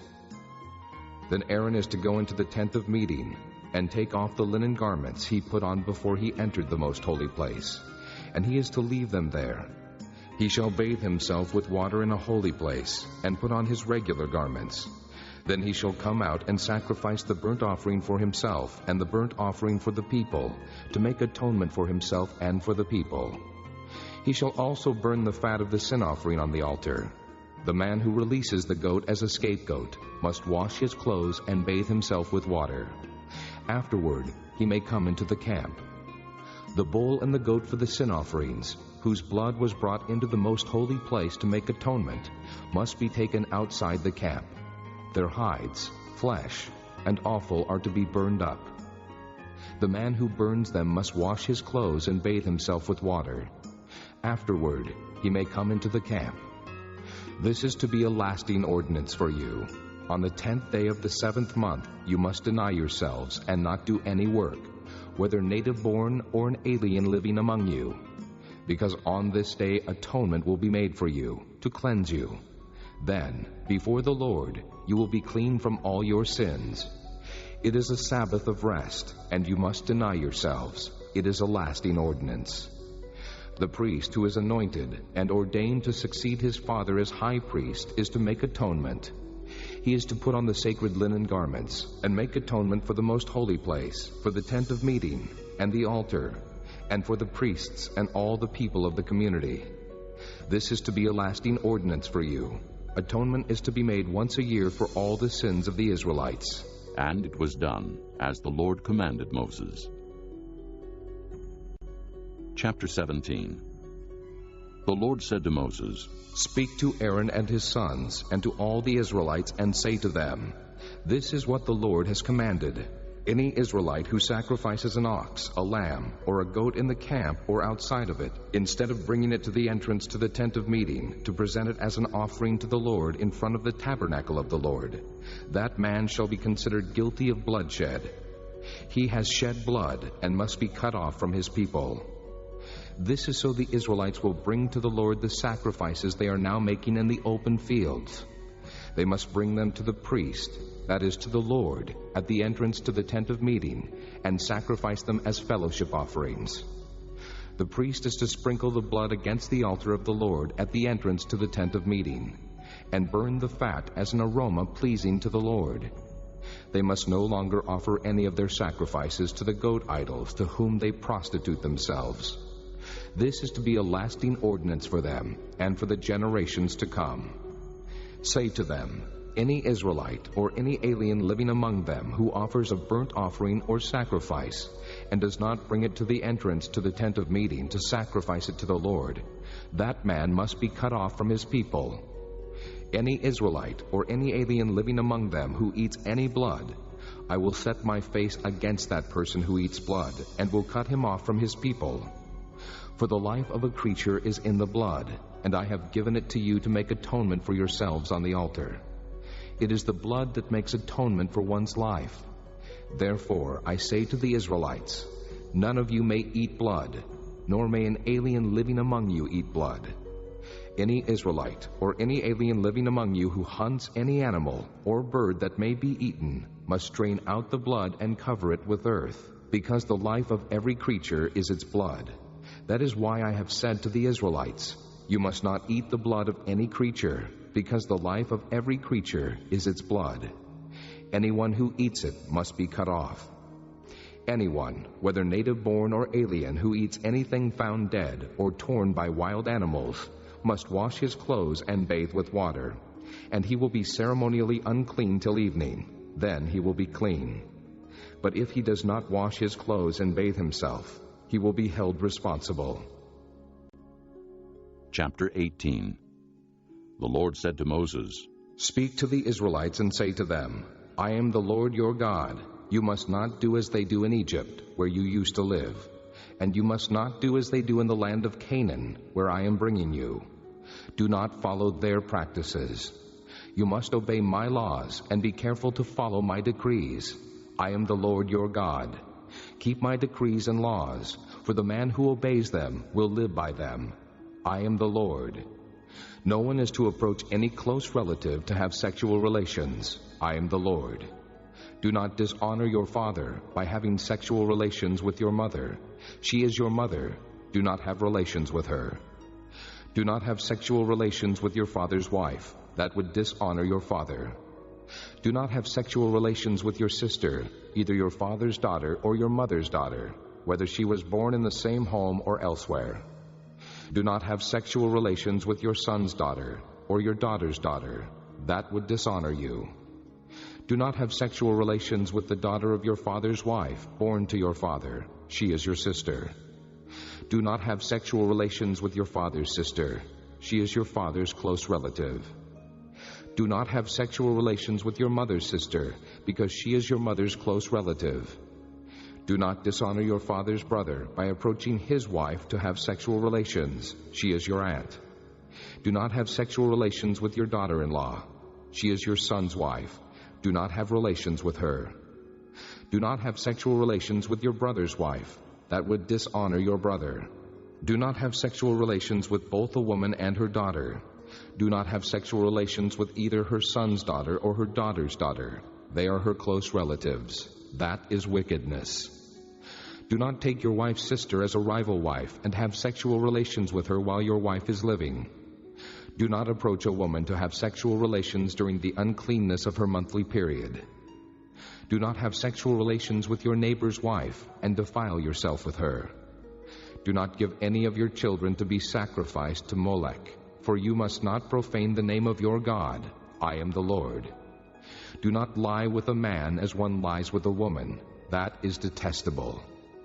Do not have sexual relations with an animal and defile yourself with it. A woman must not present herself to an animal to have sexual relations with it. That is a perversion. Do not defile yourselves in any of these ways, because this is how the nations that I am going to drive out before you became defiled. Even the land was defiled, so I punished it for its sin, and the land vomited out its inhabitants. But you must keep my decrees and my laws. The native-born and the aliens living among you must not do any of these detestable things, for all these things were done by the people who lived in the land before you, and the land became defiled. And if you defile the land, it will vomit you out as it vomited out the nations that were before you. Everyone who does any of these detestable things, such persons must be cut off from their people. Keep my requirements, and do not follow any of the detestable customs that were practiced before you came, and do not defile yourselves with them. I am the Lord your God. Chapter 19. The Lord said to Moses, Speak to the entire assembly of Israel, and say to them, Be holy, because I, the Lord your God, am holy. Each of you must respect his mother and father, and you must observe my Sabbaths. I am the Lord your God. Do not turn to idols, or make gods of cast metal for yourselves. I am the Lord your God. When you sacrifice a fellowship offering to the Lord, sacrifice it in such a way that it will be accepted on your behalf. It shall be eaten on the day you sacrifice it or on the next day. Anything left over until the third day must be burned up. If any of it is eaten on the third day, it is impure and will not be accepted. Whoever eats it will be held responsible because he has desecrated what is holy to the Lord. That person must be cut off from his people.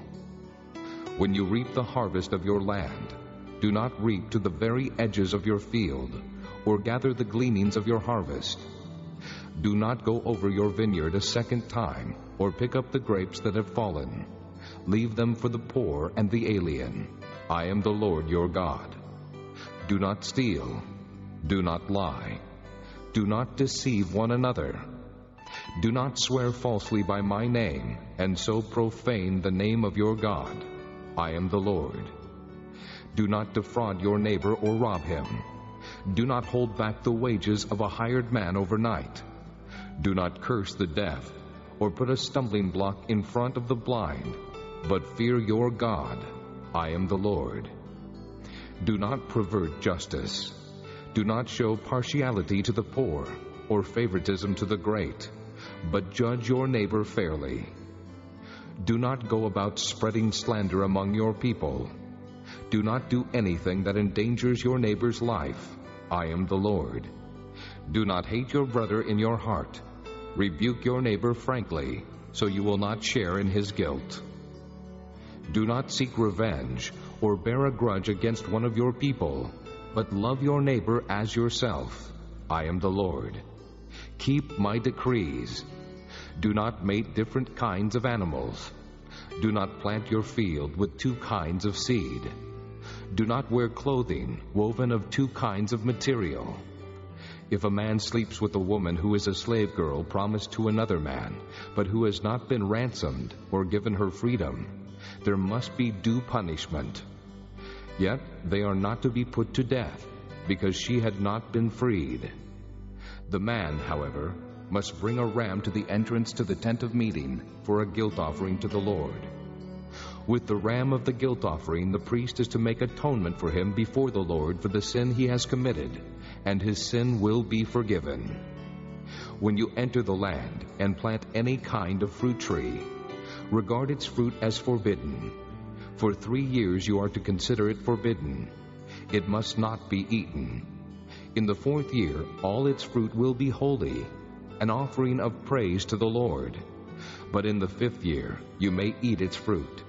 In this way your harvest will be increased. I am the Lord your God. Do not eat any meat with the blood still in it. Do not practice divination or sorcery. Do not cut the hair at the sides of your head, or clip off the edges of your beard. Do not cut your bodies for the dead, or put tattoo marks on yourselves. I am the Lord. Do not degrade your daughter by making her a prostitute, or the land will turn to prostitution and be filled with wickedness. Observe my Sabbaths and have reverence for my sanctuary. I am the Lord. Do not turn to mediums or seek out spiritists, for you will be defiled by them. I am the Lord your God. Rise in the presence of the aged. Show respect for the elderly and revere your God. I am the Lord. When an alien lives with you in your land, do not mistreat him. The alien living with you must be treated as one of your native born. Love him as yourself, for you were aliens in Egypt. I am the Lord your God. Do not use dishonest standards when measuring length, weight, or quantity. Use honest scales and honest weights, an honest ephah and an honest hin. I am the Lord your God, who brought you out of Egypt. Keep all my decrees and all my laws and follow them. I am the Lord. Chapter 20.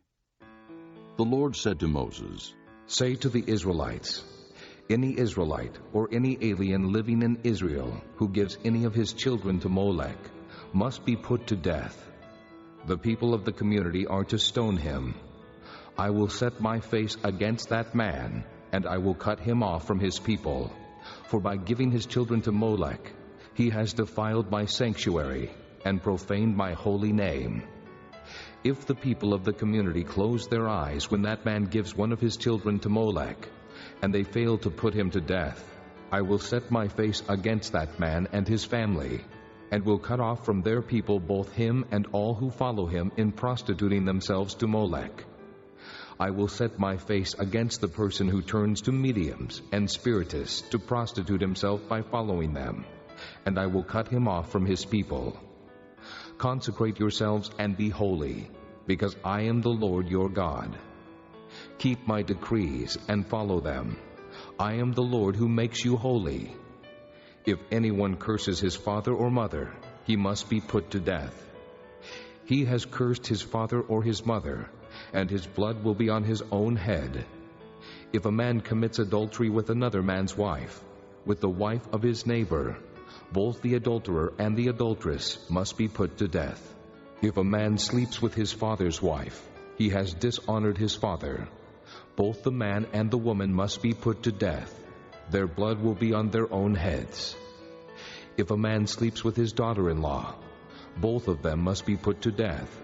What they have done is a perversion. Their blood will be on their own heads. If a man lies with a man, as one lies with a woman, both of them have done what is detestable. They must be put to death. Their blood will be on their own heads. If a man marries both a woman and her mother, it is wicked. Both he and they must be burned in the fire, so that no wickedness will be among you. If a man has sexual relations with an animal, he must be put to death, and you must kill the animal. If a woman approaches an animal to have sexual relations with it, kill both the woman and the animal. They must be put to death. Their blood will be on their own heads. If a man marries his sister, the daughter of either his father or his mother, and they have sexual relations, it is a disgrace. They must be cut off before the eyes of their people. He has dishonored his sister and will be held responsible. If a man lies with a woman during her monthly period and has sexual relations with her, he has exposed the source of her flow, and she has also uncovered it. Both of them must be cut off from their people. Do not have sexual relations with the sister of either your mother or your father, for that would dishonor a close relative. Both of you would be held responsible. If a man sleeps with his aunt, he has dishonored his uncle. They will be held responsible. They will die childless. If a man marries his brother's wife, it is an act of impurity. He has dishonored his brother. They will be childless. Keep all my decrees and laws and follow them, so that the land where I am bringing you to live may not vomit you out. You must not live according to the customs of the nations I am going to drive out before you. Because they did all these things, I abhorred them. But I said to you, you will possess their land. I will give it to you as an inheritance, a land flowing with milk and honey. I am the Lord your God, who has set you apart from the nations. You must therefore make a distinction between clean and unclean animals, and between unclean and clean birds. Do not defile yourselves by any animal or bird, or anything that moves along the ground, those which I have set apart as unclean for you. You are to be holy to me, because I, the Lord, am holy. And I have set you apart from the nations to be my own. A man or woman who is a medium or spiritist among you must be put to death. You are to stone them. Their blood will be on their own heads. Chapter 21. The Lord said to Moses, Speak to the priests, the sons of Aaron, and say to them, A priest must not make himself ceremonially unclean for any of his people who die, except for a close relative, such as his mother or father, his son or daughter, his brother, or an unmarried sister, who is dependent on him since she has no husband. For her he may make himself unclean. He must not make himself unclean for people related to him by marriage, and so defile himself. Priests must not shave their heads, or shave off the edges of their beards, or cut their bodies.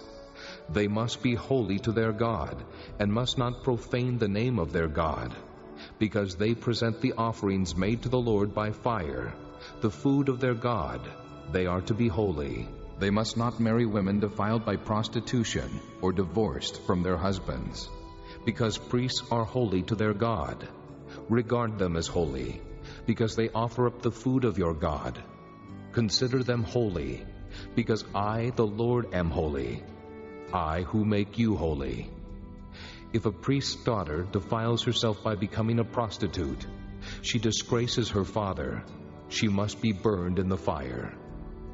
The high priest, the one among his brothers, who has had the anointing oil poured on his head, and who has been ordained to wear the priestly garments, must not let his hair become unkempt or tear his clothes. He must not enter a place where there is a dead body.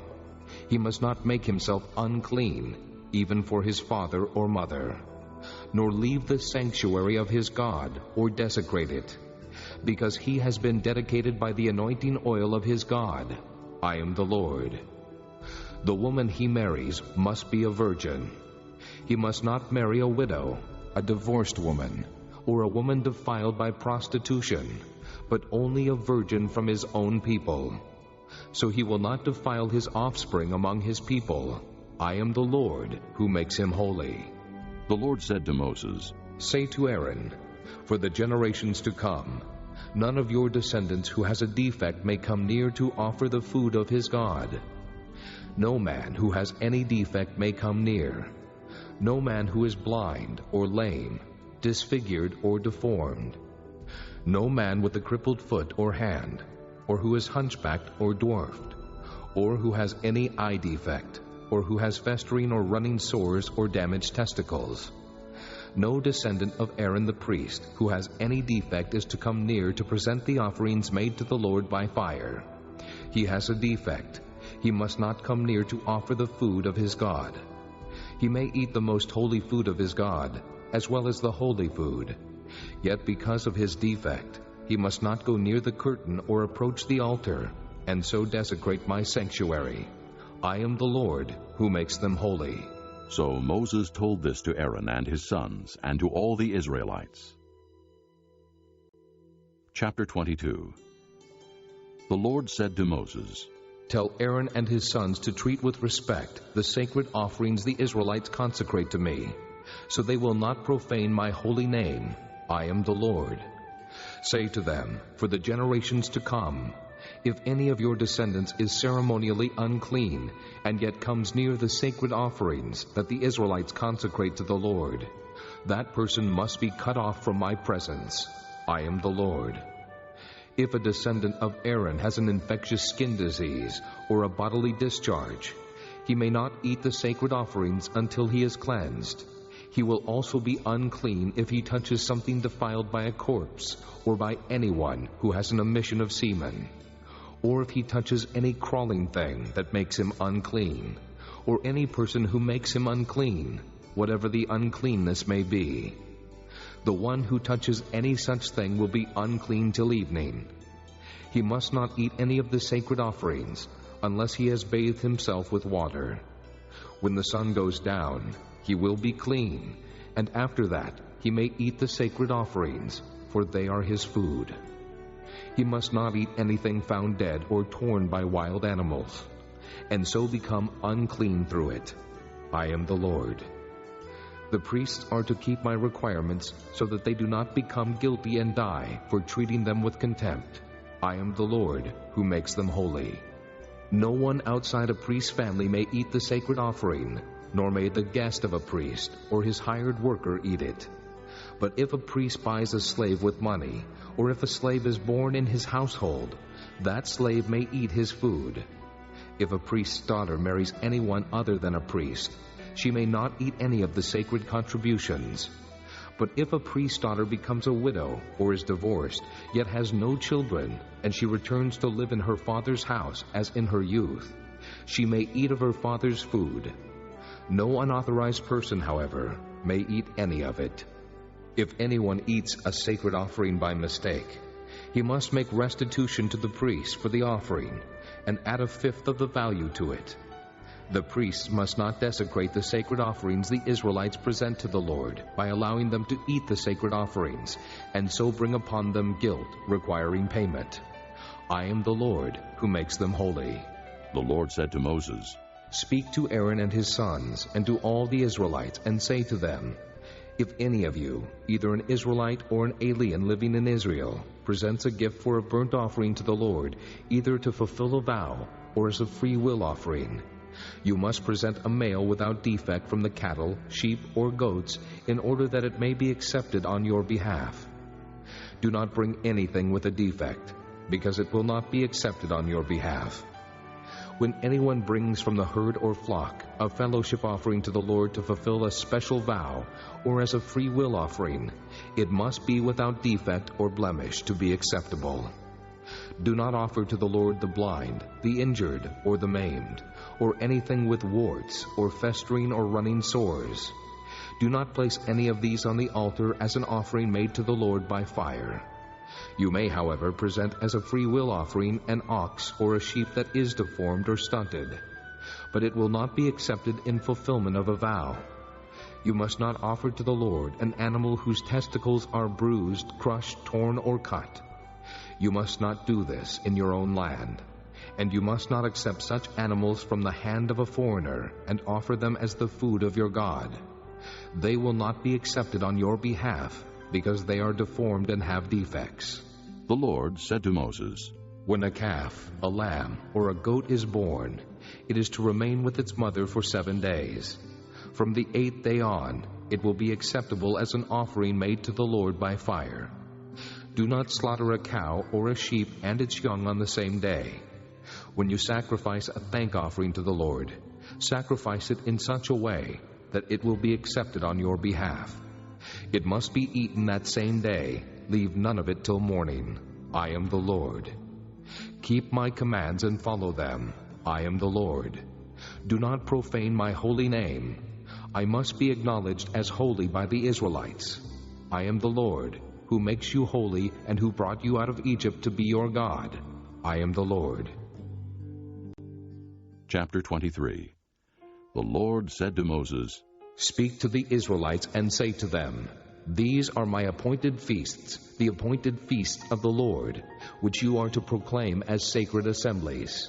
There are 6 days when you may work, but the 7th day is a Sabbath of rest, a day of sacred assembly. You are not to do any work, wherever you live. It is a Sabbath to the Lord.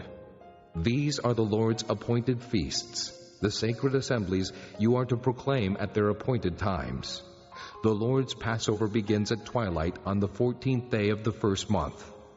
On the 15th day of that month, the Lord's feast of unleavened bread begins. For 7 days you must eat bread made without yeast. On the first day, hold a sacred assembly and do no regular work. For 7 days present an offering made to the Lord by fire. And on the 7th day, hold a sacred assembly and do no regular work. The Lord said to Moses, Speak to the Israelites and say to them, When you enter the land I am going to give you, and you reap its harvest, bring to the priest a sheaf of the first grain you harvest. He is to wave the sheaf before the Lord, so it will be accepted on your behalf. The priest is to wave it on the day after the Sabbath. On the day you wave the sheaf, you must sacrifice as a burnt offering to the Lord a lamb a year old without defect, together with its grain offering of 2/10 of an ephah of fine flour mixed with oil, an offering made to the Lord by fire, a pleasing aroma, and its drink offering of 1/4 of a hin of wine. You must not eat any bread, or roasted or new grain, until the very day you bring this offering to your God. This is to be a lasting ordinance for the generations to come, wherever you live. From the day after the Sabbath, the day you brought the sheaf of the wave offering, count off 7 full weeks. Count off 50 days up to the day after the 7th Sabbath, and then present an offering of new grain to the Lord. From wherever you live, bring 2 loaves made of 2/10 of an ephah of fine flour, baked with yeast, as a wave offering of first fruits to the Lord. Present with this bread 7 male lambs, each a year old and without defect, 1 young bull and 2 rams.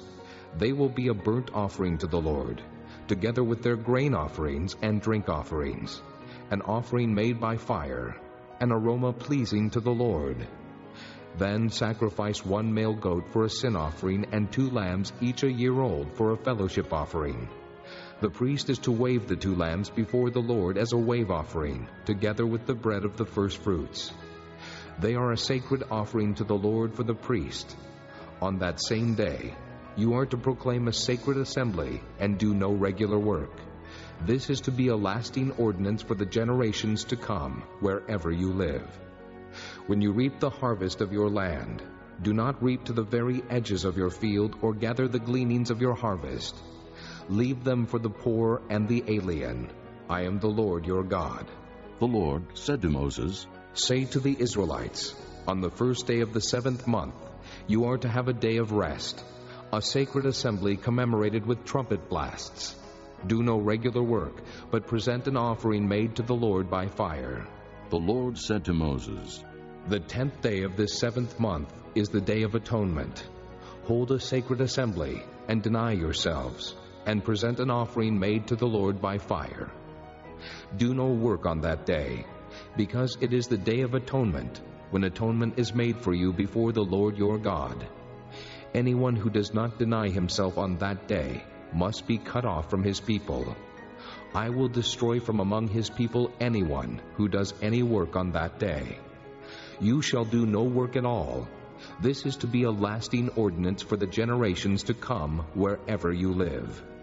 It is a Sabbath of rest for you, and you must deny yourselves. From the evening of the 9th day of the month until the following evening, you are to observe your Sabbath.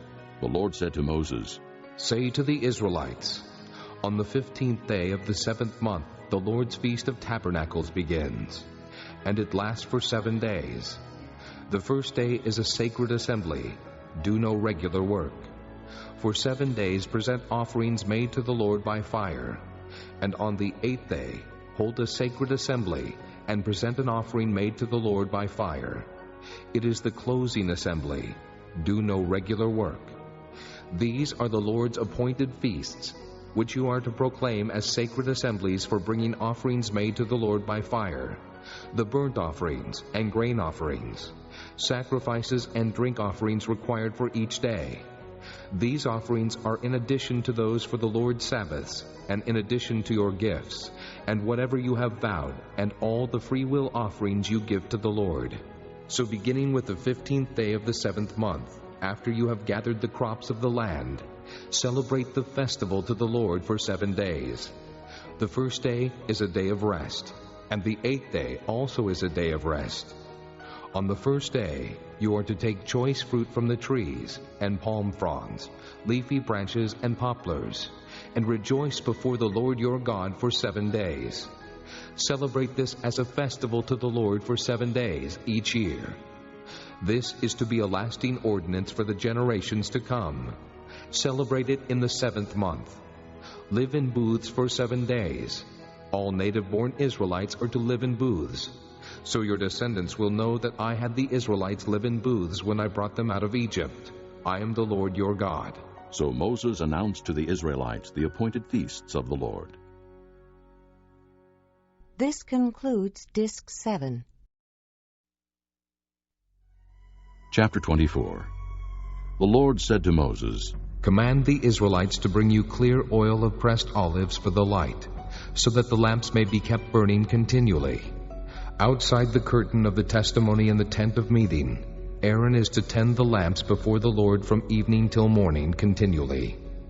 This is to be a lasting ordinance for the generations to come.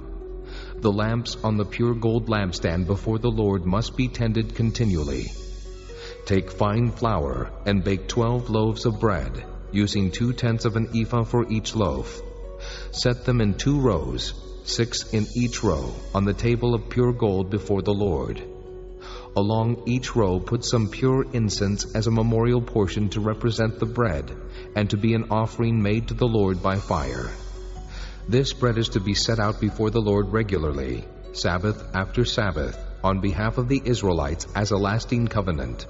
It belongs to Aaron and his sons, who are to eat it in a holy place, because it is a most holy part of their regular share of the offerings made to the Lord by fire. Now the son of an Israelite mother and an Egyptian father went out among the Israelites, and a fight broke out in the camp between him and an Israelite. The son of the Israelite woman blasphemed the name with a curse. So they brought him to Moses. His mother's name was Shelomith, the daughter of Dibri the Danite. They put him in custody until the will of the Lord should be made clear to them. Then the Lord said to Moses, Take the blasphemer outside the camp. All those who heard him are to lay their hands on his head, and the entire assembly is to stone him. Say to the Israelites, If anyone curses his God, he will be held responsible.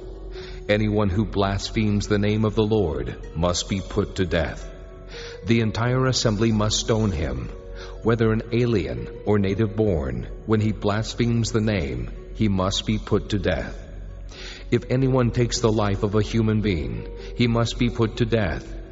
Anyone who takes the life of someone's animal must make restitution, life for life. If anyone injures his neighbor, whatever he has done must be done to him, fracture for fracture, eye for eye, tooth for tooth. As he has injured the other, so he is to be injured. Whoever kills an animal must make restitution, but whoever kills a man must be put to death. You are to have the same law for the alien and the native-born. I am the Lord your God."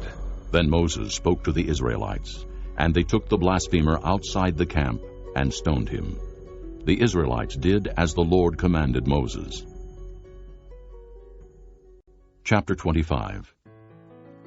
The Lord said to Moses on Mount Sinai, "Speak to the Israelites and say to them, when you enter the land I am going to give you, the land itself must observe a Sabbath to the Lord. For 6 years sow your fields, and for 6 years prune your vineyards and gather their crops. But in the 7th year the land is to have a Sabbath of rest, a Sabbath to the Lord. Do not sow your fields or prune your vineyards. Do not reap what grows of itself, or harvest the grapes of your untended vines. The land is to have a year of rest. Whatever the land yields during the Sabbath year will be food for you, for yourself, your manservant and maidservant, and the hired worker and temporary resident who live among you, as well as for your livestock and the wild animals in your land. Whatever the land produces may be eaten. Count off 7 Sabbaths of years, 7 times 7 years, so that the 7 Sabbaths of years amount to a period of 49 years. Then have the trumpet sounded everywhere on the 10th day of the 7th month. On the Day of Atonement sound the trumpet throughout your land. Consecrate the 50th year, and proclaim liberty throughout the land to all its inhabitants. It shall be a jubilee for you. Each one of you is to return to his family property, and each to his own clan. The 50th year shall be a jubilee for you. Do not sow, and do not reap what grows of itself, or harvest the untended vines. For it is a jubilee, and is to be holy for you. Eat only what is taken directly from the fields. In this year of jubilee, everyone is to return to his own property. If you sell land to one of your countrymen, or buy any from him, do not take advantage of each other. You are to buy from your countryman on the basis of the number of years since the Jubilee, and he is to sell to you on the basis of the number of years left for harvesting crops. When the years are many, you are to increase the price, and when the years are few, you are to decrease the price, because what he is really selling you is the number of crops. Do not take advantage of each other, but fear your God. I am the Lord your God. Follow my decrees, and be careful to obey my laws, and you will live safely in the land. Then the land will yield its fruit, and you will eat your fill and live there in safety. You may ask, what will we eat in the 7th year if we do not plant or harvest our crops? I will send you such a blessing in the 6th year that the land will yield enough for 3 years. While you plant during the 8th year, you will eat from the old crop and will continue to eat from it until the harvest of the 9th year comes in. The land must not be sold permanently, because the land is mine, and you are but aliens and my tenants. Throughout the country that you hold as a possession, you must provide for the redemption of the land. If one of your countrymen becomes poor and sells some of his property, his nearest relative is to come and redeem what his countryman has sold. If, however, a man has no one to redeem it for him, but he himself prospers and acquires sufficient means to redeem it, he is to determine the value for the year since he sold it, and refund the balance to the man to whom he sold it. He can then go back to his own property. But if he does not acquire the means to repay him, what he sold will remain in the possession of the buyer until the year of Jubilee. It will be returned in the Jubilee, and he can then go back to his property. If a man sells a house in a walled city, he retains the right of redemption a full year after its sale. During that time he may redeem it. If it is not redeemed before a full year has passed, the house in the walled city shall belong permanently to the buyer and his descendants. It is not to be returned in the Jubilee. But houses in villages without walls around them, are to be considered as open country. They can be redeemed, and they are to be returned in the Jubilee. The Levites always have the right to redeem their houses in the Levitical towns which they possess. So the property of the Levites is redeemable, that is, a house sold in any town they hold, and is to be returned in the Jubilee, because the houses in the towns of the Levites are their property among the Israelites. But the pasture land belonging to their towns must not be sold. It is their permanent possession. If one of your countrymen becomes poor and is unable to support himself among you, help him as you would an alien or a temporary resident, so he can continue to live among you. Do not take interest of any kind from him, but fear your God, so that your countryman may continue to live among you. You must not lend him money at interest, or sell him food at a profit. I am the Lord your God, who brought you out of Egypt to give you the land of Canaan, and to be your God. If one of your countrymen becomes poor among you, and sells himself to you, do not make him work as a slave. He is to be treated as a hired worker, or a temporary resident among you. He is to work for you until the year of Jubilee. Then he and his children are to be released, and he will go back to his own clan and to the property of his forefathers. Because the Israelites are my servants, whom I brought out of Egypt, they must not be sold as slaves. Do not rule over them ruthlessly, but fear your God. Your male and female slaves are to come from the nations around you. From them you may buy slaves. You may also buy some of the temporary residents living among you and members of their clans born in your country, and they will become your property. You can will them to your children as inherited property, and can make them slaves for life. But you must not rule over your fellow Israelites ruthlessly. If an alien or a temporary resident among you becomes rich, and one of your countrymen becomes poor, and sells himself to the alien living among you, or to a member of the alien's clan, he retains the right of redemption after he has sold himself. One of his relatives may redeem him.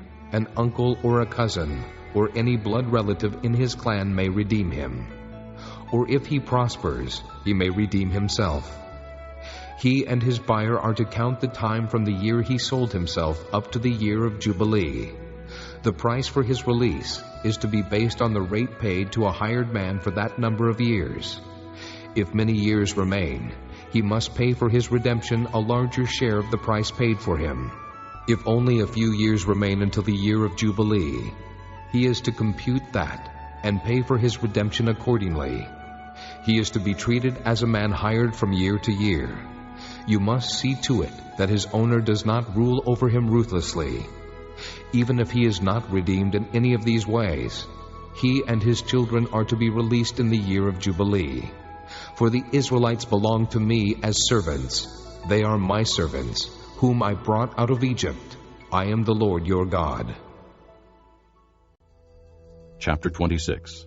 Do not make idols, or set up an image or a sacred stone for yourselves, and do not place a carved stone in your land to bow down before it. I am the Lord your God. Observe my Sabbaths, and have reverence for my sanctuary. I am the Lord. If you follow my decrees and are careful to obey my commands, I will send you rain in its season, and the ground will yield its crops, and the trees of the field their fruit. Your threshing will continue until grape harvest, and the grape harvest will continue until planting, and you will eat all the food you want, and live in safety in your land.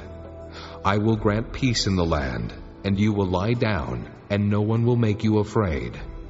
I will remove savage beasts from the land, and the sword will not pass through your country. You will pursue your enemies, and they will fall by the sword before you. 5 of you will chase 100, and 100 of you will chase 10,000, and your enemies will fall by the sword before you. I will look on you with favor, and make you fruitful, and increase your numbers, and I will keep my covenant with you. You will still be eating last year's harvest, when you will have to move it out to make room for the new. I will put my dwelling place among you, and I will not abhor you. I will walk among you and be your God, and you will be my people. I am the Lord your God, who brought you out of Egypt, so that you would no longer be slaves to the Egyptians. I broke the bars of your yoke, and enabled you to walk with heads held high. But if you will not listen to me, and carry out all these commands, and if you reject my decrees and abhor my laws, and fail to carry out all my commands, and so violate my covenant, then I will do this to you. I will bring upon you sudden terror, wasting diseases and fever that will destroy your sight and drain away your life.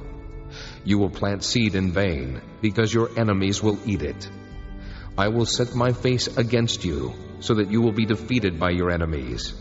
Those who hate you will rule over you, and you will flee even when no one is pursuing you. If after all this you will not listen to me, I will punish you for your sins 7 times over.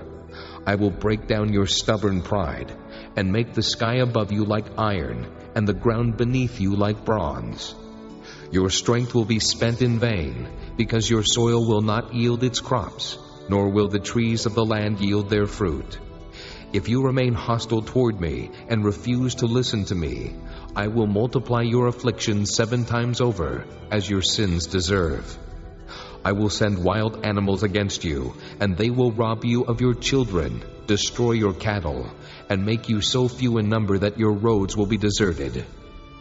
If in spite of these things you do not accept my correction, but continue to be hostile toward me, I myself will be hostile toward you, and will afflict you for your sins 7 times over.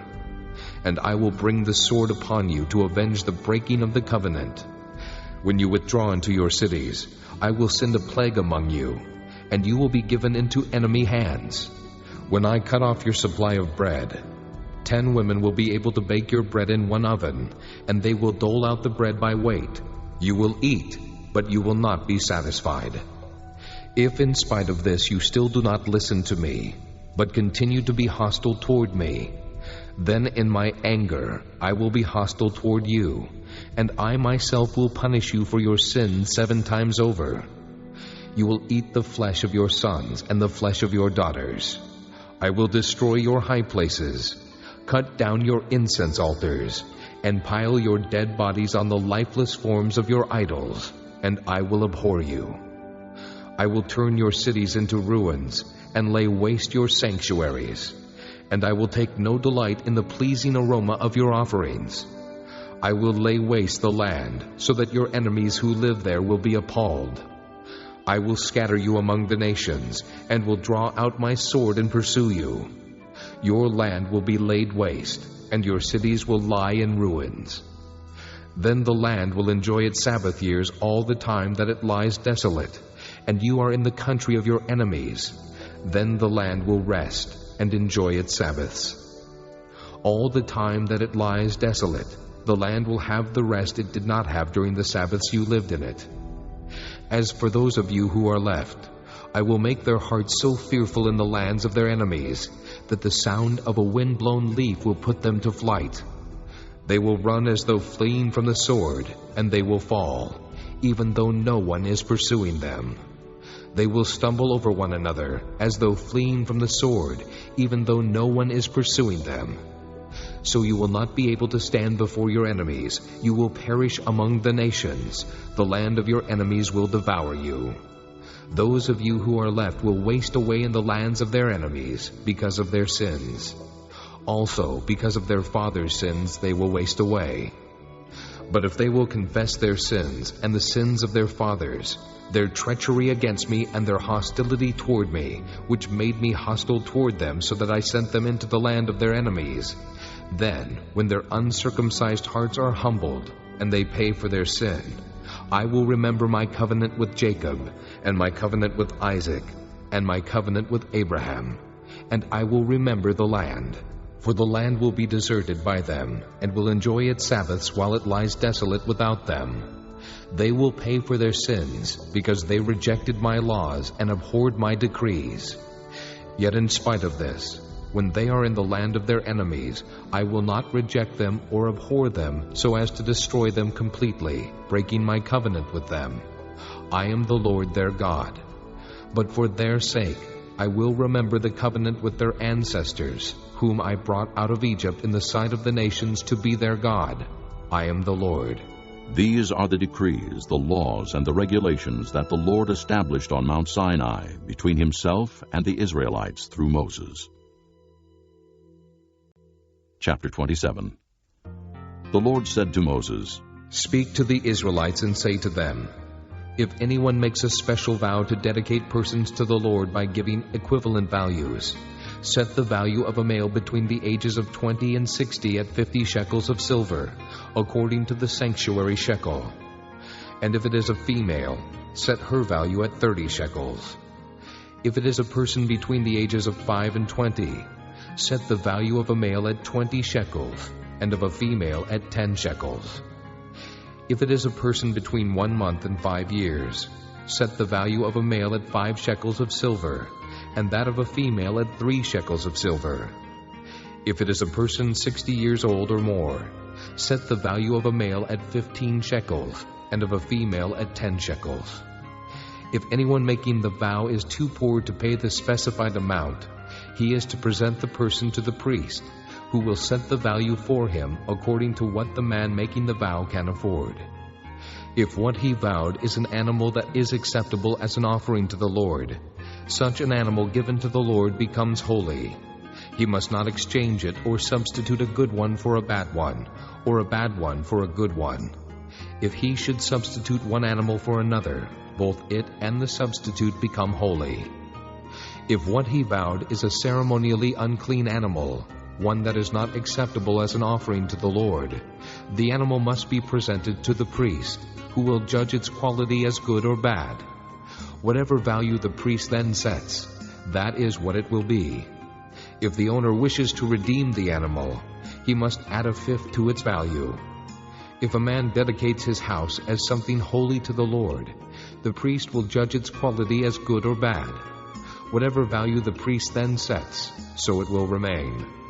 If the man who dedicates his house redeems it, he must add a fifth to its value, and the house will again become his. If a man dedicates to the Lord part of his family land, its value is to be set according to the amount of seed required for it, 50 shekels of silver to a homer of barley seed. If he dedicates his field during the year of Jubilee, the value that has been set remains. But if he dedicates his field after the Jubilee, the priest will determine the value according to the number of years that remain until the next year of Jubilee, and its set value will be reduced. If the man who dedicates the field wishes to redeem it, he must add a fifth to its value, and the field will again become his. If, however, he does not redeem the field, or if he has sold it to someone else, it can never be redeemed. When the field is released in the Jubilee, it will become holy, like a field devoted to the Lord. It will become the property of the priests. If a man dedicates to the Lord a field he has bought, which is not part of his family land, the priest will determine its value up to the year of Jubilee, and the man must pay its value on that day as something holy to the Lord. In the year of Jubilee, the field will revert to the person from whom he bought it, the one whose land it was. Every value is to be set according to the sanctuary shekel, 20 gerahs to the shekel. No one, however, may dedicate the firstborn of an animal, since the firstborn already belongs to the Lord. Whether an ox or a sheep, it is the Lord's. If it is one of the unclean animals, he may buy it back at its set value, adding a fifth of the value to it. If he does not redeem it, it is to be sold at its set value. But nothing that a man owns and devotes to the Lord, whether man or animal or family land, may be sold or redeemed. Everything so devoted is most holy to the Lord. No person devoted to destruction may be ransomed. He must be put to death.